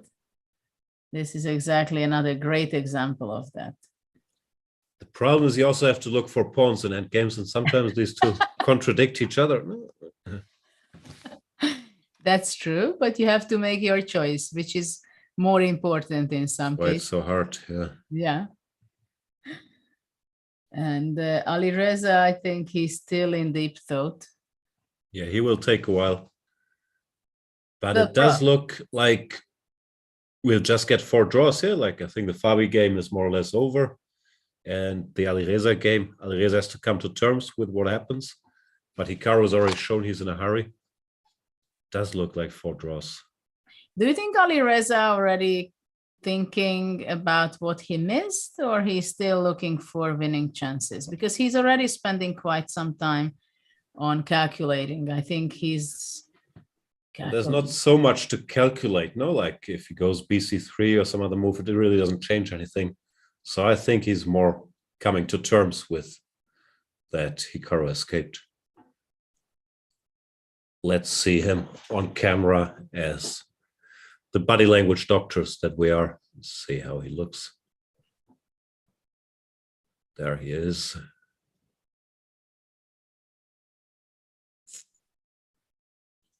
No, still calculating, but it doesn't look like the excited sort of calculating, no? Like, well, this I think was quite a big opportunity for him. I mean, it doesn't happen every day that you have your home prep on the board after move 25.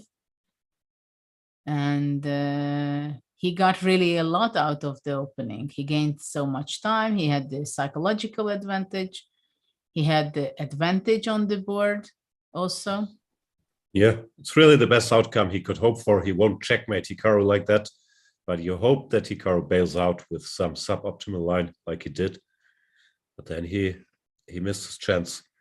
And we have to give credit to Hikaru to go for this voluntarily. Like we also thought for a long time. If pawns on h7 and g6, it's over. But he rightly judged that he could hold this. Yes, because he has to see a lot of things. This e5, knight f4 options. Yeah. It's very promising. Move 41. So what's the tournament situation gonna be like? We have Fabian +1 and Nepomniachtchi +1. Then we have that's it.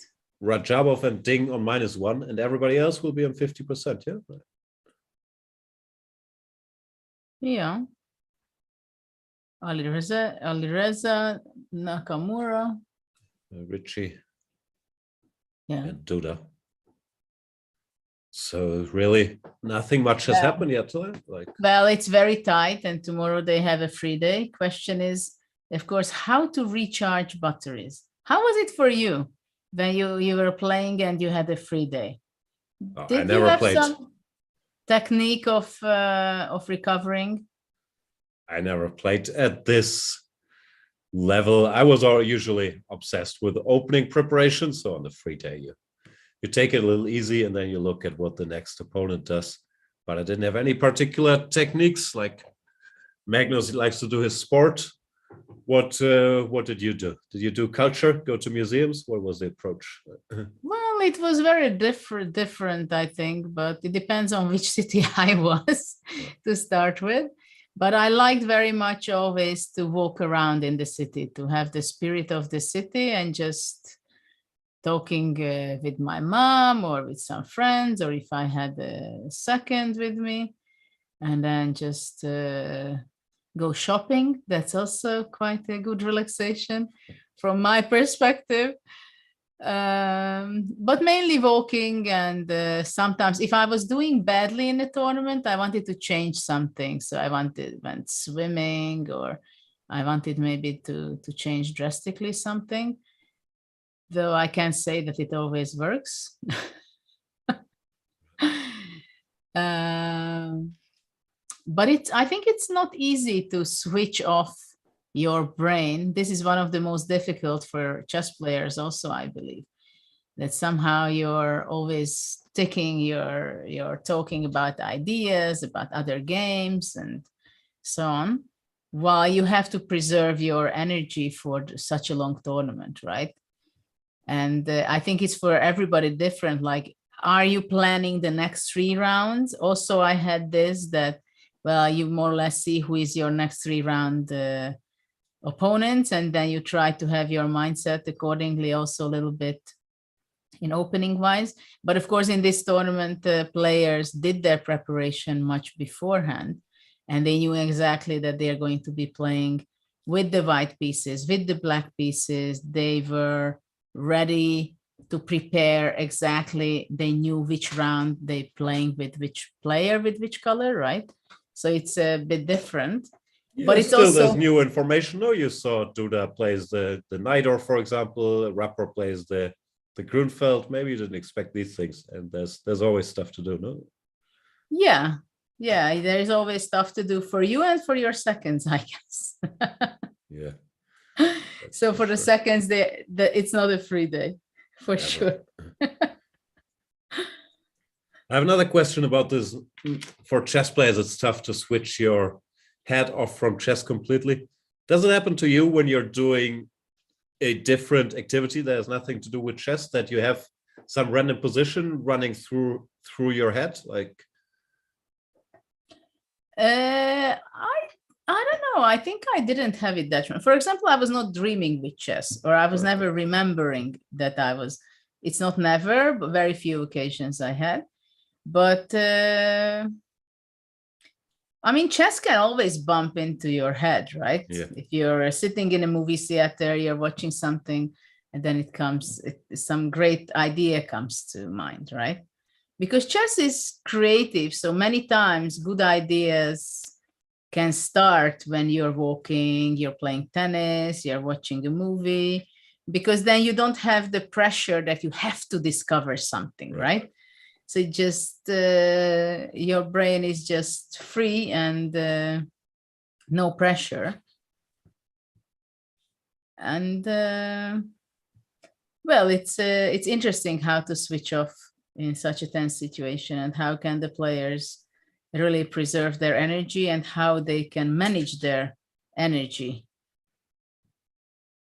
Yeah, no, my brain is not very creative, but often I have some completely random sequence of moves, like running in the background while I'm talking or doing something else in my head. Then some nonsense repeats, like e4, c5, f4, d5, e5, bishop f5, g4, bishop e4, like some nonsense is going on there. And often it's similar lines that never make any sense. I don't know where this is. You know, I had mental once illness that I remembered in my dream that I was preparing with Yusupov for the candidates matches, right? Not the candidates match. What was it? I was playing with Bareyev, and yeah, and then I woke up, and next day I said, "Oh, I have this wonderful idea in the Queen's Gambit or something, Queen's Indian, sorry." And actually, it was not a bad idea, but that was the only idea I remember that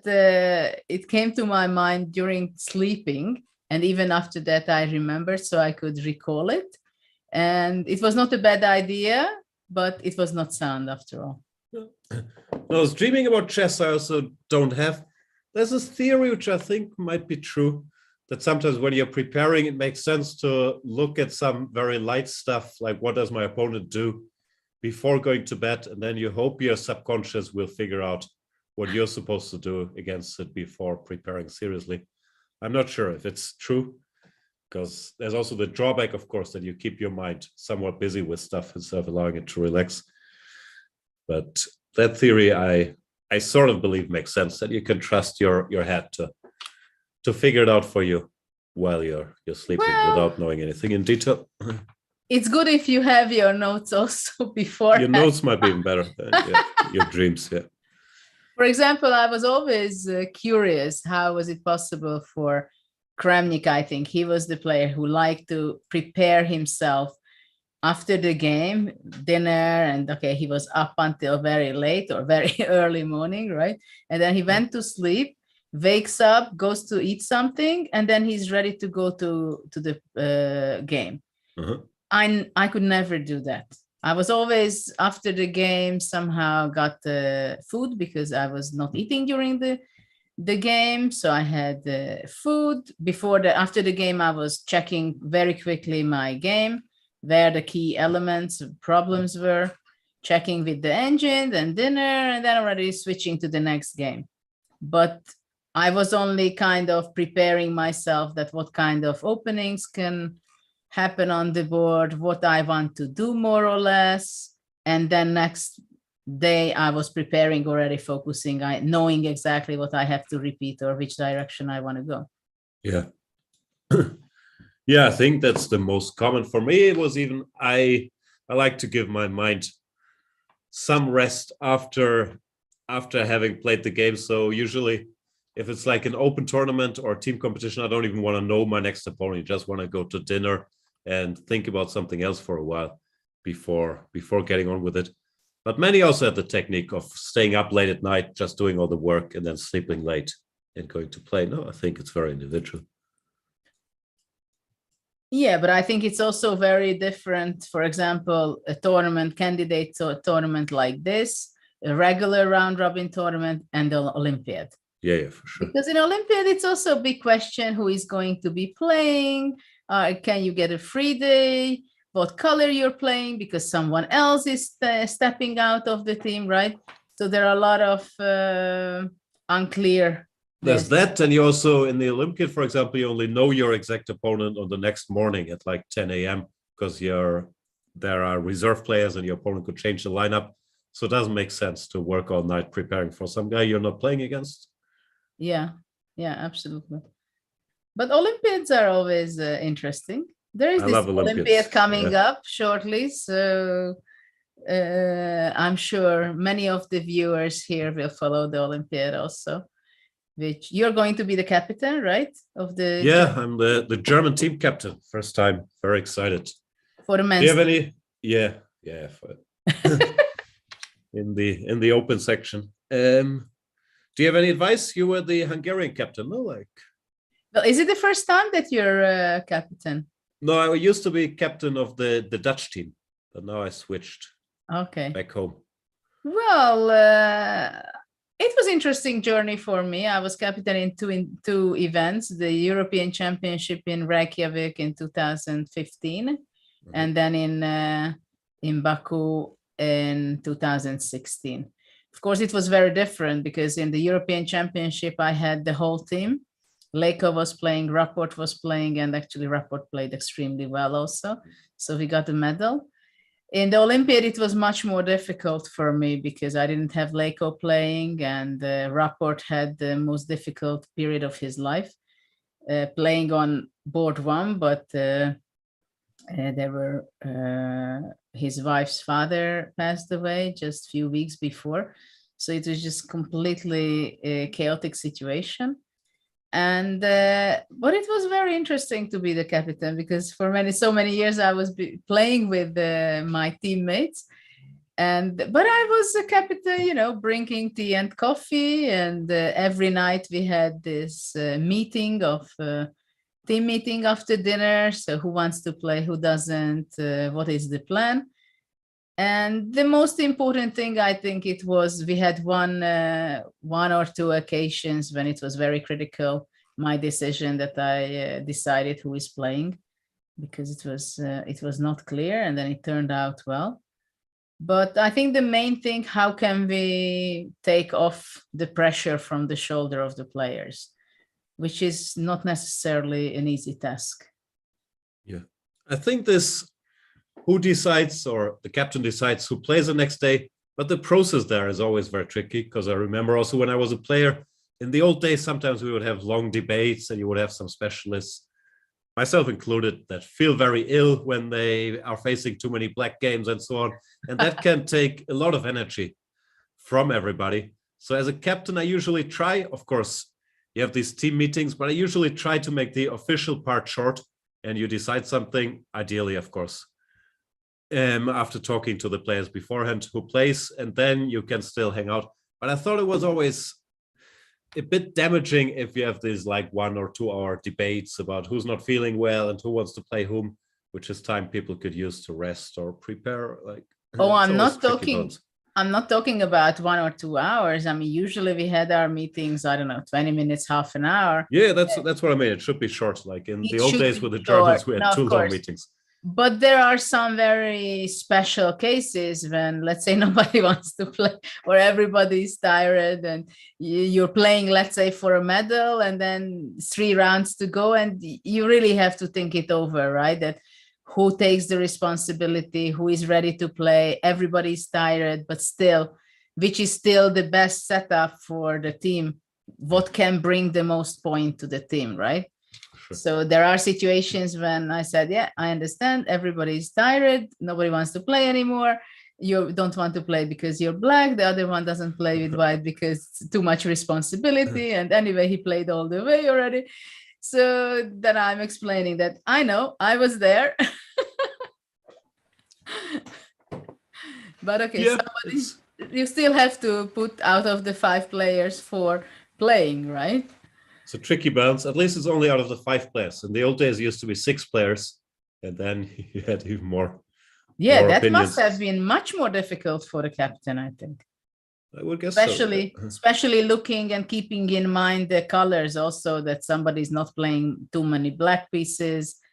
So keep that in balance. It's not easy. That's usually actually the key debate, because sometimes as a captain, you feel this is the best lineup, but also means this guy gets 4 more blacks over the first 7 games than whites. And then sometimes players are okay with it, but of course, chess at its core, it's an individual game, and people also care about their ratings and having a fair chance. Yeah. So it's, you have to be a good psychologist. Well, the nightmare of a captain, I guess, well, at least for me, that I forget to give I oversleep, let's say, or I don't give the right name. Yeah. Right? So this is the nightmare if something like this happens. And that's, I mean, you shouldn't make life more difficult for the players. And this is something, it's really nasty. And I was unfortunately in a team like this, that once it happened, because of some technicalities in Dresden, that there was our captain, I think, I don't know, he gave the team or something, but then there was technical issue that you had to do it again because it was first round, I think. And he was not aware of it. And somehow the opponent changed it and we didn't. And then Balogh had to play against someone else than he expected it.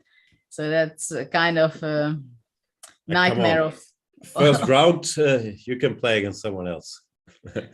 Sorry? No, but first round, it can't be so bad for no, maybe Shabba. Actually it was not first, maybe it was second or third. I mean, we were playing a normal team. Yeah. But anyway, it's not like that he had 300 rating points more. Okay. Not that kind of thing. He was balanced rating on board 3 or 4. So no, it got easier. I remember my first time when I was a captain, when was it, 2012 maybe, or not, 2010, I think. Then you had to get up in the morning and bring a piece of paper to somewhere. And there I was always panicking. I was setting 3 alarms because you had to do it before 9 a.m. But now the last times I think you could do it online after midnight, and that's sort of easy. I would just go do it every time before going to sleep. But in the old days, I was always panicking. I would oversleep and forget, because you don't want to tell the players, sorry guys, I overslept, I didn't bring the lineup. You're not playing, you have black, good luck.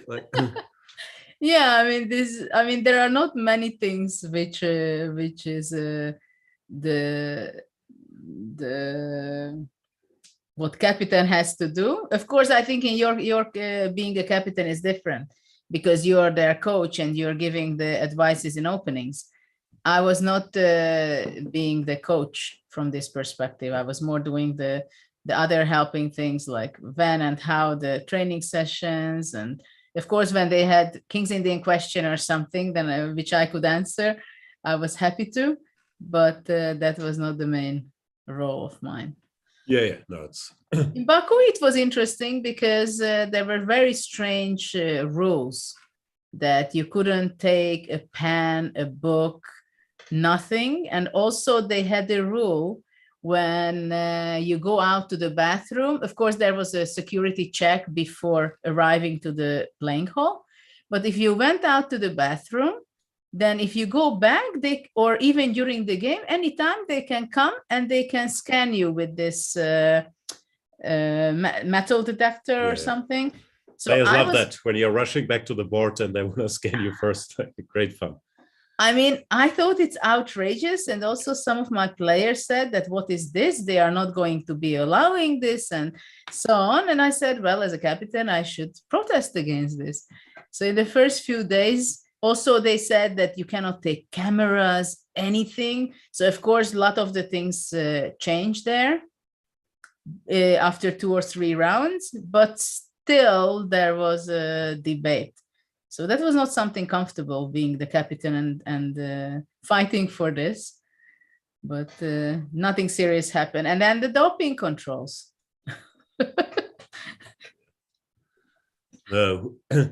We'll see. I'm very much looking forward to Chennai. I've never been to India. I'm very curious how it's going to be. But yeah, a lot of unforeseen things can happen. And for the captain, this part of the job is also, now the other sports, it's one of the key things that while the match is being played, you have to be there and coach. While there, in chess, it's often the dumbest part of the day in a way. You're in this playing hall, they don't let you out anymore. Once you're in, you can't bring anything. Maybe they allow you a non-chess book, and then you're sitting there, and the only thing you can really do other than moral support and bringing teas to the board is if someone gets a draw for, say, yes or no.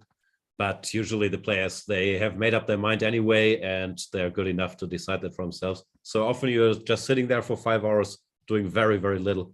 And that's, but this I think, is special. This is extremely tricky, this draw first. I was part of it in several occasions. And also once, I think, as a captain also. But as a player, for example, I did not like it at all when there were, let's say, an offer that they want to make a draw on all 4 boards. They should just get rid of, like, it doesn't make sense anyway. Yeah, but it's be up to the captains. Is that even allowed? Can you? Actually, I'm not sure it's too much allowed, but unofficially it was. I know it happens, obviously, but yeah, I'm not sure if it's. I mean, during the game, you can get an offer that, okay, we want to draw on board 1 and 4. I remember in Armenia, we had this. And then it's, I was always against it, to be honest. Once I made a draw like this, I played with Onishuk and Leko played against Ivanchuk, I think, or on the other board. And I said after that to my captain that, you know what, I play my game, the other plays other game. I don't think at the end it will be a better result if we do things like that. Even if the decision after that is, I mean, unless it's the last round or last but 1 round, when you play for a medal and you calculate something, whatever. I have to check the rules. I don't even know if captains are allowed to say, we want to draw on board 1 and 4. And even if you are, usually your players won't be happy because someone will be better and has to make a draw and someone will be worse. Like, I don't want to get involved with them either. I mean, I also think, I mean, you just play your game. You're on your own there. That's it. What can you do? So it is 96. 96, yes. So finally, this pawn is going to be taken. Though, should white go f5 or should white take on f4? This is what I wanted to ask also. It's interesting, to tell you the truth, it's very interesting that if black would play f5 first, then it's not a question, right? No, but that's also a concession from black. No, he fixes his pawns well. If he can take now, then he has f6, g5. So it's a bit different. Yes, that's true that after knight f4, you don't play f5, but you go f6 and g5. Yeah. Which I still don't believe that it's going to go anywhere. Yeah, should still be a draw, but decisions to be made. Okay, let's say a6, king goes there.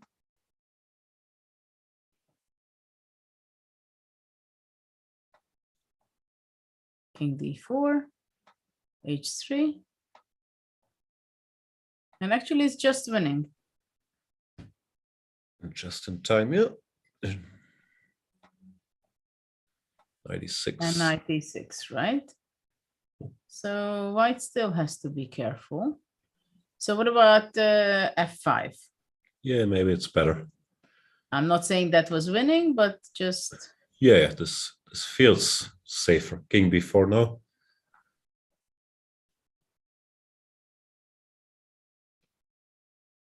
And we run. I mean, it's hard to imagine that black will be able to win. It's just a draw. Yeah. Knight f4, a4.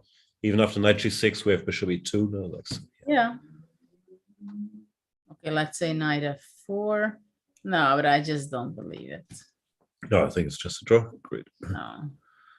Interesting that Firuza is thinking, and he doesn't know what he will be doing.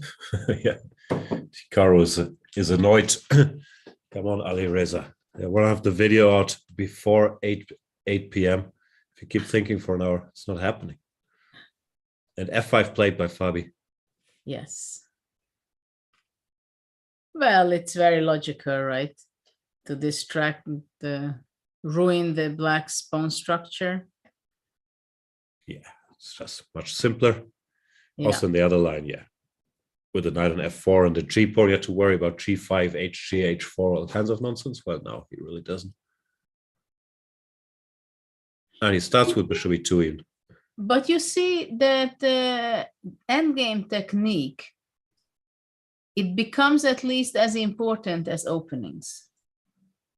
I'll never admit that, but it does help. Yeah. Well, I mean, eventually, I mean, look at Rapport. He did have an awful position in round one. Mm-hmm. And then somehow he made a draw in the end game. So, I mean, the problem is that the end game is the last part of the game. After that, you cannot fix it anymore. After the opening, you still have a chance to fix your things, but you made damage in the opening. Well, to some extent, but if you get a good position of the opening, you also don't need these escapes later on. Like, no, obviously, every part of the game is important. No, it's just for many years, I think there were top players who were spending much more time on opening, neglecting the end games, kind of. Or you don't think so? No, I still think that's a thing to some extent, because many top players also rely on their ability to calculate their way out of situations, but you can still, of course, tell who has better technique and who has worse technique. It's a thing. I mean, for example, the first match Magnus won against Anand. So you're saying Vishy is bad at endgames? I'm not saying he's bad in endgames. I'm saying that Magnus was better in endgames. I'm not sure if that was a chess thing. Obviously, Magnus is amazing at endgames, but also Magnus is so relentless and so fit, and he just keeps putting pressure for 6 hours. But that yeah, maybe I it's a combination. But look at Nakamura. I mean, we could say if he would make mistake today, or even yesterday, or even in the what was the first game? First game was not an end game. But the last two games, we could see game 2 and 3 that he could make a mistake, and we would just say that, well, okay, no surprise, in the fourth hour he made a mistake, or because after the opening he was so damaged psychologically that he couldn't get over it, right?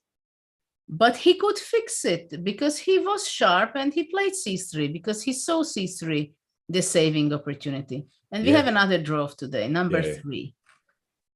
No, I think it goes both ways. If he had spent some days looking at the line, he would have just blitzed out the 0-0 and he wouldn't have had to fix it. He could have had that. Well, I'll always argue for the opening side. It could also have gone wrong today with Rook C1, but of course I agree. I completely understand, and you're very much right that the openings are extremely important, but not that you work on openings 98%. No, of course not. That's all. And you also, like me, you lose the ability to think and solve problems when you get in trouble because you're not used to it. And then when it happens, you don't have the tenacity to save the games. I don't know. I think it's also interesting with top players, like how they grow up, what they prioritize. Like if you look at Giri, for example, who's always loved openings and is, of course, one of the very, very best in the opening. Or Mamedyarov, who said, yeah, he was spending 10 hours a day solving puzzles. He would go to the park at 4 a.m. before school and solve puzzles. And okay, of course, he also later learned openings, but you can still tell it's completely different players, but more or less same rating, no? So there are many ways. Yes, yes. Well, we see now Fabiano and Christopher Duda analyzing after the game. Some surprising comments by Fabiano. I see on Jan-Krzysztof that he's surprised on some things. Well, it was a balanced game. No problem for Black. No, this is a big success for Duda, the way the game went. No, he surprised Fabi, didn't have any issues, even pressed with Black. This was excellent for him. We also have the last game running, and the move was made there. Took on c3. Ah, yeah. He took king c2 and 95 back A. Yes.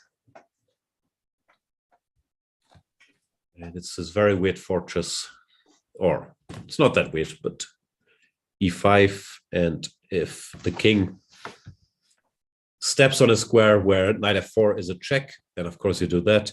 If the king goes too far over to the king side, then b4 will come, and white is not in time to put the bishop on b2, give a check. Yeah, the thing is, if, for example, bishop a5, bishop a5. Here, I guess e5 is fine. Yeah, the problem is that bishop c3 you can't take. This might lose, no? Takes an e4. And b4. And b4. Actually, white is losing. Yeah. Yeah. Yeah, basically the problem of white that he cannot get to the long diagonal. Only in 3 moves from d8. This is the problem. Yeah. No, Alireza will keep staring at the position for a bit, but I think he's realized by now there's nothing to do. He'll be disappointed, no? He will be disappointed for sure. But I think there are some very small signs that he's not such an experienced player yet. And if you think about it, he's only there for what, 2 years in the top tournaments, 1.5. Yeah, and out of these 1.5, he didn't play for half a year. So yeah, how many top tournaments has he played? Like, I mean, he does not have such an experience how to deal with such situations, right? How the psychological part goes. He's incredible. I mean, he's definitely one of the main candidates for being a challenger or potential world champion in the future.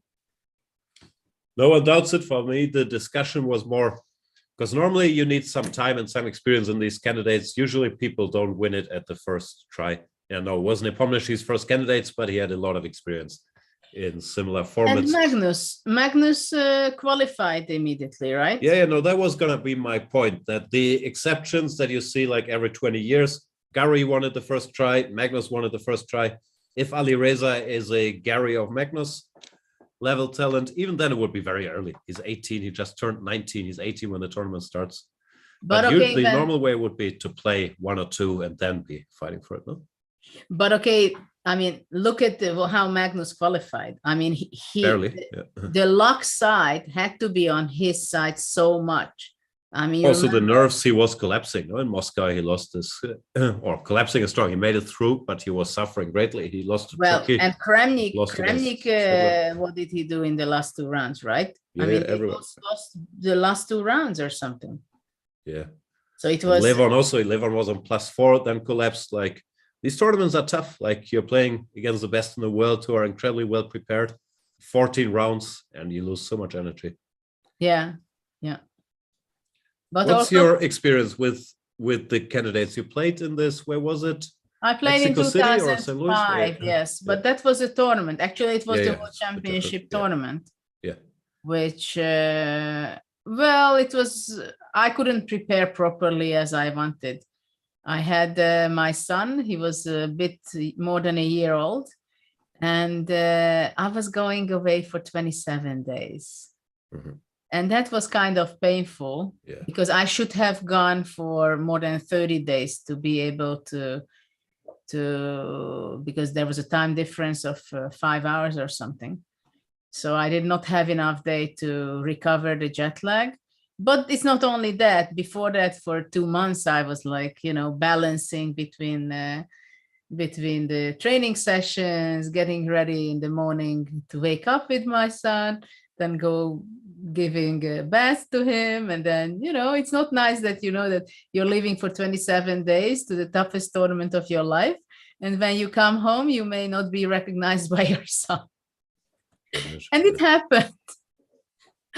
So it was quite a bizarre experience that, you after nearly a month, you go home and then, well, you have 2 small kids also. I don't know if you've ever went for such a long time. And then, sorry, you did. I have the World Championship match. I was also gone for. So how was it when you came back?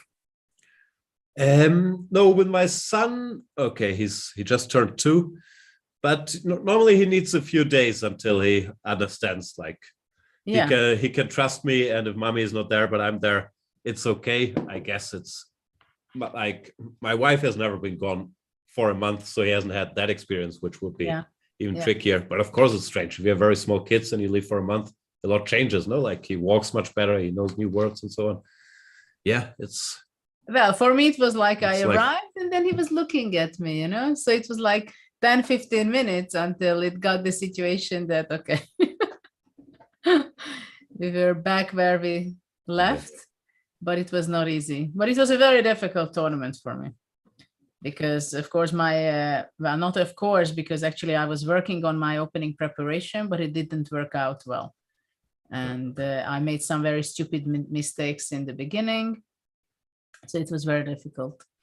But I do think these circumstances, everyone understands. It's rough for spending all your times on openings. Yeah, okay. My opening preparation was never on the highest level, but I wanted to make it reasonable. But I ended up in some opening problems there, unfortunately. I won, though, one of my most memorable games against Kasimdzhanov with reasonable preparation, actually, in the English attack, but of course others were preparing at least as much as I did. So, how many rounds was it? It's a different format. It was 8 players. 14. So also 14 rounds. Okay. Yeah.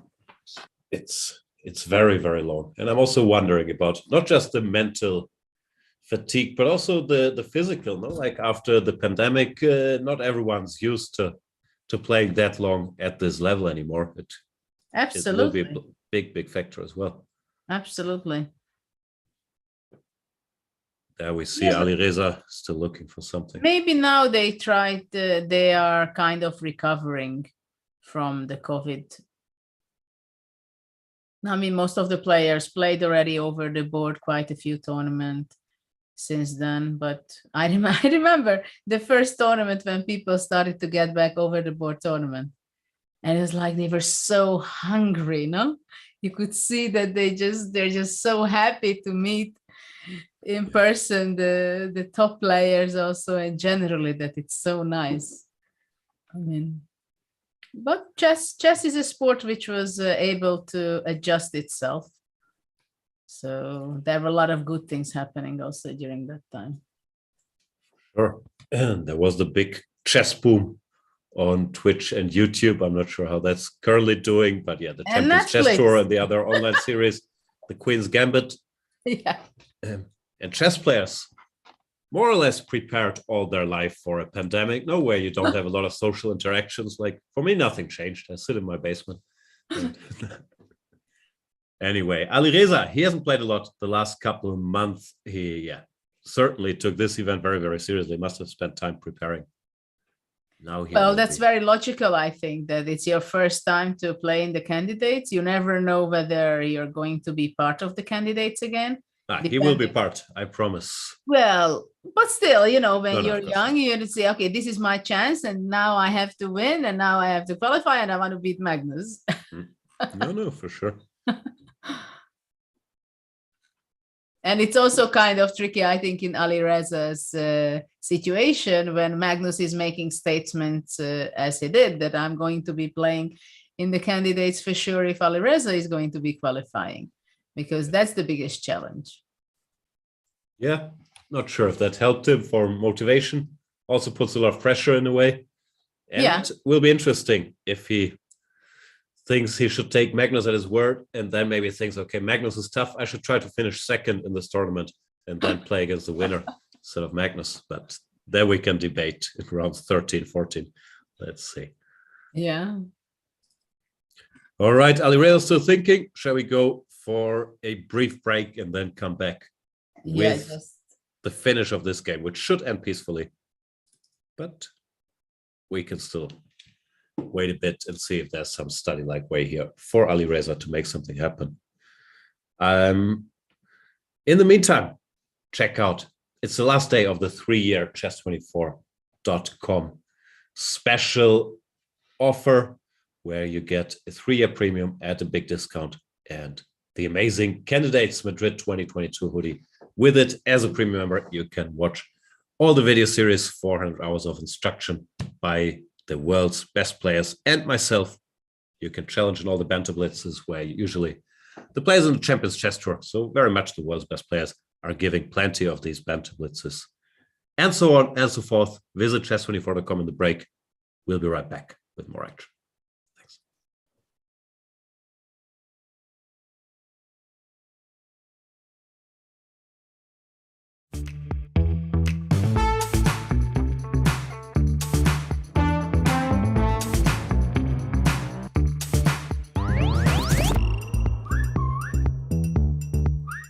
The Greenfield is a very good opening for those of you who are striving to get a double-edged. In this video we're going to look at the latest developments in the 6 bishop g5 Najdorf. I'm going to start with sort of my first official Stonewall game. The idea is not to fight against any opponent move, prevent everything, defend and so on. No, it's just to move.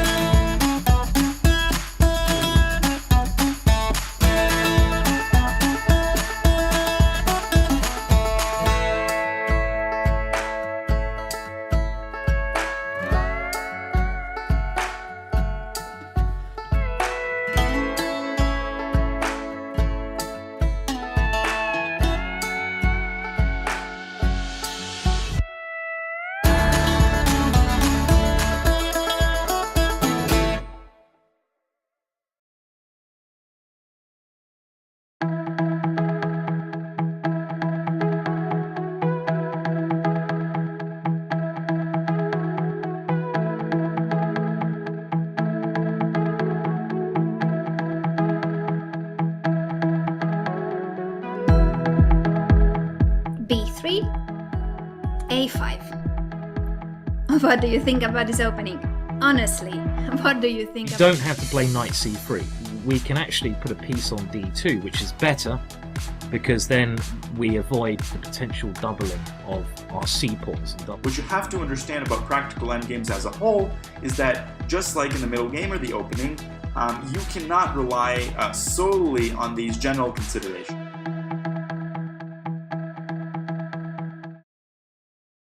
It's time to take control of your journey towards chess mastery. Magnus Carlsen introduces Chessable, the definitive solution for studying chess. Move Trainer uses the science of spaced repetition to identify your strengths and eliminate your weaknesses. There's no need to set up a board, remember which page you're on, or keep track of all the moves you miss. Get started now and join our growing community of over 100,000 chess enthusiasts. Chessable. Take control of your journey towards chess mastery.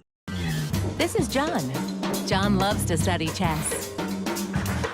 This is David. David loves to study chess as well, but efficiently. John spends more time setting up the board and figuring out what's on the page of his book than he gets to study. David likes to take it easy and use his time wisely.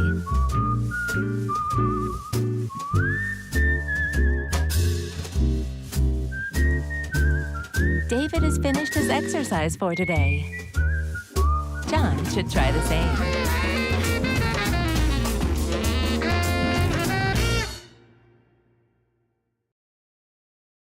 Welcome, everybody. My name is Jan-Krzysztof, former world chess champion. Are starting a new course here for Chessable. A very special Chessable course. Master your chess with Judit Polgar. You know what? I learned a lot.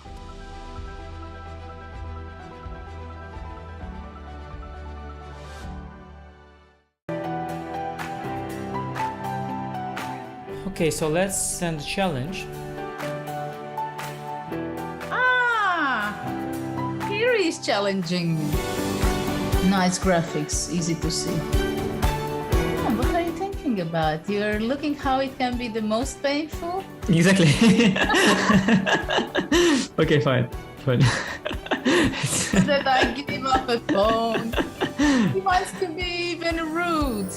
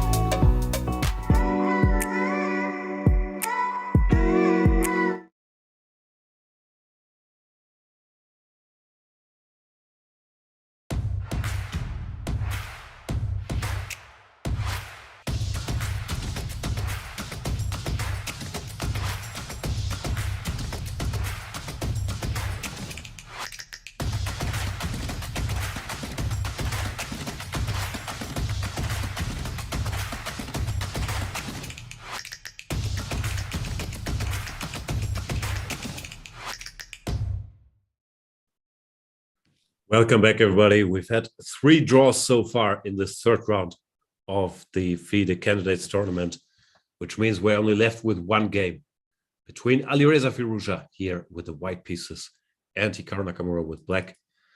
Alireza still spending a lot of time in this endgame looking for a way to break through. But are there any chances, Judit Polgar?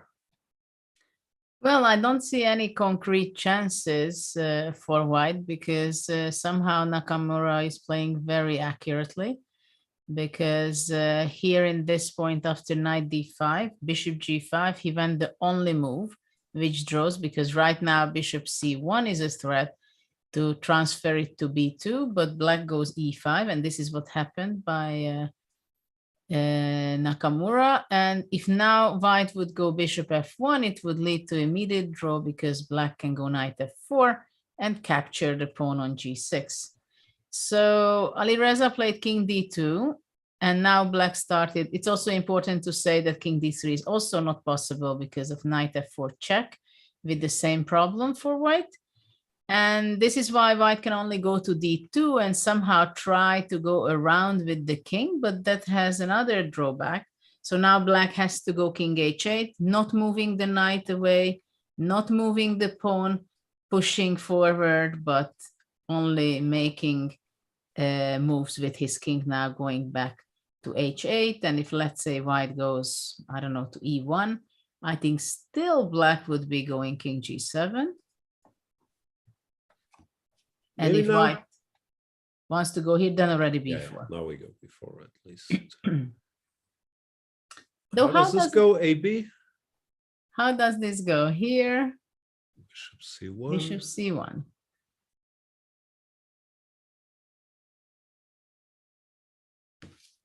Maybe you should have done it with the king on e1, no? So then we have I go knight b4. Still okay? And I go knight d3 and knight f4. Yeah, just in time still. But let's see if after king e1. Yeah, I was thinking b4 here straight away. But after b4, anyway, I take. Yeah, a3. And bishop c1. And now knight. Knight takes b4. Yeah, so bishop e3, knight c2. So everything comes down to concrete calculations. Yeah. But all the lines seem to work for Hikaru in the end. And it looks like, yeah, he even has a choice when the white king appears on the king side. There's never a wrong moment to go b4. So he should just be fine.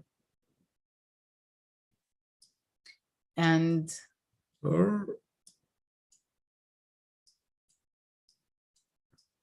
let's say if white could go king f3, that would be a win.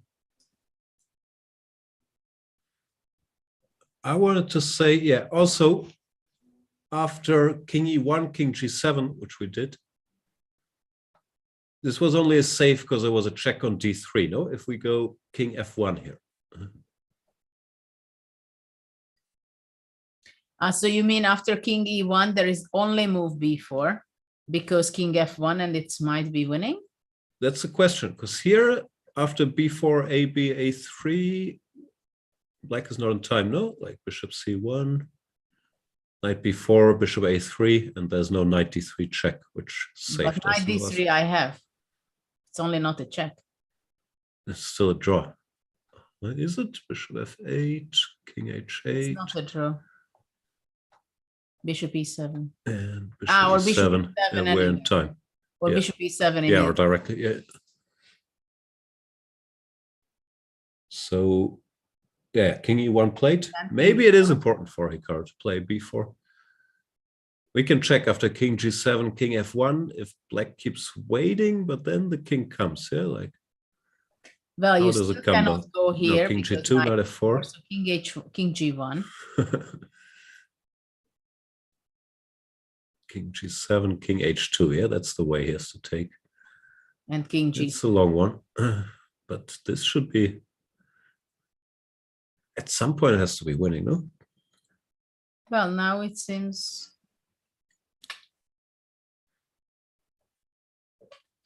But Hikaru, still in a hurry, blitzes out b4 after king e1. He has it all figured out. Well, he also had plenty of time to calculate it himself, right? Yeah. But it looks like, it feels like he worked it all out when he played rook f8, no? Since then, all his moves have come out tempo. I'm not sure he's seen everything, even this. I think he might have seen c3, or he should. Yeah. Though it's quite amazing. His tenacity is always impressive, and the speed in which he calculates lines is just. And actually, it's quite annoying for the players probably, because when you suffer in such an end game, you could see, okay, I don't see anything else, and okay, I'm calculating.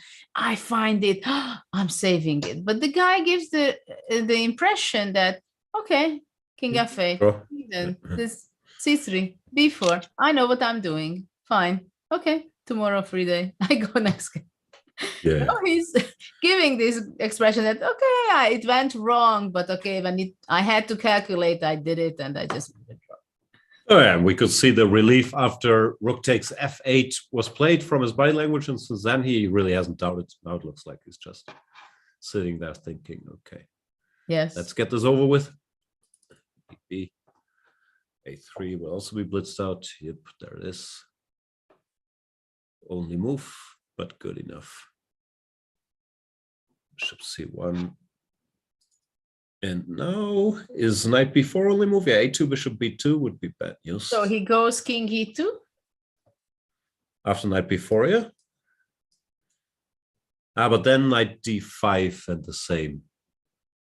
Why is go backwards, no? Yeah, knight d5. Knight d5 and knight f4 against anything.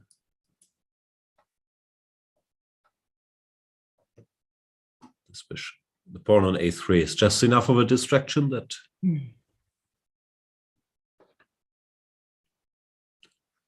no. And left It's the a board. draw. Alireza is still thinking. He says, yeah, okay, I can't play on because there is not much to do anymore. He can take on a3. It's not like he's in danger. Knight c2, king d2, knight a3, king d3. He's not going to lose. Well, I think now he's looking, what should he be doing to finish the game? Maybe king e2 is more practical, than at least black could still go wrong with a2, although he won't. Well, he won't. No, for sure. Yeah, king e2 or bishop g5. He had a tough game. King d2 he played. King d2 he played. But knight d5, knight f4 still works even without the check. Is that the only way to play? It is, yeah, like because of king g7, bishop a3, and then we once again have bishop f8 check. Yes, it is. I think it's the only way to go knight d5. Hikaru taking almost half a second to play it. Yeah. Not in the mood to waste time. Takes on a3, knight f4. Alireza does not look thrilled. He will capture on e5. Hikaru, he's in such a hurry, he's dropping the pieces like knight g6. He wanted to pre-move it.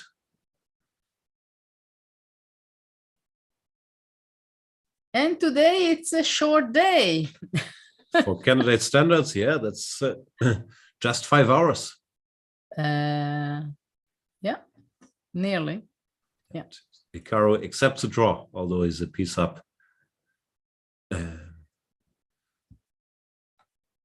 Yeah, so we had another very interesting day of round 3 of the candidates.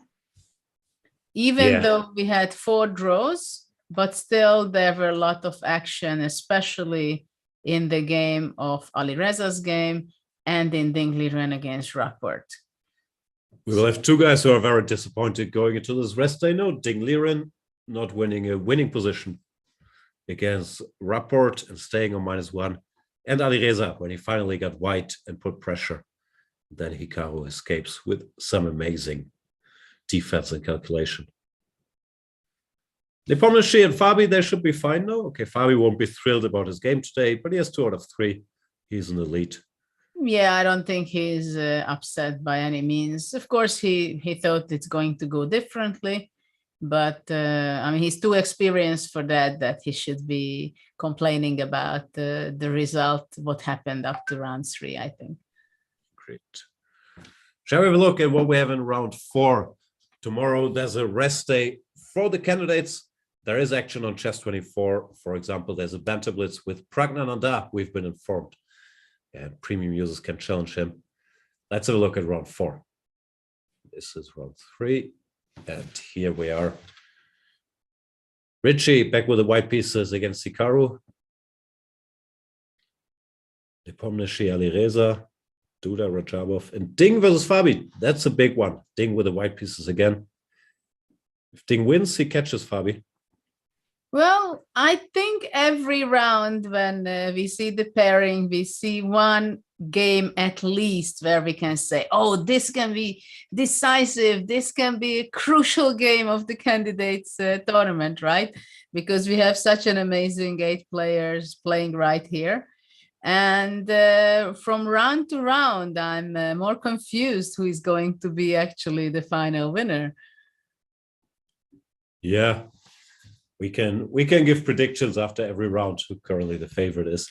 To my mind, right now it has to be Caruana. No, he's looked strong. He's in the shared lead with Nepomniachtchi. But I'm very happy to change it around after the next round. Well, absolutely. The event is very tight. And it may be very different in a later stage of the event, right? Because now practically anybody can still win the tournament. Ding Liren is number 8, tying for 7th and 8th in the event. Obviously, he can always get back and start winning one game after another. But anything can happen. So we have this event tomorrow, FIDE, and then all the players has to come back with new energy, new ideas, new hopes. Very much so. We'll be back here with new hopes the day after tomorrow, 3 p.m. Thank you so much for watching. And thanks, Judit, for all the amazing analysis. Only 11 rounds to go. We'll have a lot of chess left. But don't forget that there are banter blitz going on. Actually, with my countryman, Benjamin Gladura, and tomorrow it's going to be very interesting. The potential world champion is going to be making, so you can give a guess. Who is it going to be, Jan? I think I might have spoiled it. Praggnanandhaa is playing banter blitz tomorrow. Yeah, I'm scared. I won't challenge, but I might watch. Enjoy chess today, later on, and tomorrow, and see you day after tomorrow.